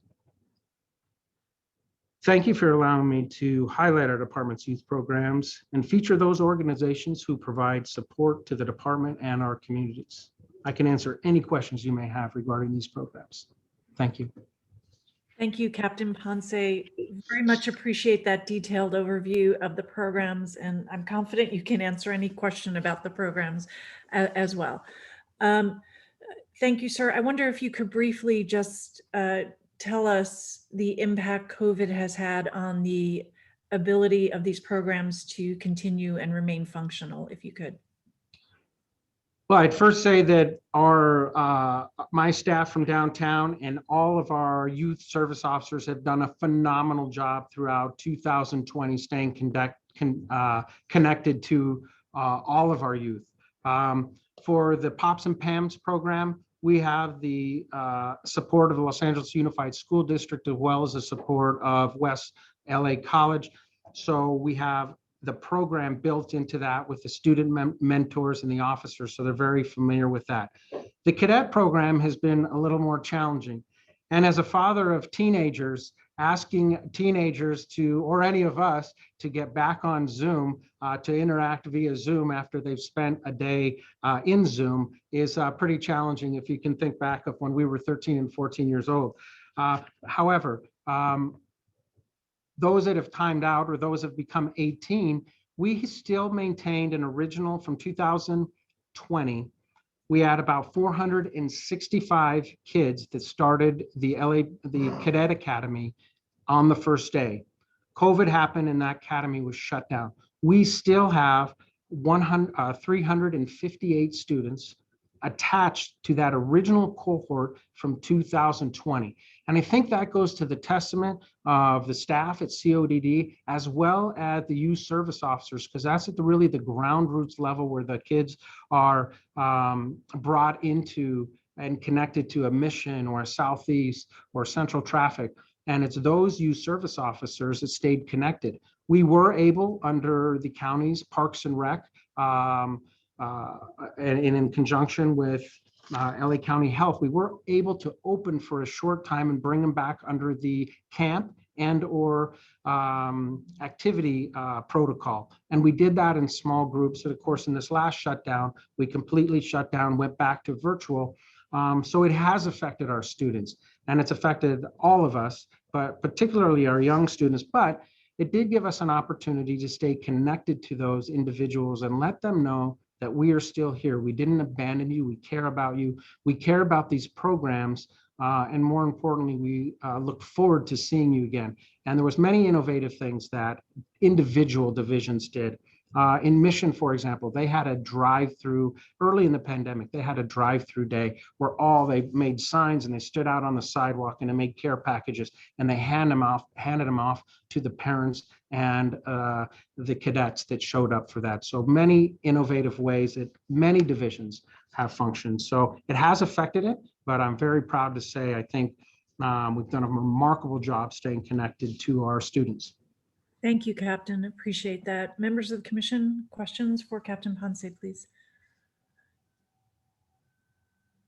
Commissioner Soboroff, go ahead, sir. Please. I'm very familiar with all of these programs. I've visited these programs. I just have to give a shout out to Roberta Weintraub's husband, Ira Krinsky, who's picked up where Roberta has left off.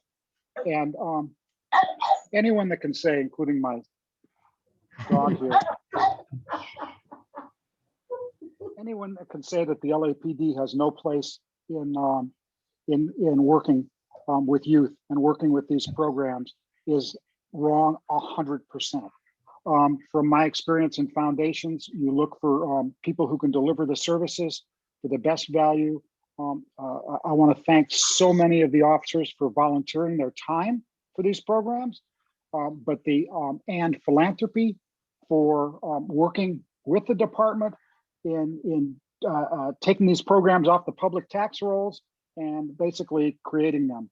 But I will tell you, and I'm going to make a bold statement here, no one can deliver these programs as well as the Los Angeles Police Department. And thank God that the Los Angeles Police Department is involved with these programs. And thank you all for what you're doing. Thank you, Commissioner. Any other commissioners wish to make a comment, statement, question? Well, thank you, Captain Ponce. Commissioner Bonner, sorry. Yeah, go ahead. Thank you very much. First of all, I want to say hello and thank you to Captain Ponce. I wasn't aware that you were transitioning. You and I worked together quite a bit very recently. He helped to educate me on the scope and breadth of many of these programs. So I appreciate that. And we'll look forward to working with your successor and following through on some of that work. And I am also, I've had reasonably familiar with a number of the programs. In fact, about 2 weeks ago, I was in the offices of the Operation Progress, the program that was started not just by the officer, I think it was the officer and his father, I believe, and spoke to some of the kids who were on their way to college and moving through that program. And one thing that I think we'll want to look at a little further is some of what I perceive as some structural limitations. So I think, it's all kind of good work, and it shows a commitment not just of the department and officers to do what they can. And what I mean by that is that I'm speaking right now to South Bureau, which is council districts 8, 9, 10, and 15. And just roughly speaking across the board, I think if you're looking at kids who are in the 18 or under 18, so 0 to 18, I think it's approaching 200,000 kids maybe across those. It's about 30% in that age group across each of those council districts. So I don't know, when you add up all of the programs, whether it's by bureau or across the city, in terms of how many kids you're able to reach. That's one thing I'm interested in understanding in terms of if you take again South Bureau, of the roughly 200,000 kids 0 to 18. My assumption is it's still there's some limitations on what a police department can do in this area, and so I'm going to want to understand that a little bit better. And then, related to that, when I'm emphasizing what a police department can do, I say it that way because I think of the police department almost like emergency room or emergency room doctors. They're where people go and where you interact when other parts of the system, has broken down, or there's been some emergency crisis that's got to be responded. But the emergency room physician isn't really the one in the best position when somebody comes in, they've had a heart attack, and they're not really in the best position to work on the longer term prevention of how you get people to do all of those things necessary to prevent heart attacks. How to eat healthy, how to manage stress, all those kind of things that come involved. And so I note, that being one structural limitation as well, is that it's hard to look at it as a core part of what the department does. An exception might in the future be the CSP Bureau, which is going to kind of integrate itself a little and ground a lot of these programs a little more deeply. So that's an observation, but I wanted to maybe to kind of translate to a question, which is, when you look at these programs that, particularly those like Operation Progress that have an academic element, and some of the others, is the department working on them, solely within on the LAPD platform, or is the department also engaging and collaborating with your other, cross multi-sector partners, in housing, education, healthcare, and the like? So maybe it's that last question, if you could respond to. And then I should have said one other observation that I've perceived in talking with some of the kids across these programs. Another structural limitation is that some of the kids do have a lot of pressure from their family and their peers about engaging and getting too cozy with the police or law enforcement. And some of them may be headed in that direction or have that interest, but I just note, that there's some limitation there. So long way of saying, I think it is good work, and I do think that the department needs to continue. I'd say most of it. Some of it I think we should visit and understand where there may be some other areas of priority in today, in terms of what's going on in real time. But if you could just at the tail of that, just comment on the degree to which any of these programs do involve collaboration, outside the department, with the education system, housing, any of the other players working on prevention. Yeah, I'm most familiar with the POPs and PANS program and the cadet program. So let me start with the POPs program. The POP program is run, the professors are provided by West Los Angeles Community College, which is one of 7 community colleges that make up the community college district of the city of Los Angeles. So they provide the academic instruction. In addition to that, when we partnered with Cal State Long Beach, they had to create the pathway and ensure that the classes that were and a direct pathway for those graduates that wanted to go on to Cal State LA, a direct pathway. Don't stop, go, just go directly through. So they had to create it. So that is quite a collaboration between 2 educational systems and our police department and our sergeant who oversees that, who's very adept in understanding these. And then, as was mentioned by Mr. Soboroff, Ira Krinsky, who was married to Roberta Weintraub. She passed away 2 years ago. And she was a board member for Los Angeles Unified School District and originally brought the PAMS program to life some 26 years ago when she saw the need for building this relationship and then building the first magnet school that the instruction and counselors are provided by the Los Angeles Unified School District, which really takes the support of not only the principal at the school, but the dedication of the school district monetarily, the dedication of having instructors, and the dedication of those schools embedding police officers, a police officer into that school. And that officer really becomes a mentor for many of the students there. Officer Soriano at either Monroe or Reseda does a early morning, when we were out of COVID, does an early morning activity league for any student willing to show up. So there's very, very collaborative programs.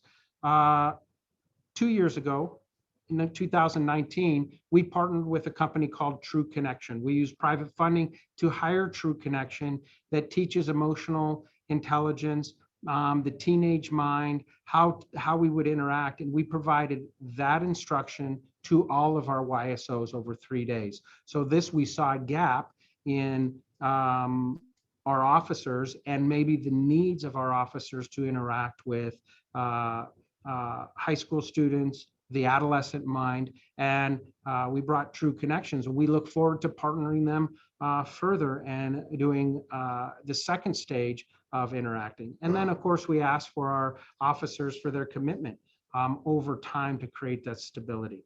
As far as housing, I know on the CSP side, they work very closely with HACLA and the dynamics of some of the housing, what goes on in the housing, and just the movement of families and the stability of that. That's more in the CSP realm, but they do work very closely with HACLA. That's a very important partnership. So I think we're very collaborative in many of our programs, including our cadet program, our POPs and PAMS program, other educational students, as I highlighted, our work with CSUN, which was very innovative because it brought in not only CSUN students, so now we have CSUN students who may not otherwise be interacting with police officers, teaching, speaking to our cadets, all of them interacting, and the students of CSUN receiving credit for that.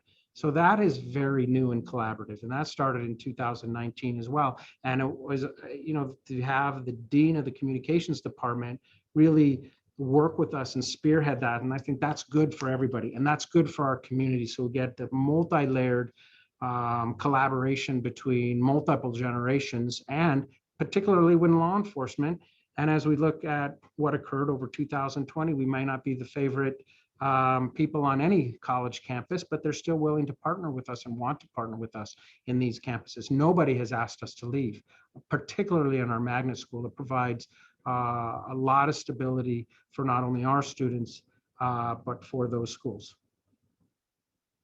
I appreciate that, and particularly the specific examples of collaboration. One last thing I just wanted to note as well that's I think is worth noting, is not captured in the presentation per se, is that there's also I think a fair amount of individual activity, and maybe I'm just going by by anecdote, but I have talked to some officers about some of the things that they do individually to whether it's programs that involve in the community and the like. And what's interesting to me is that there's a conversation there, because some are committed to the ethic and to doing the work.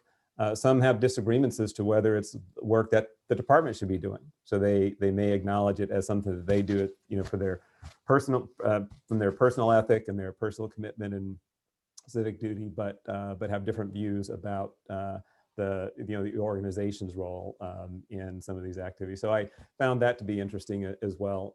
But just note that in addition to what you reported here, that there's some other activity that people do in their private capacity, and some, associated with their work in the department. Thank you. Thank you. Thank you, Commissioner Bonner. Other commissioners, I know the Chief of Police would like to add something, or I saw earlier. Chief, why don't you go ahead, sir? I see no other questions.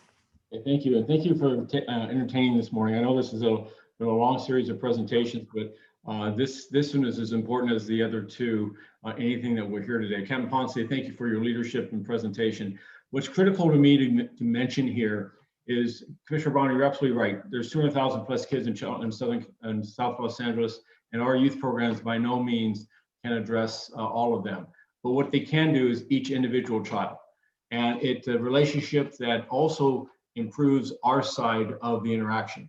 And it improves policing, because the perception and the impact that we've seen, whether it's a cadet program, the POP program, OP, any of these programs, not just for the individual child, but their family and their family's family. It helps shape and change the perspective of what law enforcement is, particularly in communities that have such high levels of violence, and where they often see police only as the enforcer. They have an opportunity to see that same officer change in that role as the circumstances change, and they recognize them as, it humanizes them, and the officer's engagement with the youth humanizes the youth. And so it is a key component of law enforcement, not that we contact every youth and are the youth programmers, because we cannot do that. The nature of our work prohibits us. We're too expensive. It's unnecessary capabilities to deal with effective youth programs that this city needs to improve and build on. But it is critical that we work with every stakeholder, whether it be Boys and Girls Clubs, YMCA, Parks and Rec, LA Unified School District, existing CBOs, and that we mentor and we provide a role, not again, just for the perception of the child and their family, but for our perception of the communities in which we serve. That's where I see lasting bonds formed, and that's the huge impact it has. When we talk about the benefits of, for instance, budget, this is not a budgeted function. This is something that we work with our existing resources in order to achieve, and it is at scale today, but we constantly, like a boutique, want to capitalize and make the most maximum from it. So thank you for the opportunity. Thank you, Chief. Thank you, Captain Ponce. We wish you all the best in your new assignment, sir, and thank you for what you've done for children in Los Angeles. Thank you, sir. Thank you. Members of the commission, the first three items on the regular agenda today were an effort to focus on young people, children in our community, both the impact violence has had on them, as well as programs available in the city and through the department. Obviously, this is not reflective of everything happening in the city or everything that community-based organizations are doing, but an effort to shed additional light on all of these issues, both the impact of violence on children and families and some of the programs available. Our next two items that I'll move on to, and thank you to Chief Gramala, who helped organize or did organize all those presentations. So thank you, Chief Gramala, for your efforts, ma'am. Our next two items on the agenda, items D and E, are an effort to honor and reflect upon Black History Month.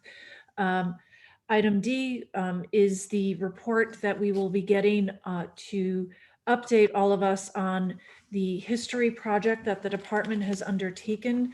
And I want to recognize Commissioner Bonner again for his work in this particular area and his oversight of that, and the reinstatement of Officer Stewart. So let's turn to items D and E. We'll take item D first, item 1D, and I believe Deputy Chief Choi is presenting to us. Chief Choi? Madam Secretary, if you could, I'm not sure if he is in the conference room or if he is joining us separately. We have him logged on. His video's not turned on. All right, we'll give you a minute to get that up and running.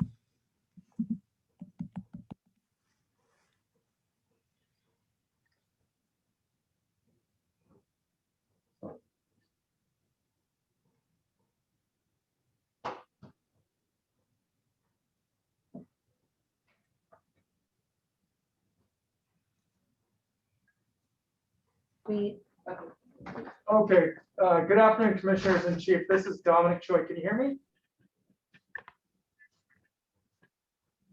Yes, we can. Okay, great.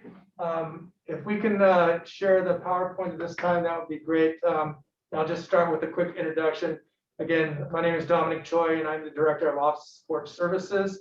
And I'm here today with Dr. Luann Pinnell, the Director of Police Training and Education.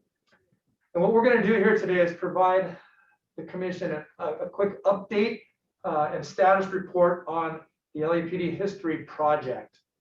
So if we can go to the next slide. And again, well, before we get started, I'd also like to thank Assistant Chief Gurmala. So prior to me taking this position, she was in this position as the director and took on this project when it first was born. And she really shepherded this thing through to where it is today. So I really appreciate that work, and I'm happy to be able to share where we're at today.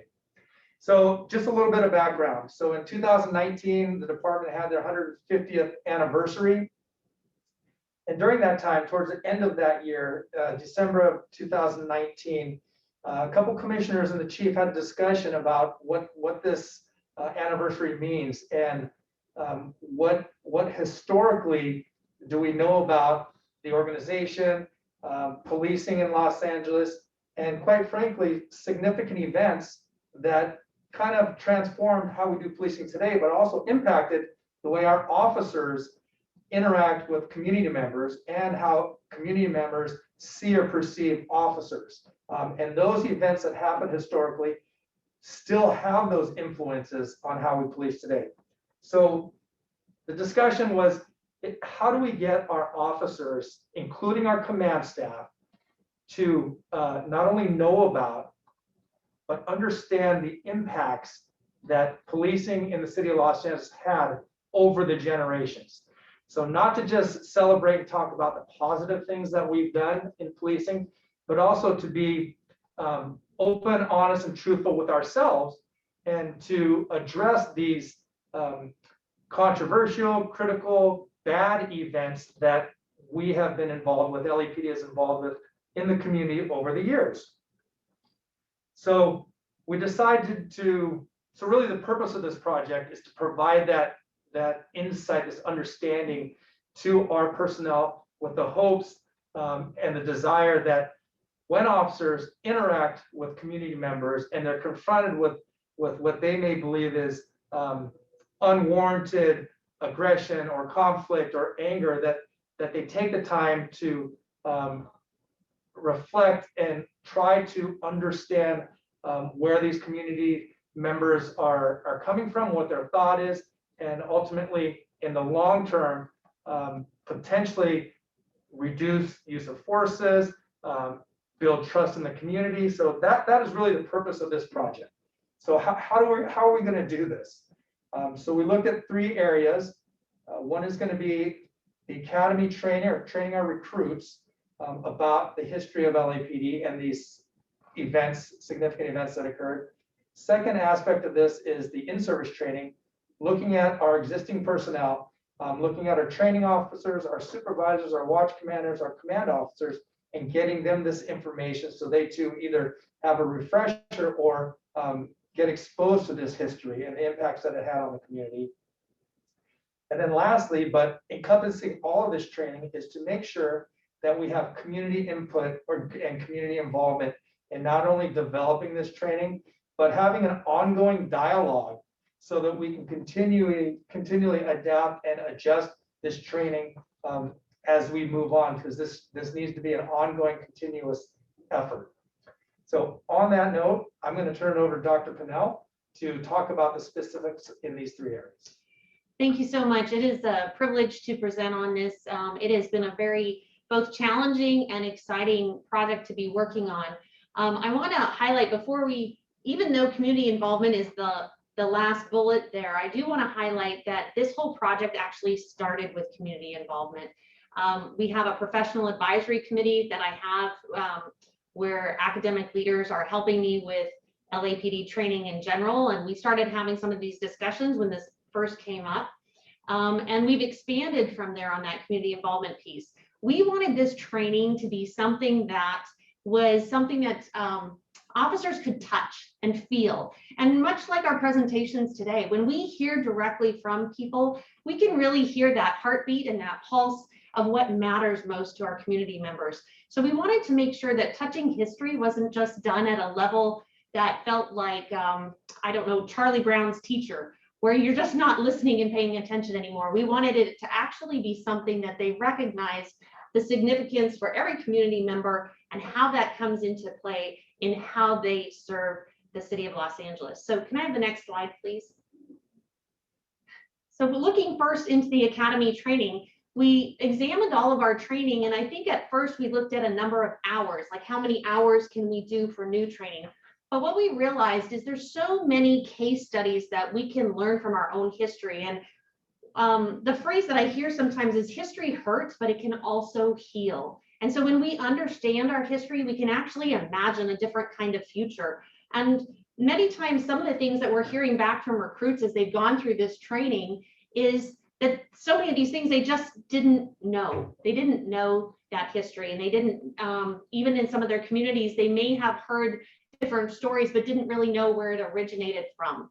So we looked at all our curriculum. We found places where in 25 hours of training, we could either enhance, expand, and then we created 12 new lessons that were specific to the history project. Those classes, because we had different academy classes running concurrently, we were able to pilot different classes, revise them, get feedback from both instructors and students, and then the new curriculum was fully integrated into the 920 class.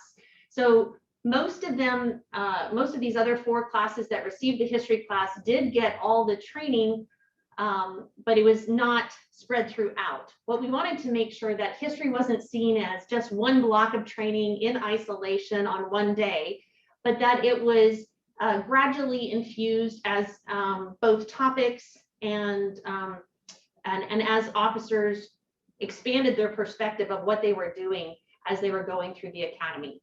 So next slide, please. When we started looking at our history, if you click it one more time, it's going to pull up our new content.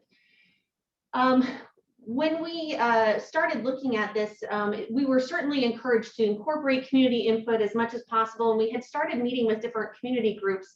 After June, we actually were able to meet with several groups at the First AME Church and generated and talked to them about this project and how that they could take some of their concerns about law enforcement, give us feedback, and weave that into our department training.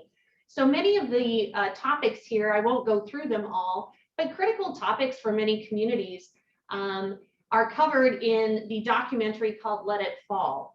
Let It Fall goes from 1982 to 1992 and looks at all the historic components that led to tensions building up in Los Angeles at the time.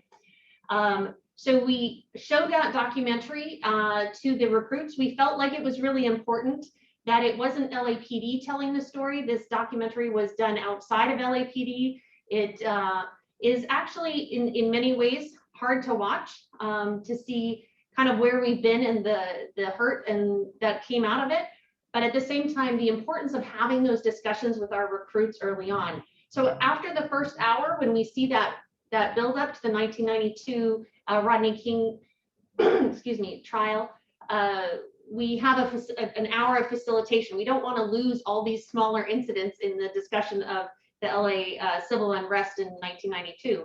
And looking at how our actions impacted various communities.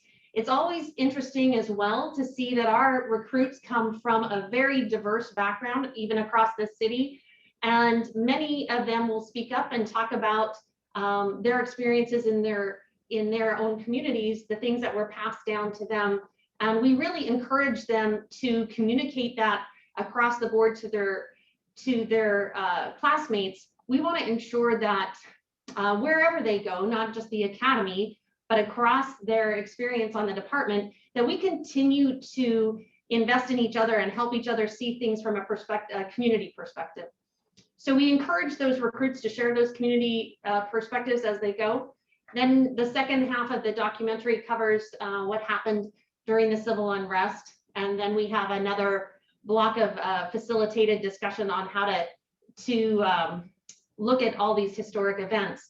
What we make sure and do after that is then to bring in our community officers, some of the very people that Captain Ponce was talking about, and to talk about knowing our history, how does that influence the kinds of community outreach and efforts that we're doing right now. We don't want recruits to be unaware that the department is looking at the responsibility to reach out to the community and engage the community in different ways. So they have that piece of it. And then if you share the next slide, certainly we've had our own challenges with COVID, but the Days of Dialogue has been a longstanding partner with our community outreach division. And they, after networking with them, they have facilitated the last 2-hour section where we have community members. And at this point it is virtual, but we do look forward to the time when we can bring them in person. But they engage in a facilitated discussion on racism, policing, the pandemic, and beyond, looking at the future of policing in Los Angeles and public safety and that shared partnership. We have done this now in 4 different academy classes. Another one will happen at the end of this week. And community members, the positive thing about a virtual experience is that a wide range of people can be a part of it and not be intimidated either by traffic or getting to the academy location or even walking onto a police facility. They can engage online. So many of the individuals, I think even for this Friday, when we have this, 15 of the participants come from the community stakeholders in training, the group of people who started in that church, for our first focus group in the church, have continued with us and meet with me on a monthly basis and are now participating in the Days of Dialogue. The feedback that we've had so far from community members has been incredibly positive, as well as the recruits. And I think across the board, both the recruits and the instructional staff have found this to infuse a lot more reality and understanding into their training, to take it out of the classroom and be something much more tangible. So we look forward to continuing this throughout as a regular part of every academy class. Can we have the next slide, please?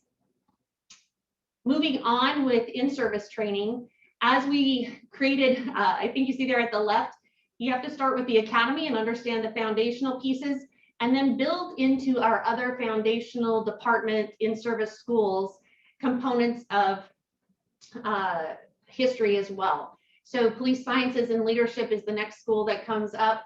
Our field training officers have continued to be trained throughout the last year. And so we have already begun training regarding history in their courses. We will be doing a supervisor school next month, and that new history block will be infused there. So we have made sure to infuse components of history throughout each of these in-service courses.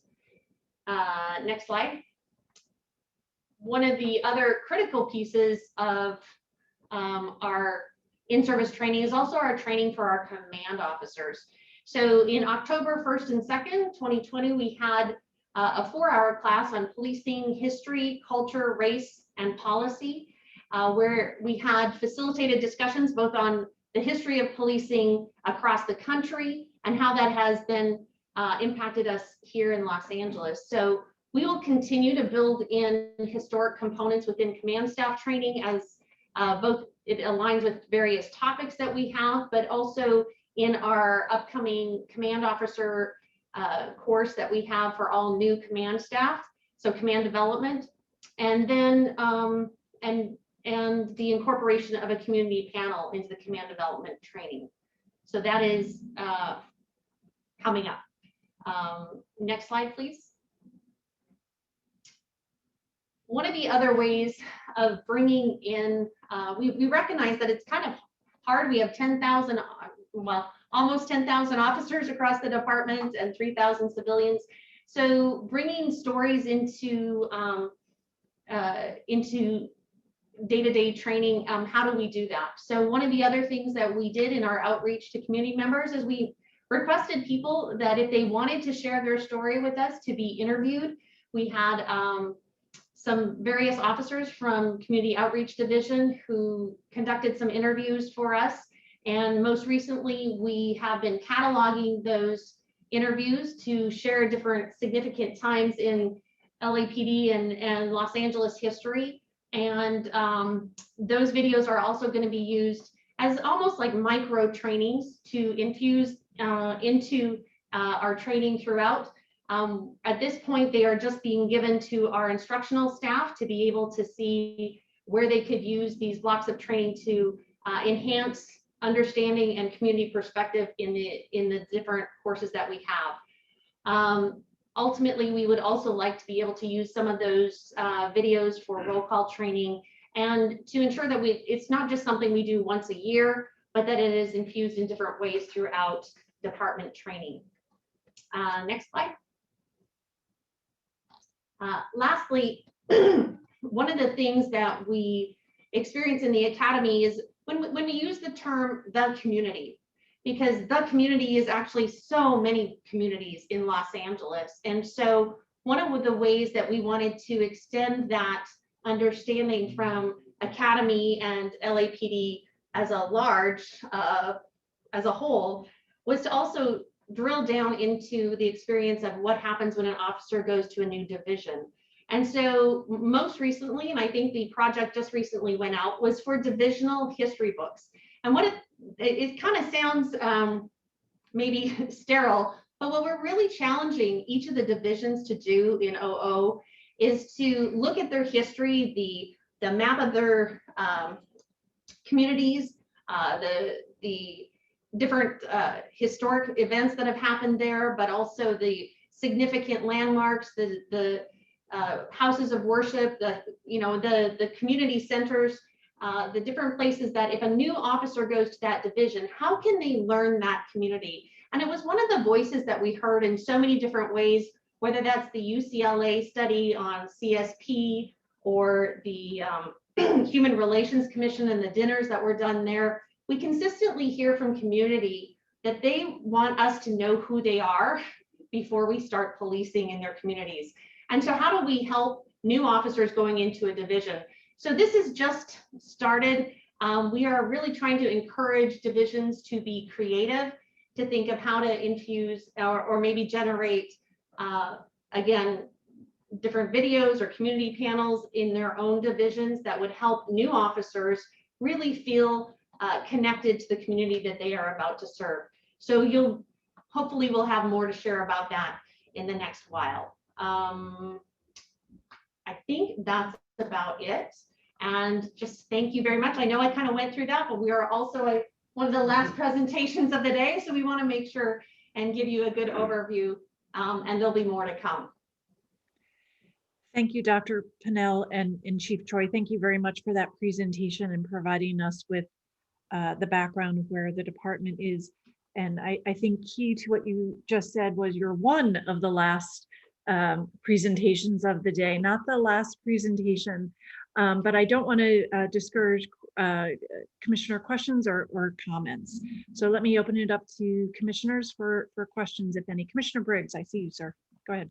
Nell, is there any possibility that the commissioners can get to view that documentary? Oh, absolutely.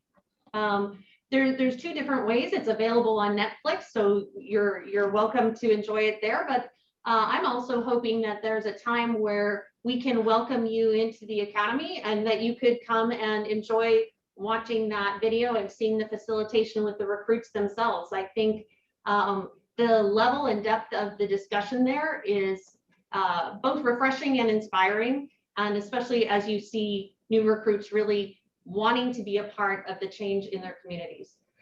I'd love to do that. Please let me know when the next training session will occur about this discussion, and I'll be there. I'll try to make an attempt to be there, definitely. Thank you so much. Thank you.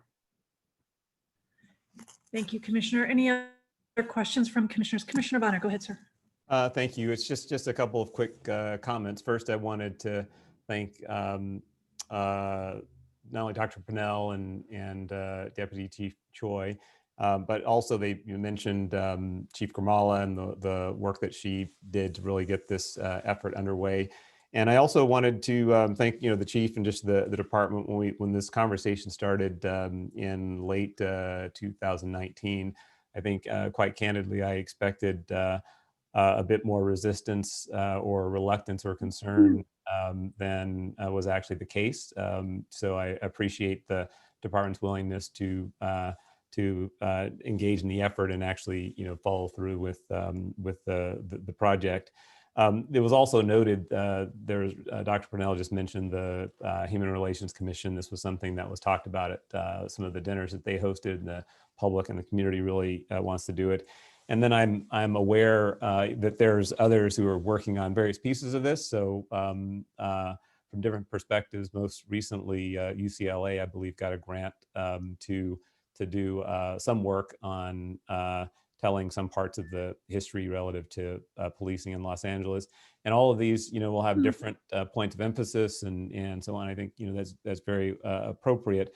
What I would ask, I guess, or in terms of a comment and a question, really is to urge the department to be proactive also in collaborating with others who are working in this area. And I don't know all the details on the UCLA experience that I just mentioned, but the suggestion in some of the public reports was that they're going to be utilizing or relying on a number of documents from the department's archives. And there was some suggestion that there was some reluctance perhaps in providing some of those materials. And don't know the details around that and what may be involved, but I just wanted to urge the department not to see its effort as the only effort or the most important effort, because it serves a purpose both for the department's stakeholders and also the workforce, but just to acknowledge and hopefully to lean forward and collaborate with others who are working on different parts of it as well, so that the city has the benefit of a very rich and diverse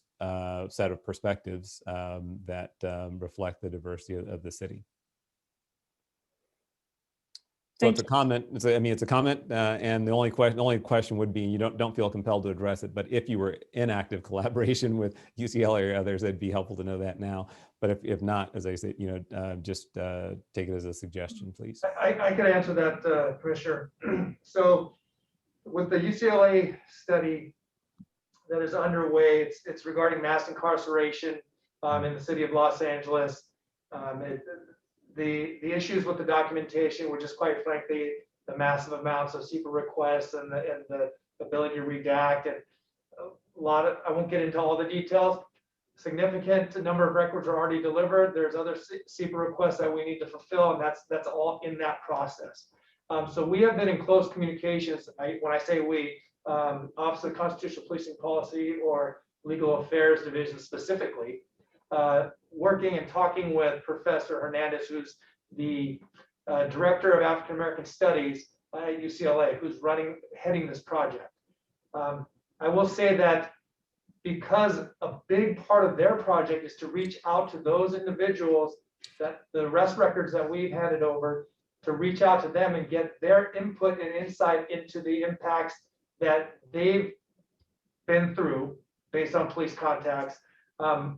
We've asked Professor Hernandez if we could collaborate and provide our insight into arrest and things. So we get both perspectives.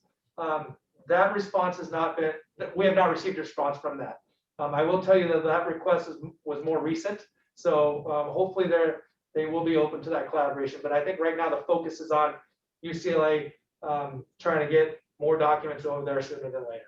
So excellent. Thank you. Thank you very much. Thank you, Commissioner Bonner. Commissioner Kalanchi. Thank you. This is great. I had no idea this was happening, so it's really welcome presentation to see your efforts, especially at the academy level.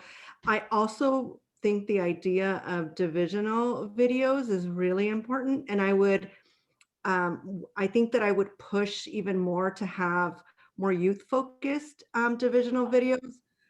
and work with some of the youth organizations in those divisions to maybe create these videos, or work with the division to create the videos. Technology is so much more accessible with iPads and iPhones as ways to create videos. Growing up, I used to work in the city, and I would do a lot of work with the new recruits at Hollenbeck Division.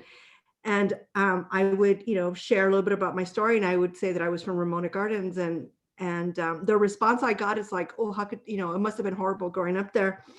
And I always thought, like, was it something that they learned?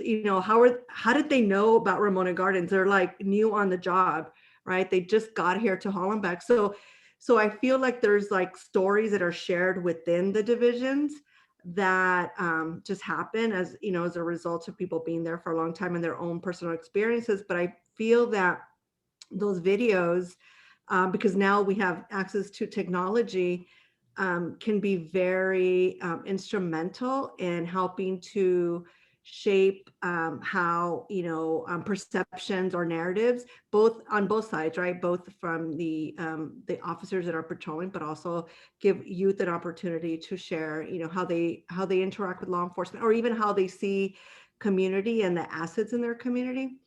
I would love to work with you all on this project if it's of interest, to have youth more engaged in developing some videos about their communities, and just an opportunity to share more about their communities, or at the division level.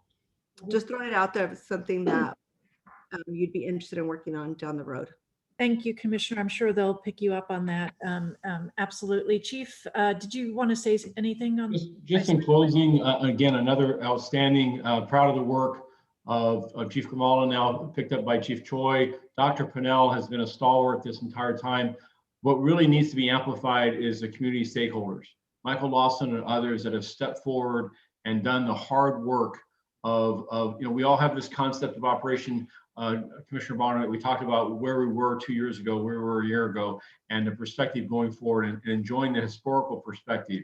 But they have done the work, and they continue to do the work, and it's critical going forward. Secondly, the middle phase is the hardest part, and that is the in-service aspect. The young recruits, we know, we capture their mind, but it's the work that they're doing now with Watch Commander School, FTO School, Command Development. That's where we see the real growth of this, of us coming to terms with our history, truth, reconciliation, moving forward, and enlightening a perspective that may feel like it already knows what Ramona Gardens is, and yet they really don't. And then lastly, the 21 areas, it's a great suggestion, Commissioner Clanche. I'm sure we have a work kit, as far as what some sources are to how to frame this, so that we get some consistency amongst our 21 areas. But I think the youth and certain those organizations that sponsor and help them can help gain as to what is relevant to that generation in the teens, 20s, and 30s, as for officers to understand as they embark on their neighborhoods.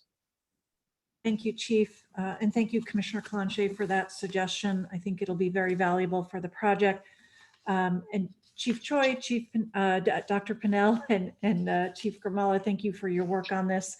I've worked on history projects in the past. They're very difficult, challenging, time-consuming, and a lot of progress has been made. We look forward to the next iteration of this and the next reflection on it. Mr. Teefank, I'd ask you to work with all the commissioners who I'm sure are interested in attending either upcoming viewings of the film or different aspects of the training, so everyone can be engaged. Thank you all. And with that, I'd like to move us along to the next agenda item, item E, the department's report relative to the ceremonial reinstatement and retirement of former policeman Robert Williams Stewart. I understand Commander Hamilton, Special Project Coordinator Freddie Booker, and Sergeant Steiger are going to present.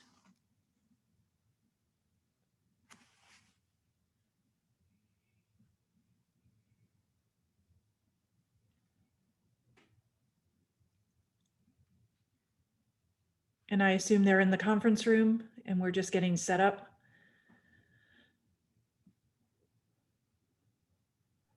Looks like I see Commander Hamilton up. That's not him, but he's arranging it. Yes, it looks like everybody's getting set up in the room for a presentation of sorts. So we'll just give them a moment.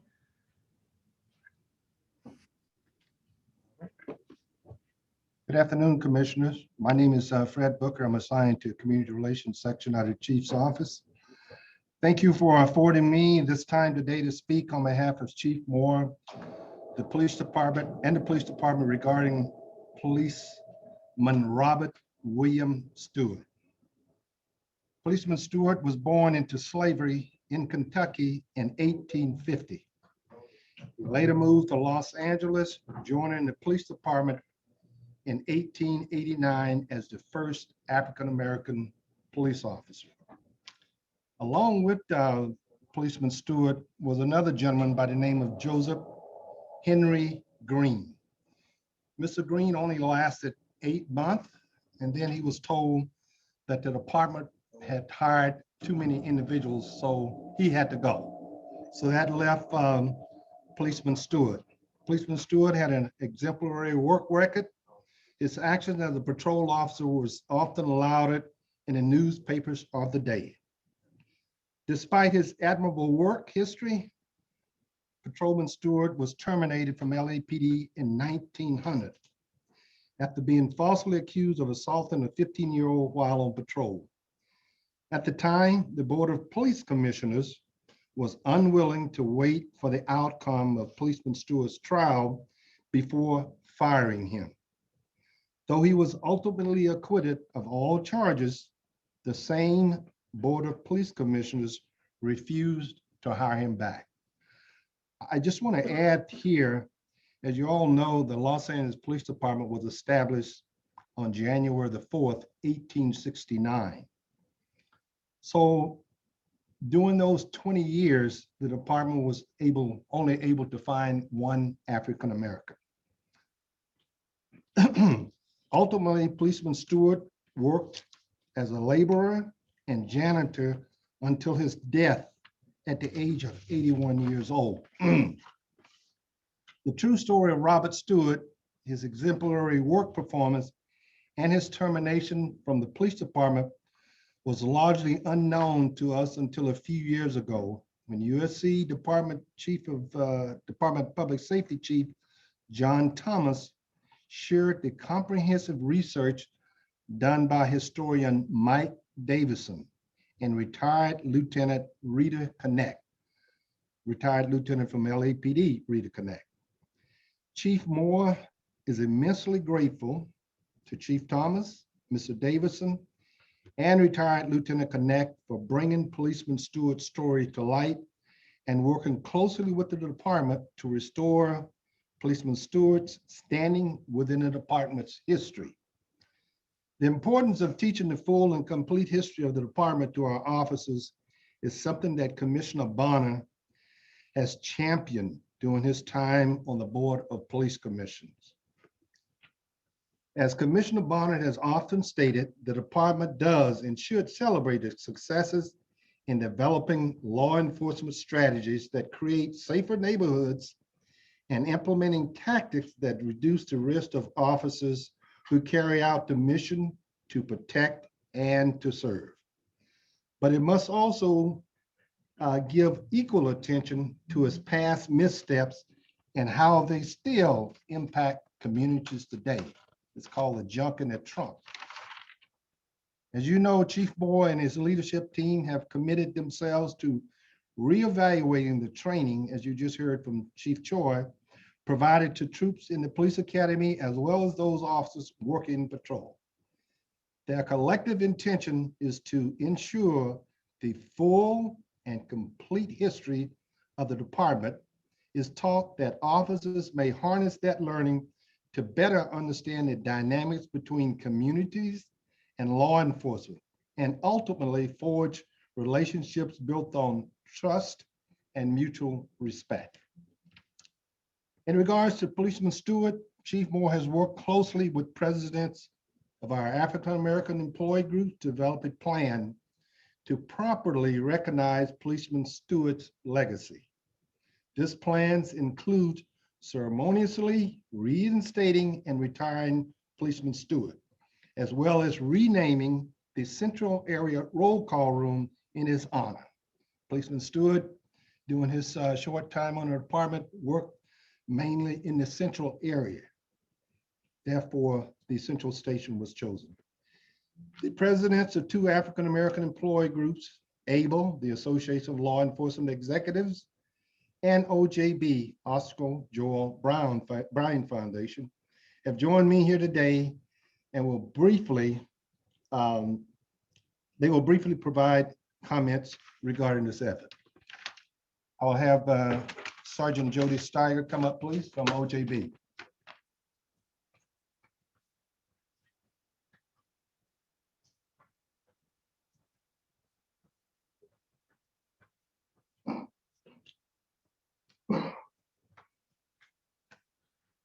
Thank you, Mr. Booker.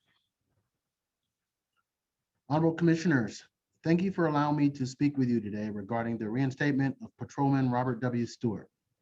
As you all know, his termination from the Los Angeles Police Department was a travesty based on lies and racism during a time where that was not uncommon, not only in the city of Los Angeles, but in our entire nation.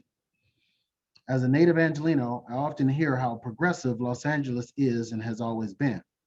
But for those who look like me, even though the City of Angels was an improvement from the South, there were still plenty of injustices and inequality that people of color were subjected to. Fortunately, we have progressed as a country, as a city, and definitely as a police department.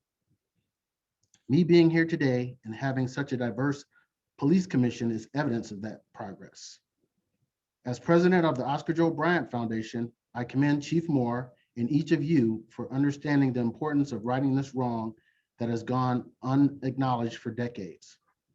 Although Robert Stewart nor his family are here to witness this restoration of his career and legacy of being the first African-American police officer for the Los Angeles Police Department, all of us have stood upon his shoulders and should stand together to honor him and the sacrifices he made that have allowed us to be successful. Lastly, I would like to thank historian Mike Davison and Chief John Thomas for bringing to light the story of Robert Stewart. We should all seek to emulate their relentless pursuit for justice. Thank you.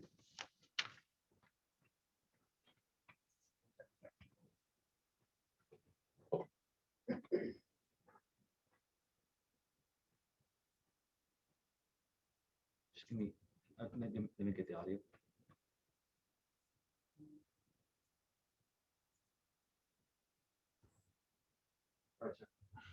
Kate, so I would first like to thank the Board of Police Commissioners for allowing me to present a few words of acknowledgement regarding the reinstatement of Los Angeles Police Department Patrolman Robert William Stewart.